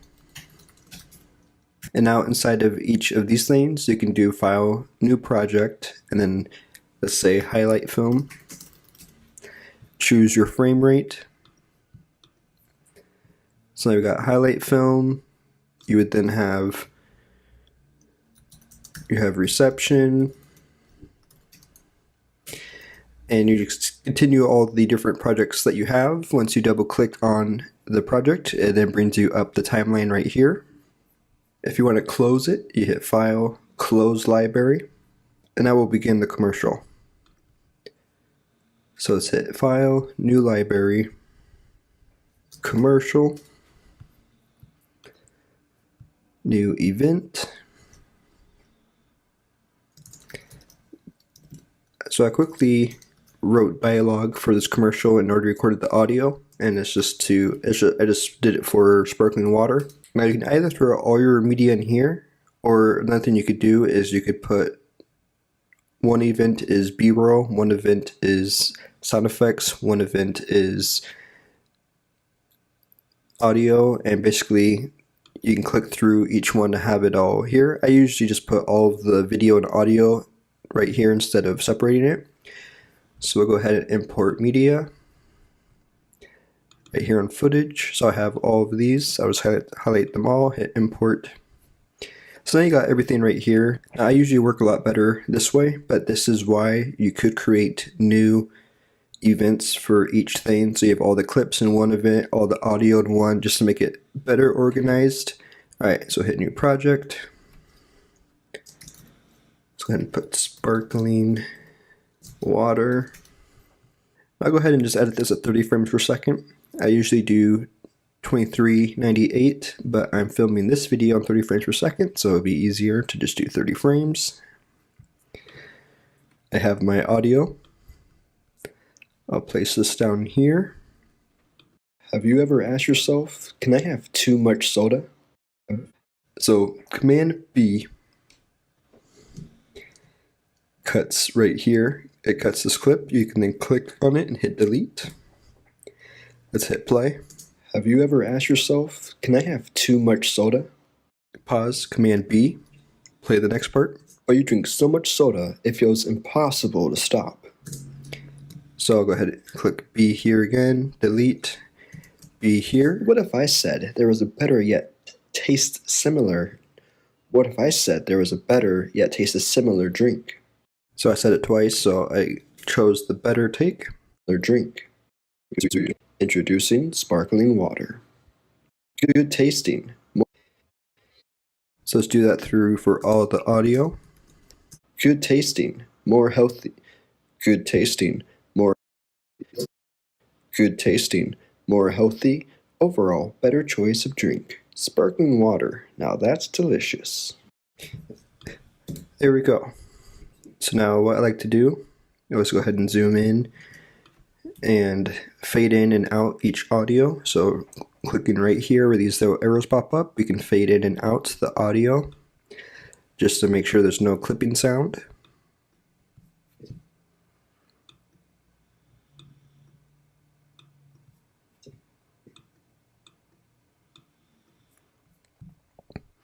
And I might shorten the clip still a little bit later, but this just helps for right now just to make sure everything is faded.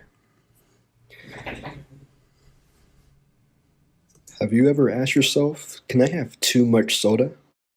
Okay, so now we'll begin with adding the footage. So I already went ahead and edited the video yesterday, so I already know what I want to do, but basically you'd be going through all your footage, figuring out where you want to place what clips you want where and what clips you need. And I used the website pixels.com.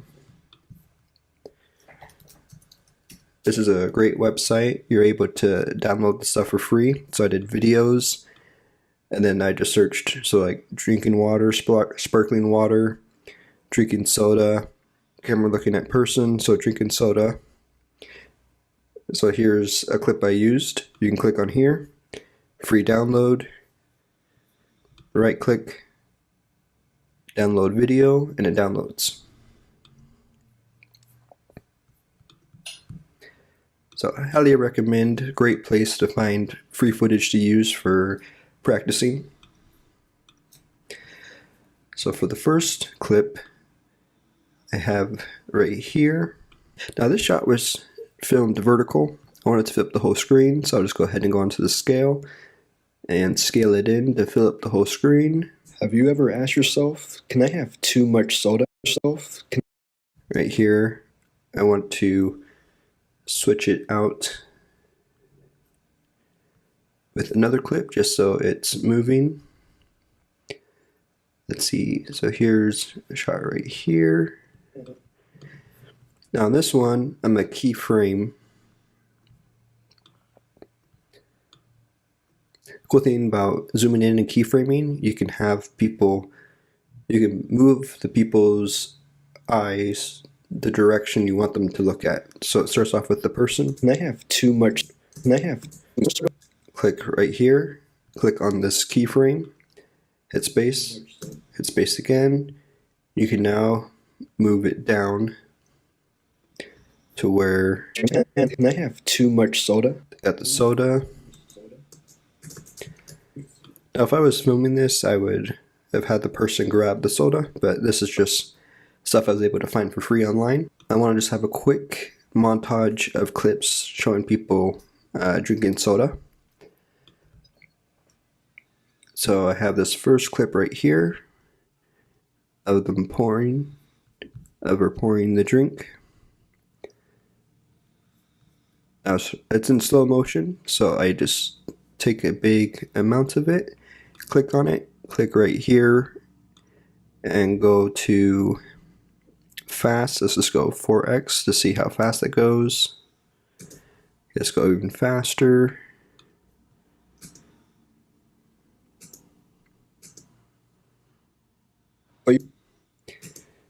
So right about there. And now we're going to go ahead and zoom in.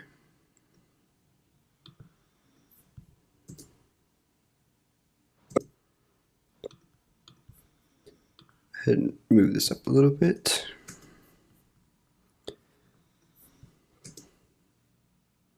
Oh, you drink some? Alright, and then it cuts from showing this. I'm editing this a little bit different than I did yesterday. So I'm just going ahead and run through it. So click on keyframe, hit space, space again, and have this move up to reveal the drink going in. So after this moves up, then go ahead and show these people. So right here, go ahead and put this fast. Oh, you drink so much soda. And then, okay, so for right here, we drink too much soda. We drink so much soda. Cool shot looking over Coca-Cola, or show her drinking. It was impossible to stop. Go fast. Impossible to stop.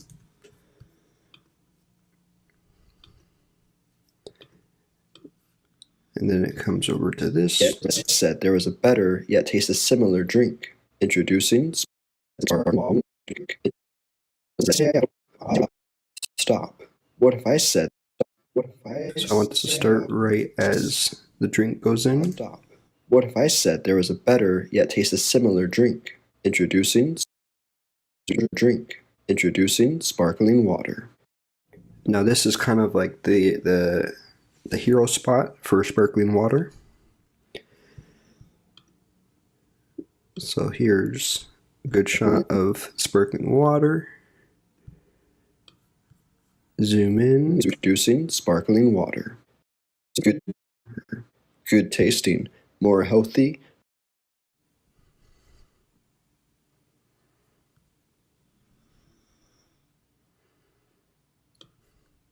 Here's another clip.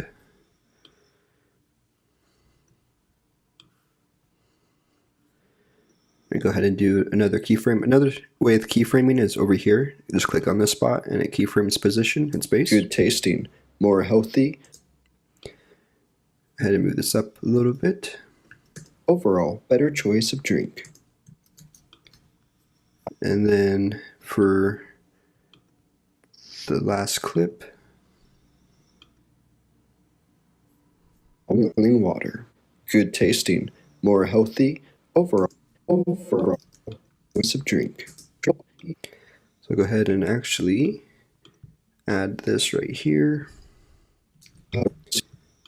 This is a cool shot of the sparkling water. Good tasting, more healthy. Overall, better choice of drink. Sparkling water. Choice of drink. And then the final shot will just be somebody drinking it. Sparkling water. Now that's delicious. Alright, there we go. Sparkling water. Now that's delicious. Okay, so now we got just a quick rundown of A row and B row.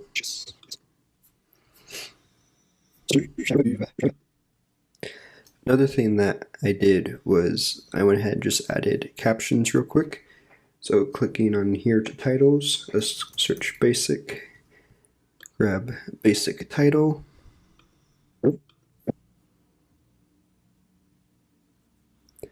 Come over here to the title button. Come over here to this button and we can now type what we want.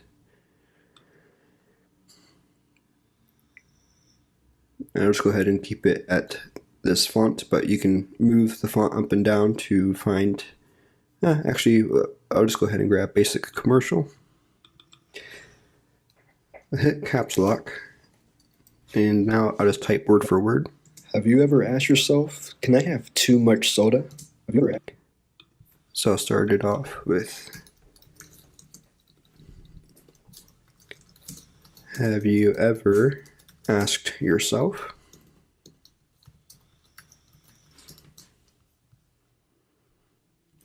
I'll do dot dot dot.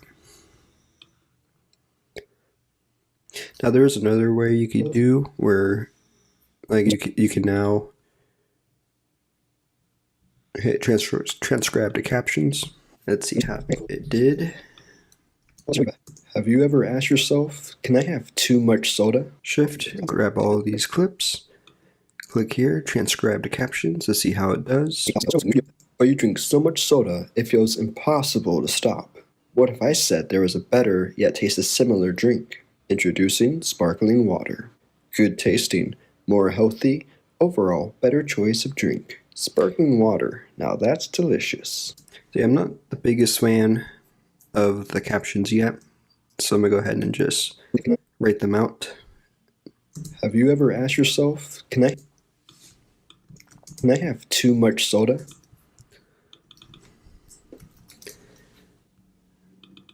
Alright, can I have too much soda? Question mark. Soda?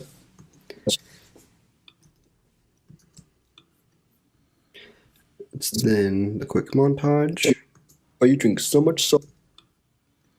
Like right here, there's too much space right here, so I'm gonna hit Command B, delete. Or you drink so much soda, it feels.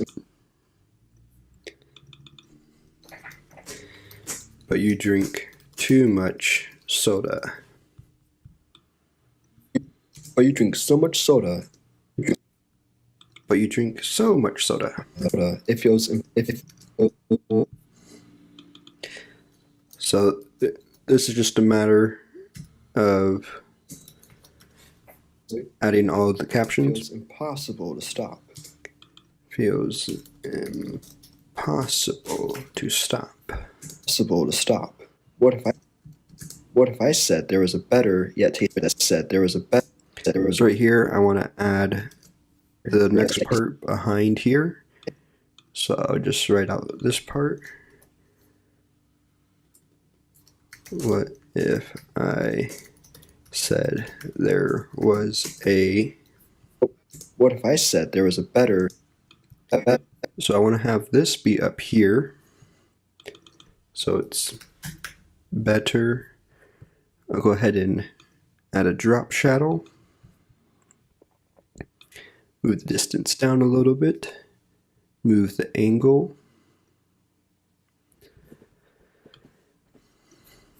Go ahead and move the size up a lot. There's a better yet tastes similar. Better. Move this over here. Move this down. Yet tastes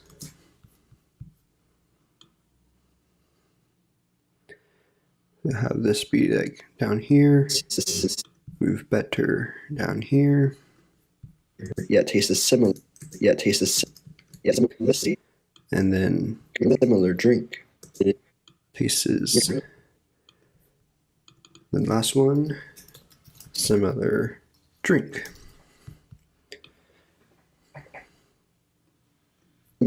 Yet tastes similar drink. Introducing. So I'm gonna go ahead and click right here, Command B, hold down Option, move this clip above. And now basically I want the text to be behind all of these things.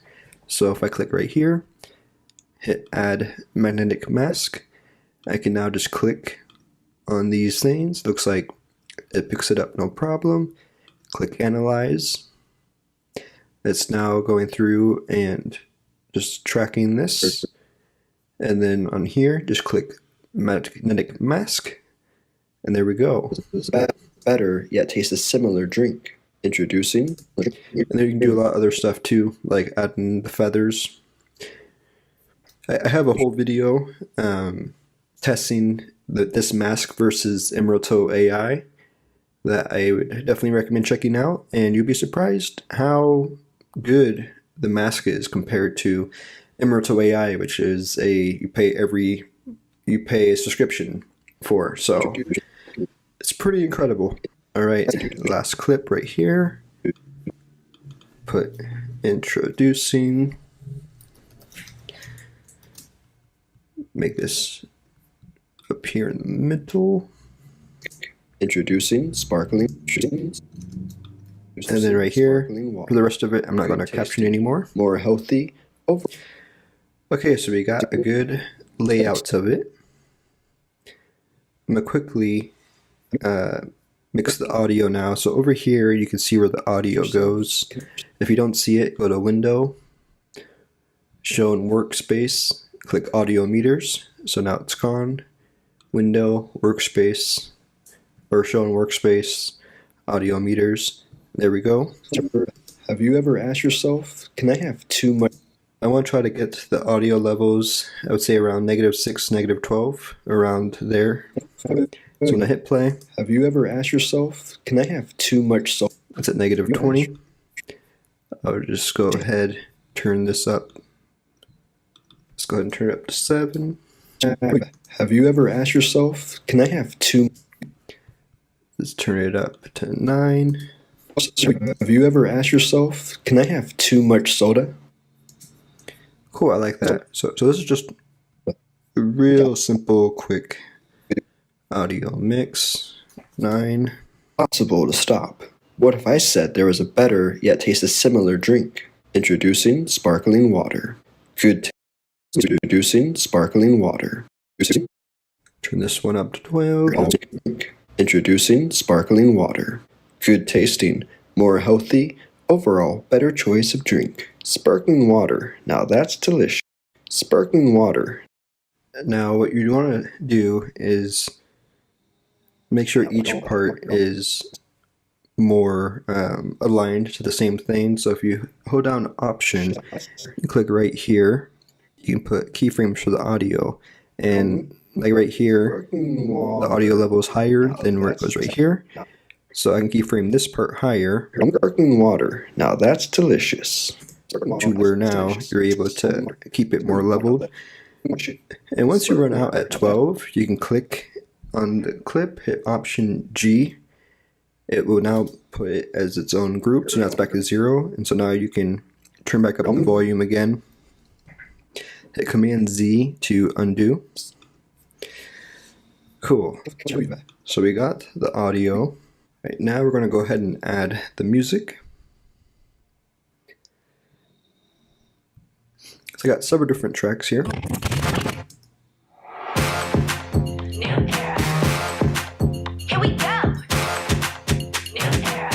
Now I'm using this as kind of like the hero music for when it shows sparkling water, and I got this music on audio.com's website. I highly recommend them, especially for YouTube videos.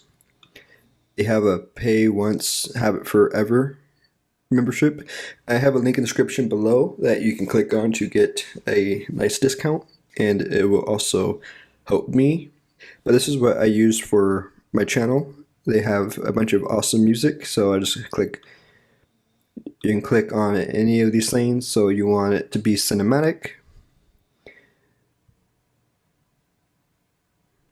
You want it to be pop music. Instruments. You got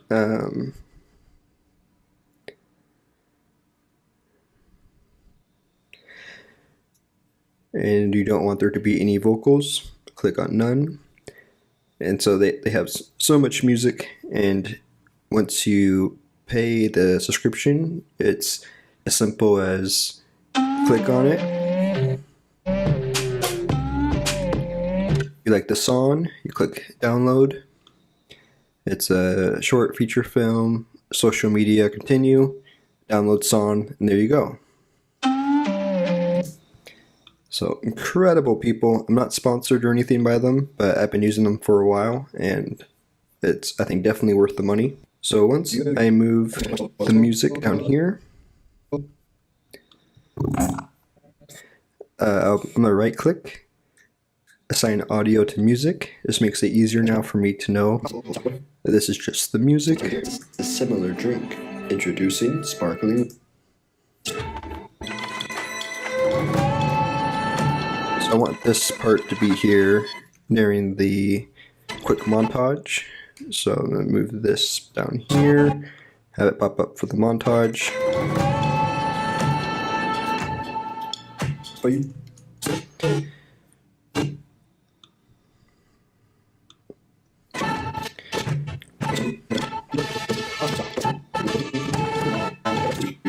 Was better, yet tasted similar.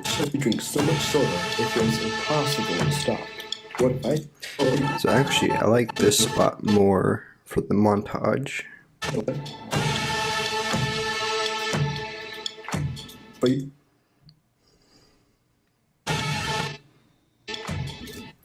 Right there, it does get a little bit too quiet.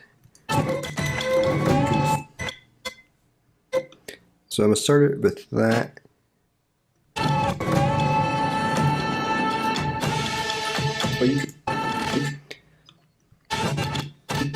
So I'm going to move this down here, have it switch over to this audio, have this fade out, have this come back to the intro, Command C to copy, Command V to paste. Move this all the way back towards the beginning, so it's just a little audio in the background. But you drink so much soda, it feels impossible. You drink so much soda, it feels impossible. You drink so much soda, it feels impossible to stop.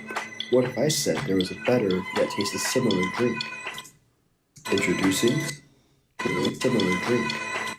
Right here, I'm gonna have it fade out right before, right as I say introducing.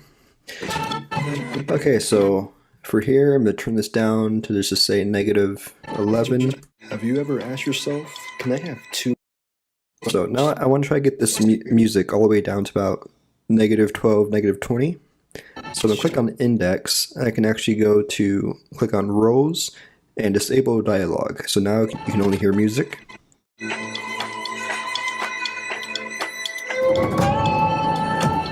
Okay, so right here there is no talking, so it's fine to have this go up more.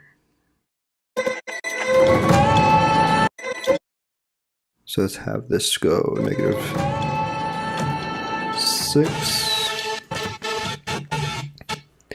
Try to get this to around the same, -6.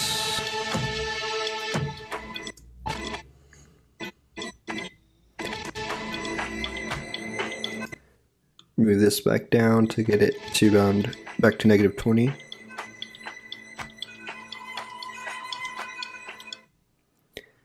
And then right here, have the final song, New Era. Right click, music. Have this started up right here. Here we go. New era. Yeah. I can then cut it right here.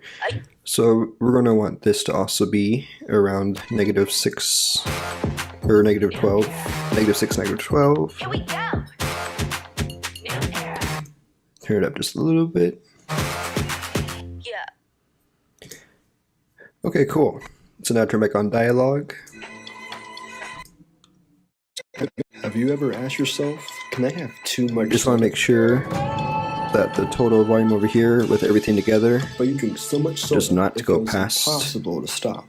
or What if I get said too there close was a to better 0. Yet tastes a similar drink. Introducing sparkling water. Good tasting, more healthy, overall better choice of drink. Sparkling water. Now that's delicious. Now because I'm talking and there is talking in there, something you can do is click right here and just kind of move parts of it down a little bit to try to get rid of some of the frequency. Introducing sparkling water. Good tasting, more healthy, overall better choice of drink. Sparkling water. And you can see what happens when you move it. Introducing sparkling water.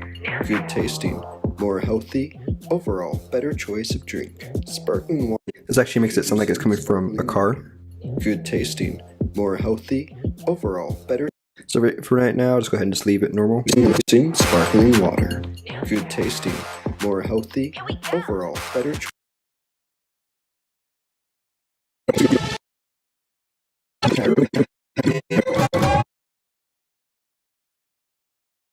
Okay, so now I'm just going to do the sound effects.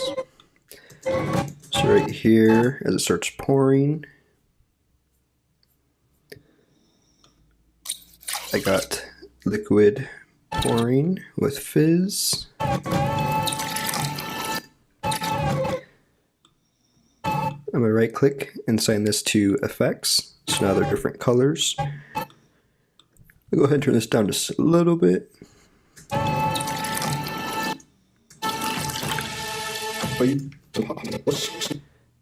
And I'm going to add the soda fizz, especially when this spot hits. Actually, I'll just go ahead and add that right away. Right click. Now something that I'm going to do is I'm going to take a little bit of it later, so there's not the exact same spots in the audio. I'm going to go over to pan, stereo left right, move this all the way to the left, Do the same thing over here. Left, right, move this all the way to the right. But you can And have it fade out. still. Right here is the clinking sound.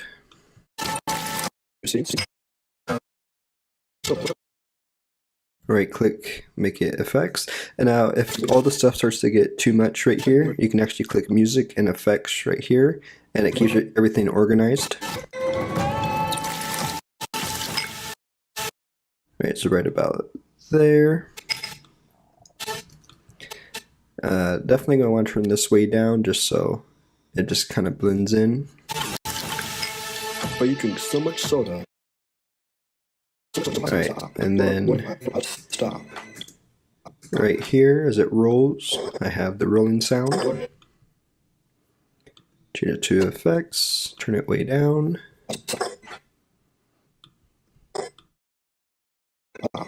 What? Stop.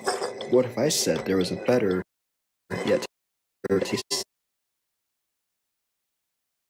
Turn it down just a little bit more. What if I said there was a better, yet tasted similar drink? Introducing sparkling water. And then right here again, we can kind of just copy and paste these sounds. Introducing sparkling water. Sparkling water. Good. This is a good spot to have the audio. Good tasting. More healthy overall. Now I want to do another liquid with fizz sound effect right here, so I don't want it to sound exactly the same. So I'm gonna hit Command B, choose a later part of the audio sound, Command C, and then Command Z to put that back to 0, Command V to paste it, fade the audio, More healthy overall. Better. and move this so you see it towards the very end when you can see the liquid. Better choice of drink. Healthy overall. More healthy overall. Better choice of drink. Sparkling water. Now that's delicious. Sparkling water. And now right here, I want the "Now That's Delicious" to pop up on the screen as I say it. But I also think a good way to end it is to have the screen blur out. So I'm gonna hit space, Sparkling water. so right about here. So click on opacity. Oh wait, no, not opacity. I'm gonna go to blur. I'll just use Gaussian. Click on amount. Click on the keyframe right here. Go back a little bit towards the beginning of the clip. Move this down to 0. Sparkling water. Now that's delicious. Sparkling water. Now. Now you can just grab the text again and put Now that's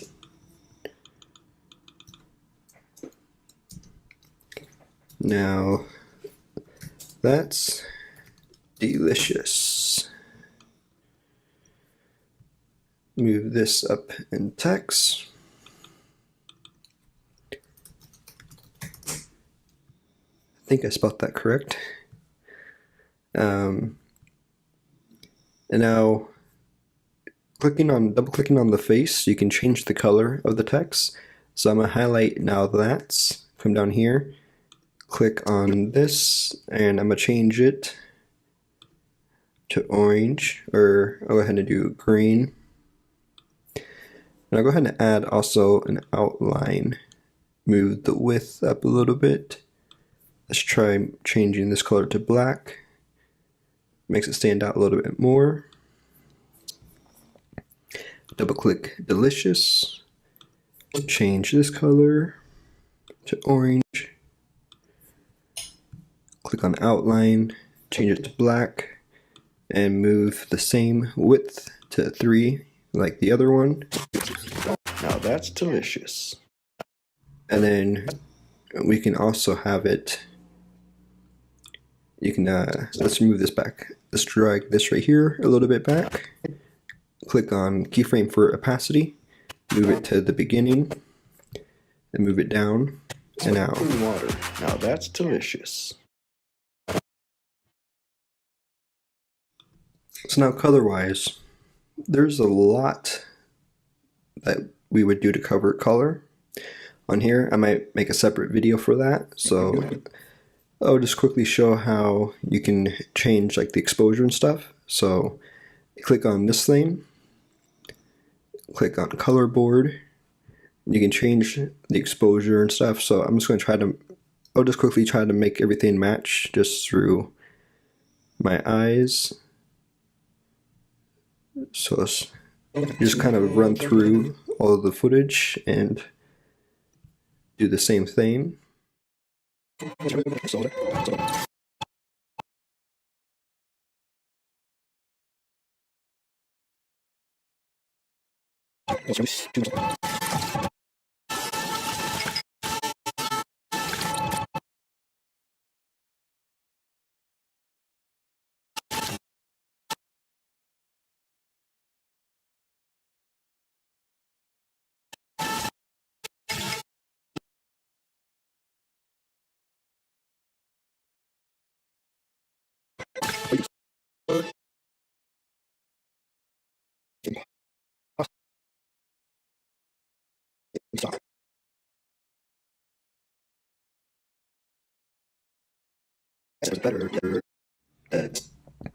So I want to be careful with making sure that this stays the same color-wise. So I'm going to hit Command C. I'm going to click on this clip, hold down Command, click on the other ones. I'm going to hit Command Shift V. So now I can color, or I can paste all the color and stuff to it. But what you want to do is hold down. So let's say I had a lot of times if you have like all these things on the clip you copied, this will be also highlighted. If you hold down Option, you can click on just the color board and it will just highlight that one, and then click Paste. And now they all look the same.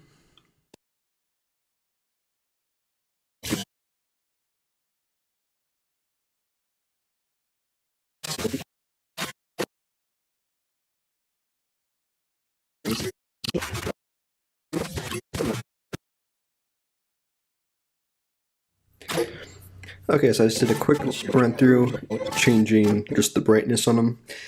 So really, if you go to Window, you can go to Workspaces, and if you click Color, you now have this entire color selection. And click on View. Let's go ahead and click on just one. And so now you're able to go through and like really get deep into color grading. This is already a super long video, so I'm just gonna keep this pretty short. Let me know if you'd like to see a full tutorial on color grading. So Workspaces, I'll go back to default. And then after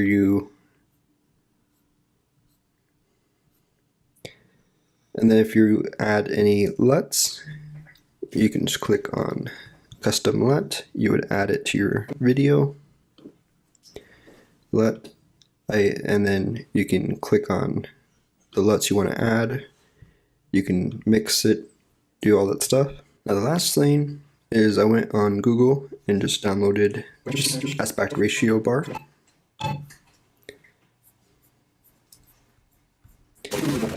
Just go to the end, Command B, delete. So now I'm just gonna, you can scale it in, move it up and down as however much you need.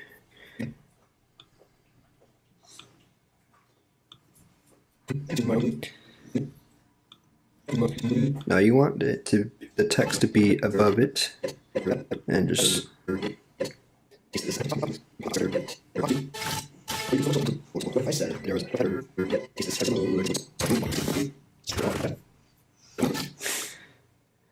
there we go. And then also same thing with once you have the sound effects, just making sure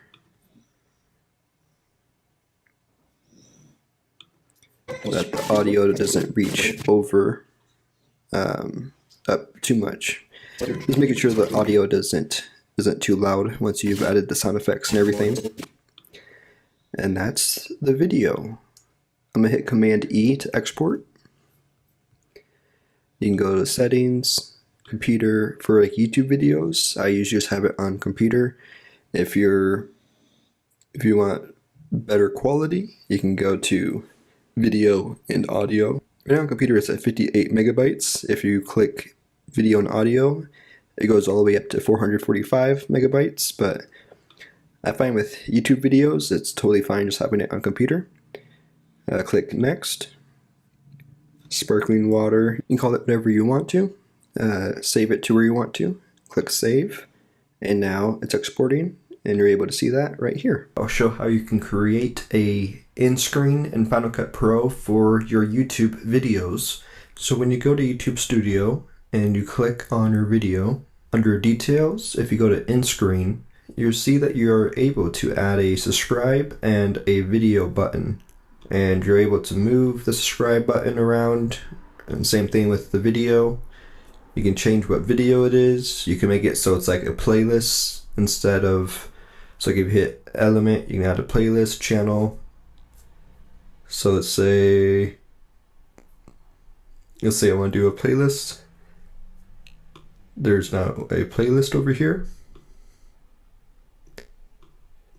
And then the subscribe over here.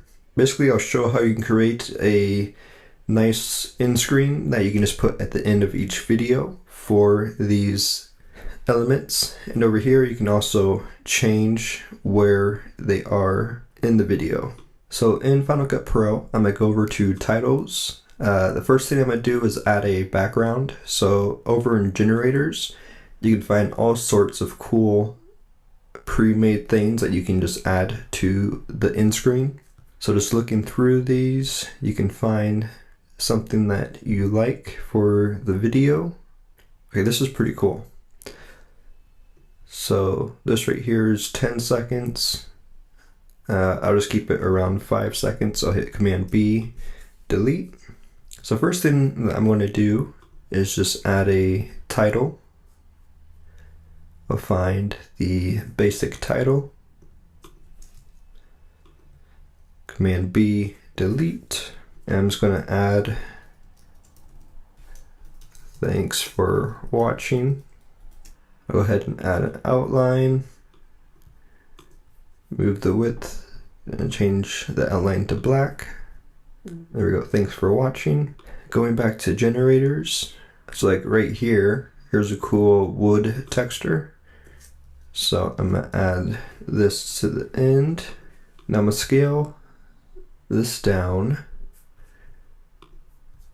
and move it to the corner.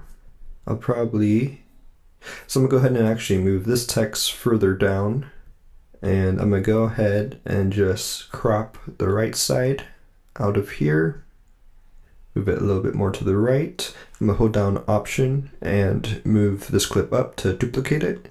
So I'll go ahead and just move this over here. I'll then do the same thing, Option, and move the text, just to easily add it over here. And I'm gonna write subscribe. One more time, hold down Option and move the text.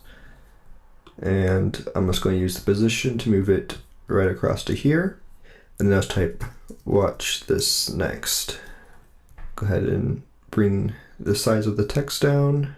And then there we go, we have a simple end screen. So now as you go to upload the video, you're able to add the screens over the scene right here. So I'll go ahead and test this out real quick. You go over to video elements, click on add an end screen. Let's do one video, one subscribe. Okay, so it looks like you can't add the element above this box, so you just go back and you just need to essentially make these smaller. But you're able to drag this out and match it to the size of the box. You hit save, and then at the end of the video, when it hits here, this pops up. You can click on it and it'll take you to the next video. That's it for this video. Please consider commenting, liking, and subscribing, as it helps this channel to grow. And thank you so much for watching.